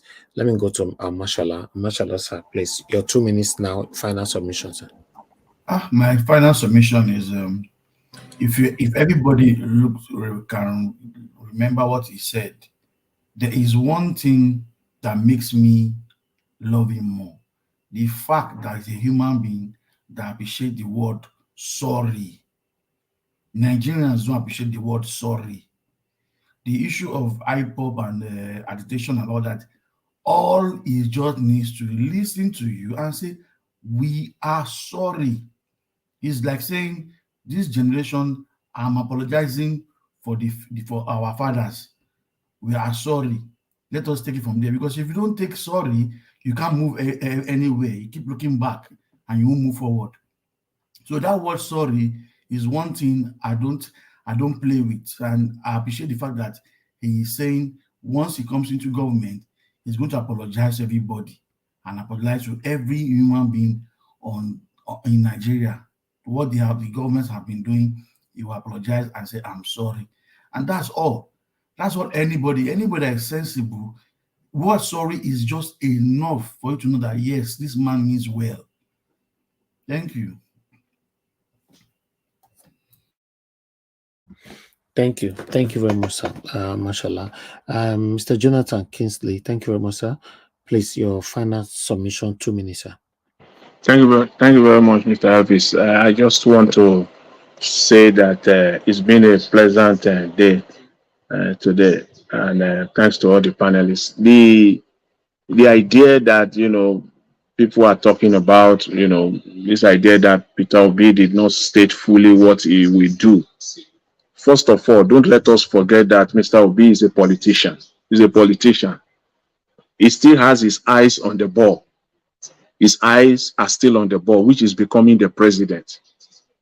He's not in Mr. PeterObi right now is not an official opposition. He still has a case in court. Official campaign is over. When you are campaigning, it's a different thing. That is over now.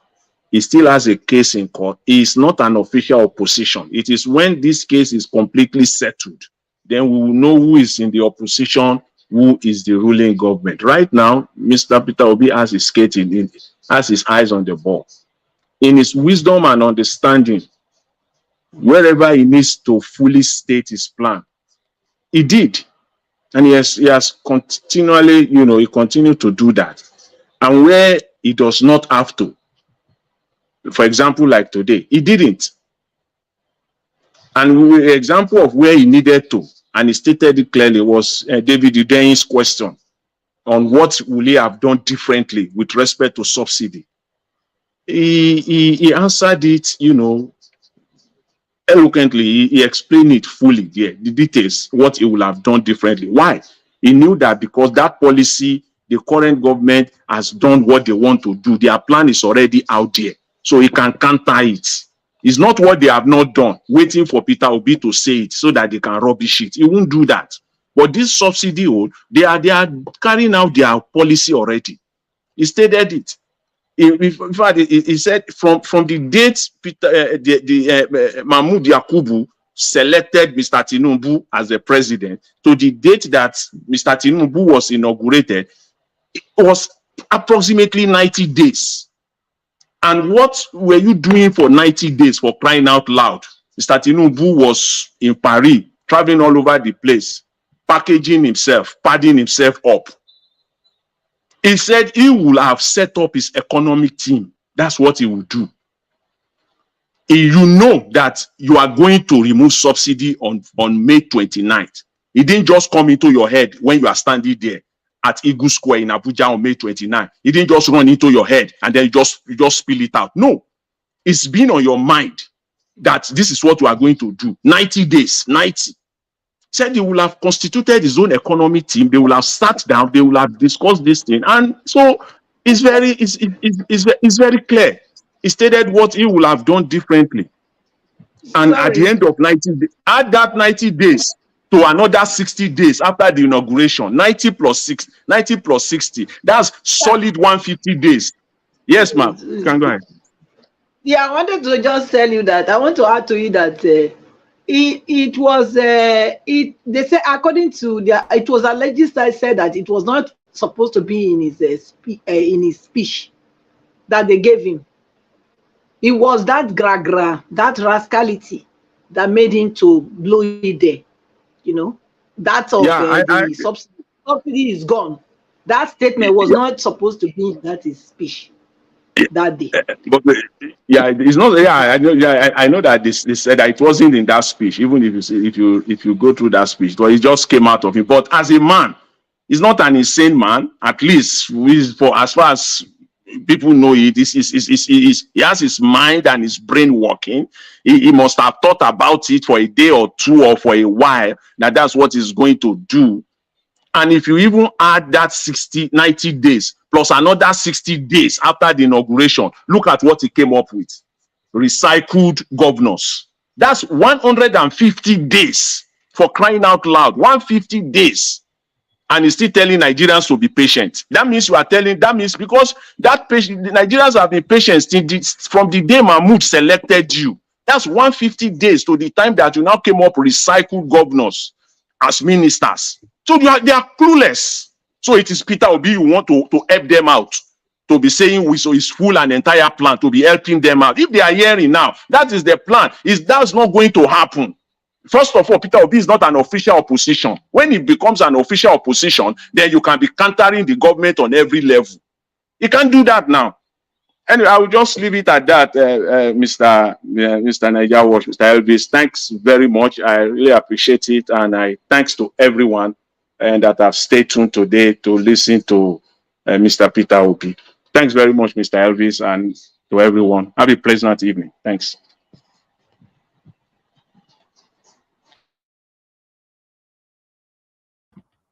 Thank you, Mr. Jonathan. Thank you very much for your submission. I'd like to appreciate the flashback. Thank you very much for the support, financial support. Say God bless you richly, Mr. Elvis, and God bless you too as well. I'm very, very grateful. Thank you. Okay, Oga Judy, I know you don't they wait. You don't they wait. Yeah, well, finally, I want to say that first of all, thank you everybody who has been listening to us and have been following everything and still have faith in our president to deliver. You see, when each time he speaks, PeterObi is a man of wisdom.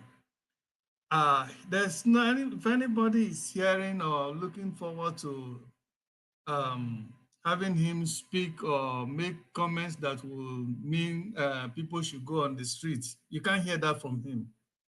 Because the main target in this obedient movement is PeterObi and that.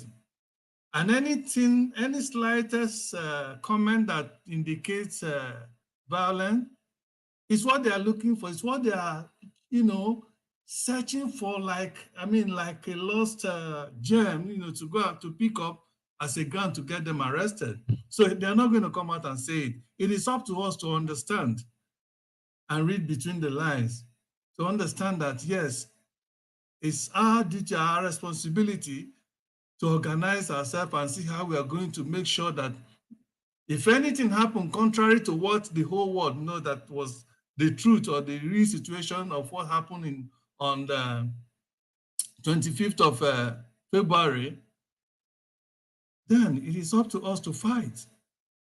It is up to us. He's not going to come out and tell us to go and do so, no.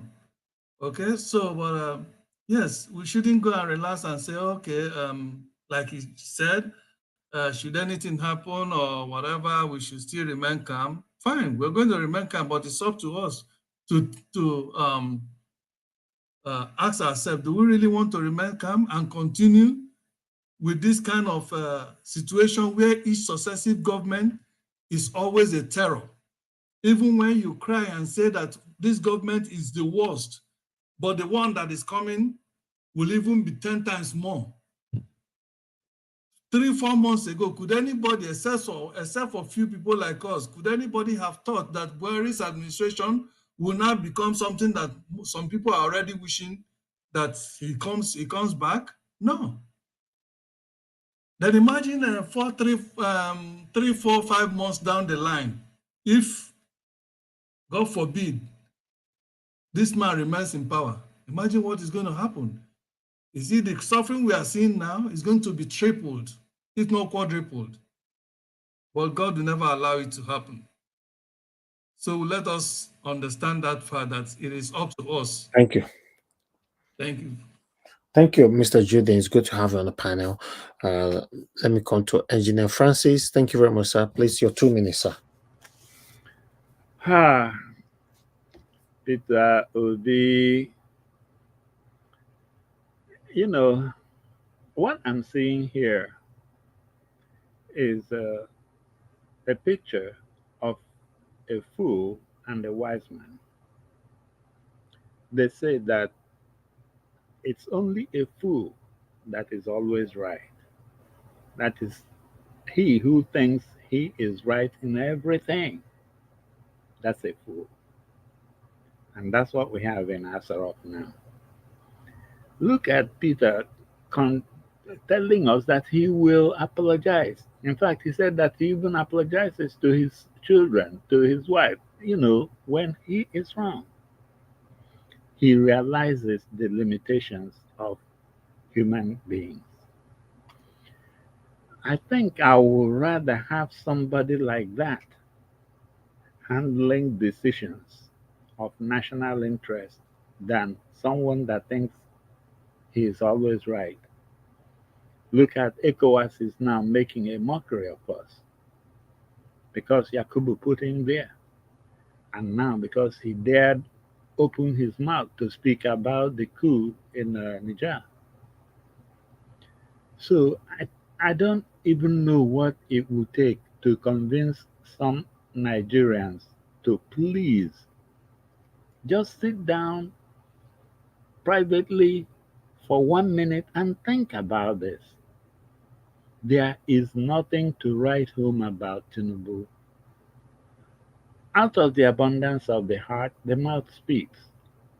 So that it was written or it was not written about subsidy is gone. It's what he has in abundance of his heart, which is gone. That's what he spoke. Because he looked at the script written for him and it didn't fit with what he felt. So that's his best wisdom, is to do that. And he did. What else do we need to know that this man, if we leave this country in his hands for another 150 days, believe me, Nigeria is gone. So, tribunal, please, whatever you guys do for love of country, please save Nigeria. You have somebody there that shows no love for that country. Please remove him. Thank you. Thank you. Thank you very much, Engineer Francis. I appreciate you, sir. God bless you. All right. Crown Fit, sir, please give your 2 minutes, final 2 minutes, sir. If you're still there with us. Well, thank you. I've heard all the very wonderful commentaries Yeah, in the thank you. last hour. I think the voice of dissent should not be condemned, particularly when we live in a pluralist environment where we all originate from. PeterObi has tried his best to echo his image, his values, in the course of the process that all Nigerians have all witnessed. We're still Nigerians right now, regardless of what we all subscribe to in terms of opinion. The country itself is a failed state by all standards. You cannot expect anything good to come out of the current structure. If you look at the list, I saw something online this afternoon, and someone brought up the names of folks like David Hundeyin, Aisha Yusuf, and all the very brilliant, fine minds that are pretty much reasonable folks that you've seen, whether you want to call them agitators or you want to call them freedom fighters, whatever adjective to qualify anyone who is dissatisfied with the current state of the Nigerian playground. They made mockery of these people. But if you look at the list that's been produced in the last, 48 hours or so, a government that surrounds itself with a bunch of ex-convicts and criminals, what do you really expect? Personally, for me, I don't have any confidence even in the judiciary itself, because historically, they have not met the benchmark. Thank you. Thank you very much, Crown Fit. It's good to have you on the panel. We're looking forward to having you here again next time. So we share ideas here. We agree and we disagree. So I really appreciate you for the hours, the time you spent with us. Thank you. God bless you, sir. All right. The final on the panel is Madam Helen. Madam Helen, please give us your final submission. 2 minutes if you are there. Thank you, Mr. Elvis. Okay, basically what I'm going to say to the judiciary. They've seen, I think they've seen what's going on in the African countries. The military is fast returning because of the bad leadership and bad leadership. So they feel they have more to offer, but I don't think that's true. Please, I'm begging them to just do the right thing so that these people don't take advantage of the bad situation, because whether we like it or not, these criminals are not going to change. And we may just be the next country that may be hit. Please, I'm begging. Judiciary, just do the right thing. You have all the facts. Everything has been made available. You see it, you know it. So just say the truth, do the truth, and let Nigeria be free from this bondage. Thank you so very much, Mr. Elvis. Thank you, Madam Helen. I appreciate you. Thank you so much. All right, my people, everybody have given the submission today. I just wanted to give the opportunity for everybody to respond to the wonderful speech and time, golden time that our principal spent with us today. Trust me, Mr. PeterObi is somebody that any good person on earth will wish for. That is just the facts. Is any good person. That's what I'm using. I can't say anybody, so I will say any good person will wish for him. Trust me, my people. Una way they fight me for this platform, we don't like us and all that. You will contact me later by God's grace if PeterObi is sworn in. You contact me later. Maybe after 6 months or a year, you come back saying, Nigeria Watch, confession will fall everywhere. Nigeria Watch, I was not really in support of what you were doing. Today, I want to say thank you for not giving up. Today, we all are benefiting from what Mr. PeterObi is doing. As one could write this speech where I talk so today's date down, it will certainly happen. Because when we are forcing you people to stand for the right thing, to embrace what is right, you think we are doing something bad. No. I can never, I've said it before, I can never come on air to deceive anybody. Come any of the way they listen to me right now. When I get sense past me. So what makes me think I can just come on air to deceive you all, everybody? I be Nigerian politician where they deceive all Nigerians, even when they don't know, say we know, they are still doing it repeatedly. No, God forbid. No. They get with it, they see PCC. I can never come here to deceive you. Somebody wrote me yesterday saying that I'm deceiving the people every day, coming on air to use my platform to deceive the people and all that, blah, blah, blah. I was like, I don't understand. How do we deceive people? For example, as PeterObi spent 4 hours with us today. Now he talk. Then we are responding to what he talk. How would they deceive you? We bring article here. We read them for you. We respond to the article. How would they deceive you? For example, Pahayo Adebayo or Dele Farotimi go arise or channels. We bring the video here. We play them. We can't talk them. How would they deceive you? Or do you think I'm deceiving the people by saying that there is a hope that certainly PeterObi will be sworn in? If not that one, you cannot stop my belief. Yes, you have your belief. I have my own belief. PeterObi will certainly be sworn in. Tinubu will be removed. God forbid anything happen differently. I believe if you have been following me for a while, don't first talk and say nothing, absolutely nothing on head on this life, nothing on earth that will make me to regret ever supporting Mr. PeterObi. You hear with him, Mr. PeterObi talk today. He say he say whatever happens, he will not support anything to do with violence. You know what that means? He knows that he will win, but he used the word whatever happens. And that's the kind of things I've been saying, that whatever happens, I will never regret supporting Mr. PeterObi.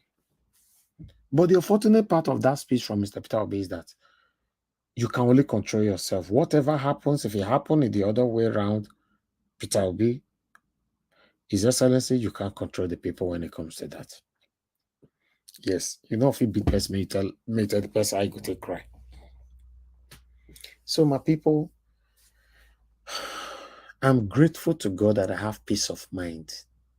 You know why? Because I'm doing the right thing. I stand for what is right. I dream well. I sleep well. I wake up well. You know why? Because I'm doing the right thing. I stand for what is right. And many of my wonderful, dedicated, consecrated supporters, they are telling me, they are saying it to my face, my good work. But for any reason, say nobody be still telling me, I know. Just like you now, all your hard work. If nobody can't tell you, say you did do hard work, you yourself don't know, say you did do hard work. Say you are working so hard for your life to succeed. You just be like, say you did school. You don't enter your final year. Nobody don't tell you, say you are doing well. You don't go tell yourself, look yourself for mirror, may you hail yourself. So, my people, we're on the right track. We are getting close. We're getting close. So, our final response from the court, will be taking that on tomorrow. Today we have to round up right now. We're taking that tomorrow. And yes, by 6 p.m. tomorrow, we're going to be coming back here again. Please endeavor to join us. I'd like to quickly appreciate Chizigo TV. Chizigo TV, thank you very much. You said thank you, Mr. Elvis, for everything you do. May God continue to bless you, and thanks for allowing us to listen to His Excellency. He will definitely get his mandate back. I'm optimistic. Keep leading Nigerians conversation. God bless you too. Thank you very much, madam. You know, this kind of hope, now you can't say you want to go change them because now you know pass. Or you can't say she's go, they deceive people by telling people, say she's just optimistic. You can only control your own optimism or pessimism. You can't control someone else's own. Some of you are in fact, you are a distractor. You are, but thank God we are doing well. I believe all obedience all over the world are listening to Mr. PeterObi today. Everybody will sleep well with peace of mind, with smiles on our faces. That was a wonderful submission speech from the Okuta. I don't know as Madarita to call him. Eh? Currently, the greatest man in Nigeria. Currently, he is man of the moment. He is the man of the moment. More than 100,000 people were watching across. Who go fit put that kind of weight? Across. More than 100K across for just one man. It shows that Nigerians are tired. We are tired of this suffering. We are tired of this excruciating situation. This is the time. We can't continue anymore. A lot of people were streaming. He spent 4 hours. Somebody who's supposed to spend 2 hours with us, he spent 4 hours with us. What are you talking about? Like Barrister Mike Ozekome came to our platform the other day. He agreed with me privately that he's going to only spend 30 minutes. He ended up spending 3 hours here with us. You know what that means? My people, I appreciate you all. If I have to continue, I will not leave here. You know, I'm tired, but I still try to pull the energy. Thank you very much, my people. And God will bless you. I really do appreciate everyone. Thank you, thank you, thank you. Please help us to press on the like button before you leave. Press on the like button. Williams Winner, I can see right there. Thank you. God bless you, sir. Maka Fujobi, thank you. Timmy, I can see right there. Thank you. As Timmy Defina Duru. Thank you. I'm not sure if I pronounced your name properly, but I appreciate you. Obvious Peter, thank you. Patience Igaruwa, thank you. Then, mother of all, Mommy Diaspora, thank you very much, Mommy. We appreciate you. Mother Patricia Tagbojimi, thank you very much, Ma. I appreciate you. Madam Irene, thank you very much.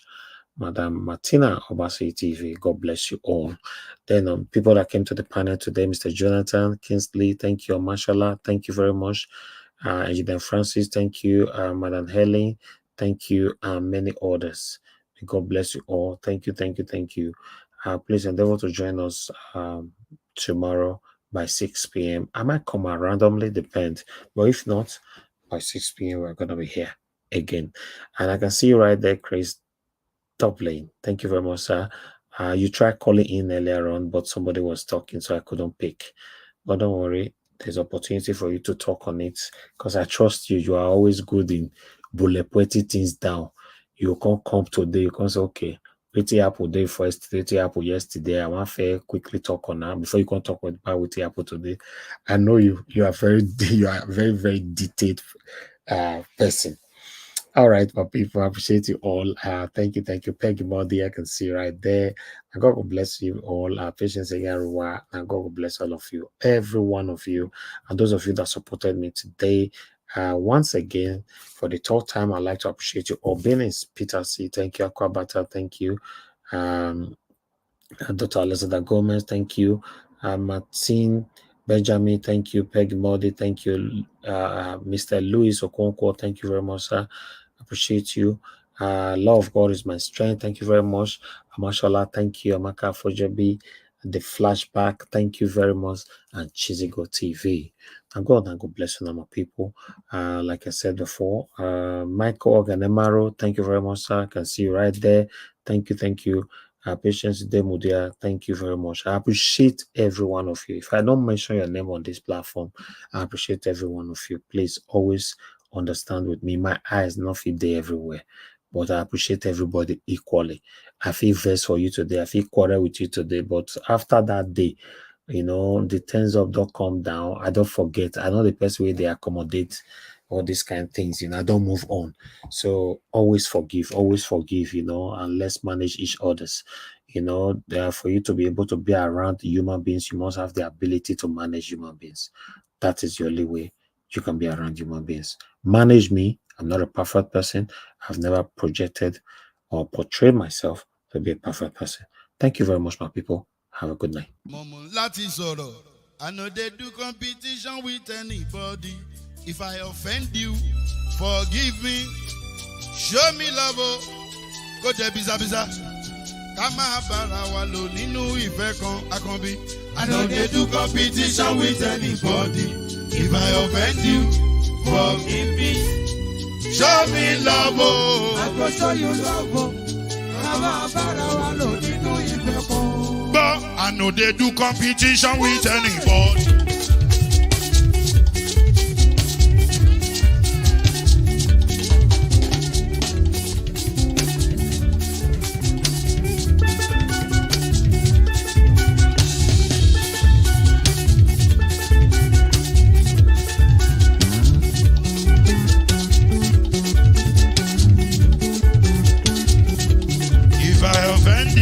Forgive me, show me love, I go show you love.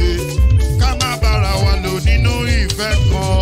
I know they do competition with anybody. If I offend you, forgive me. Show me love, I go show you love. Kama bara walo ninu ife kan.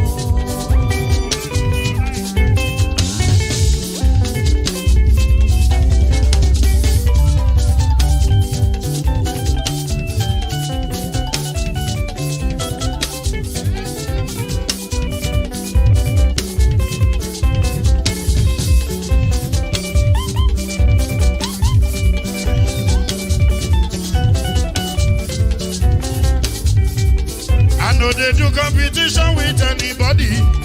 If I offend you, forgive me.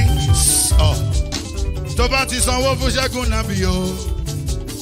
Ẹ fẹ́ jókù. Alákọ̀bí. Ṣẹ́gun Nàbí. Alákọ̀bí. Sábà mẹ́la. Anybody? Any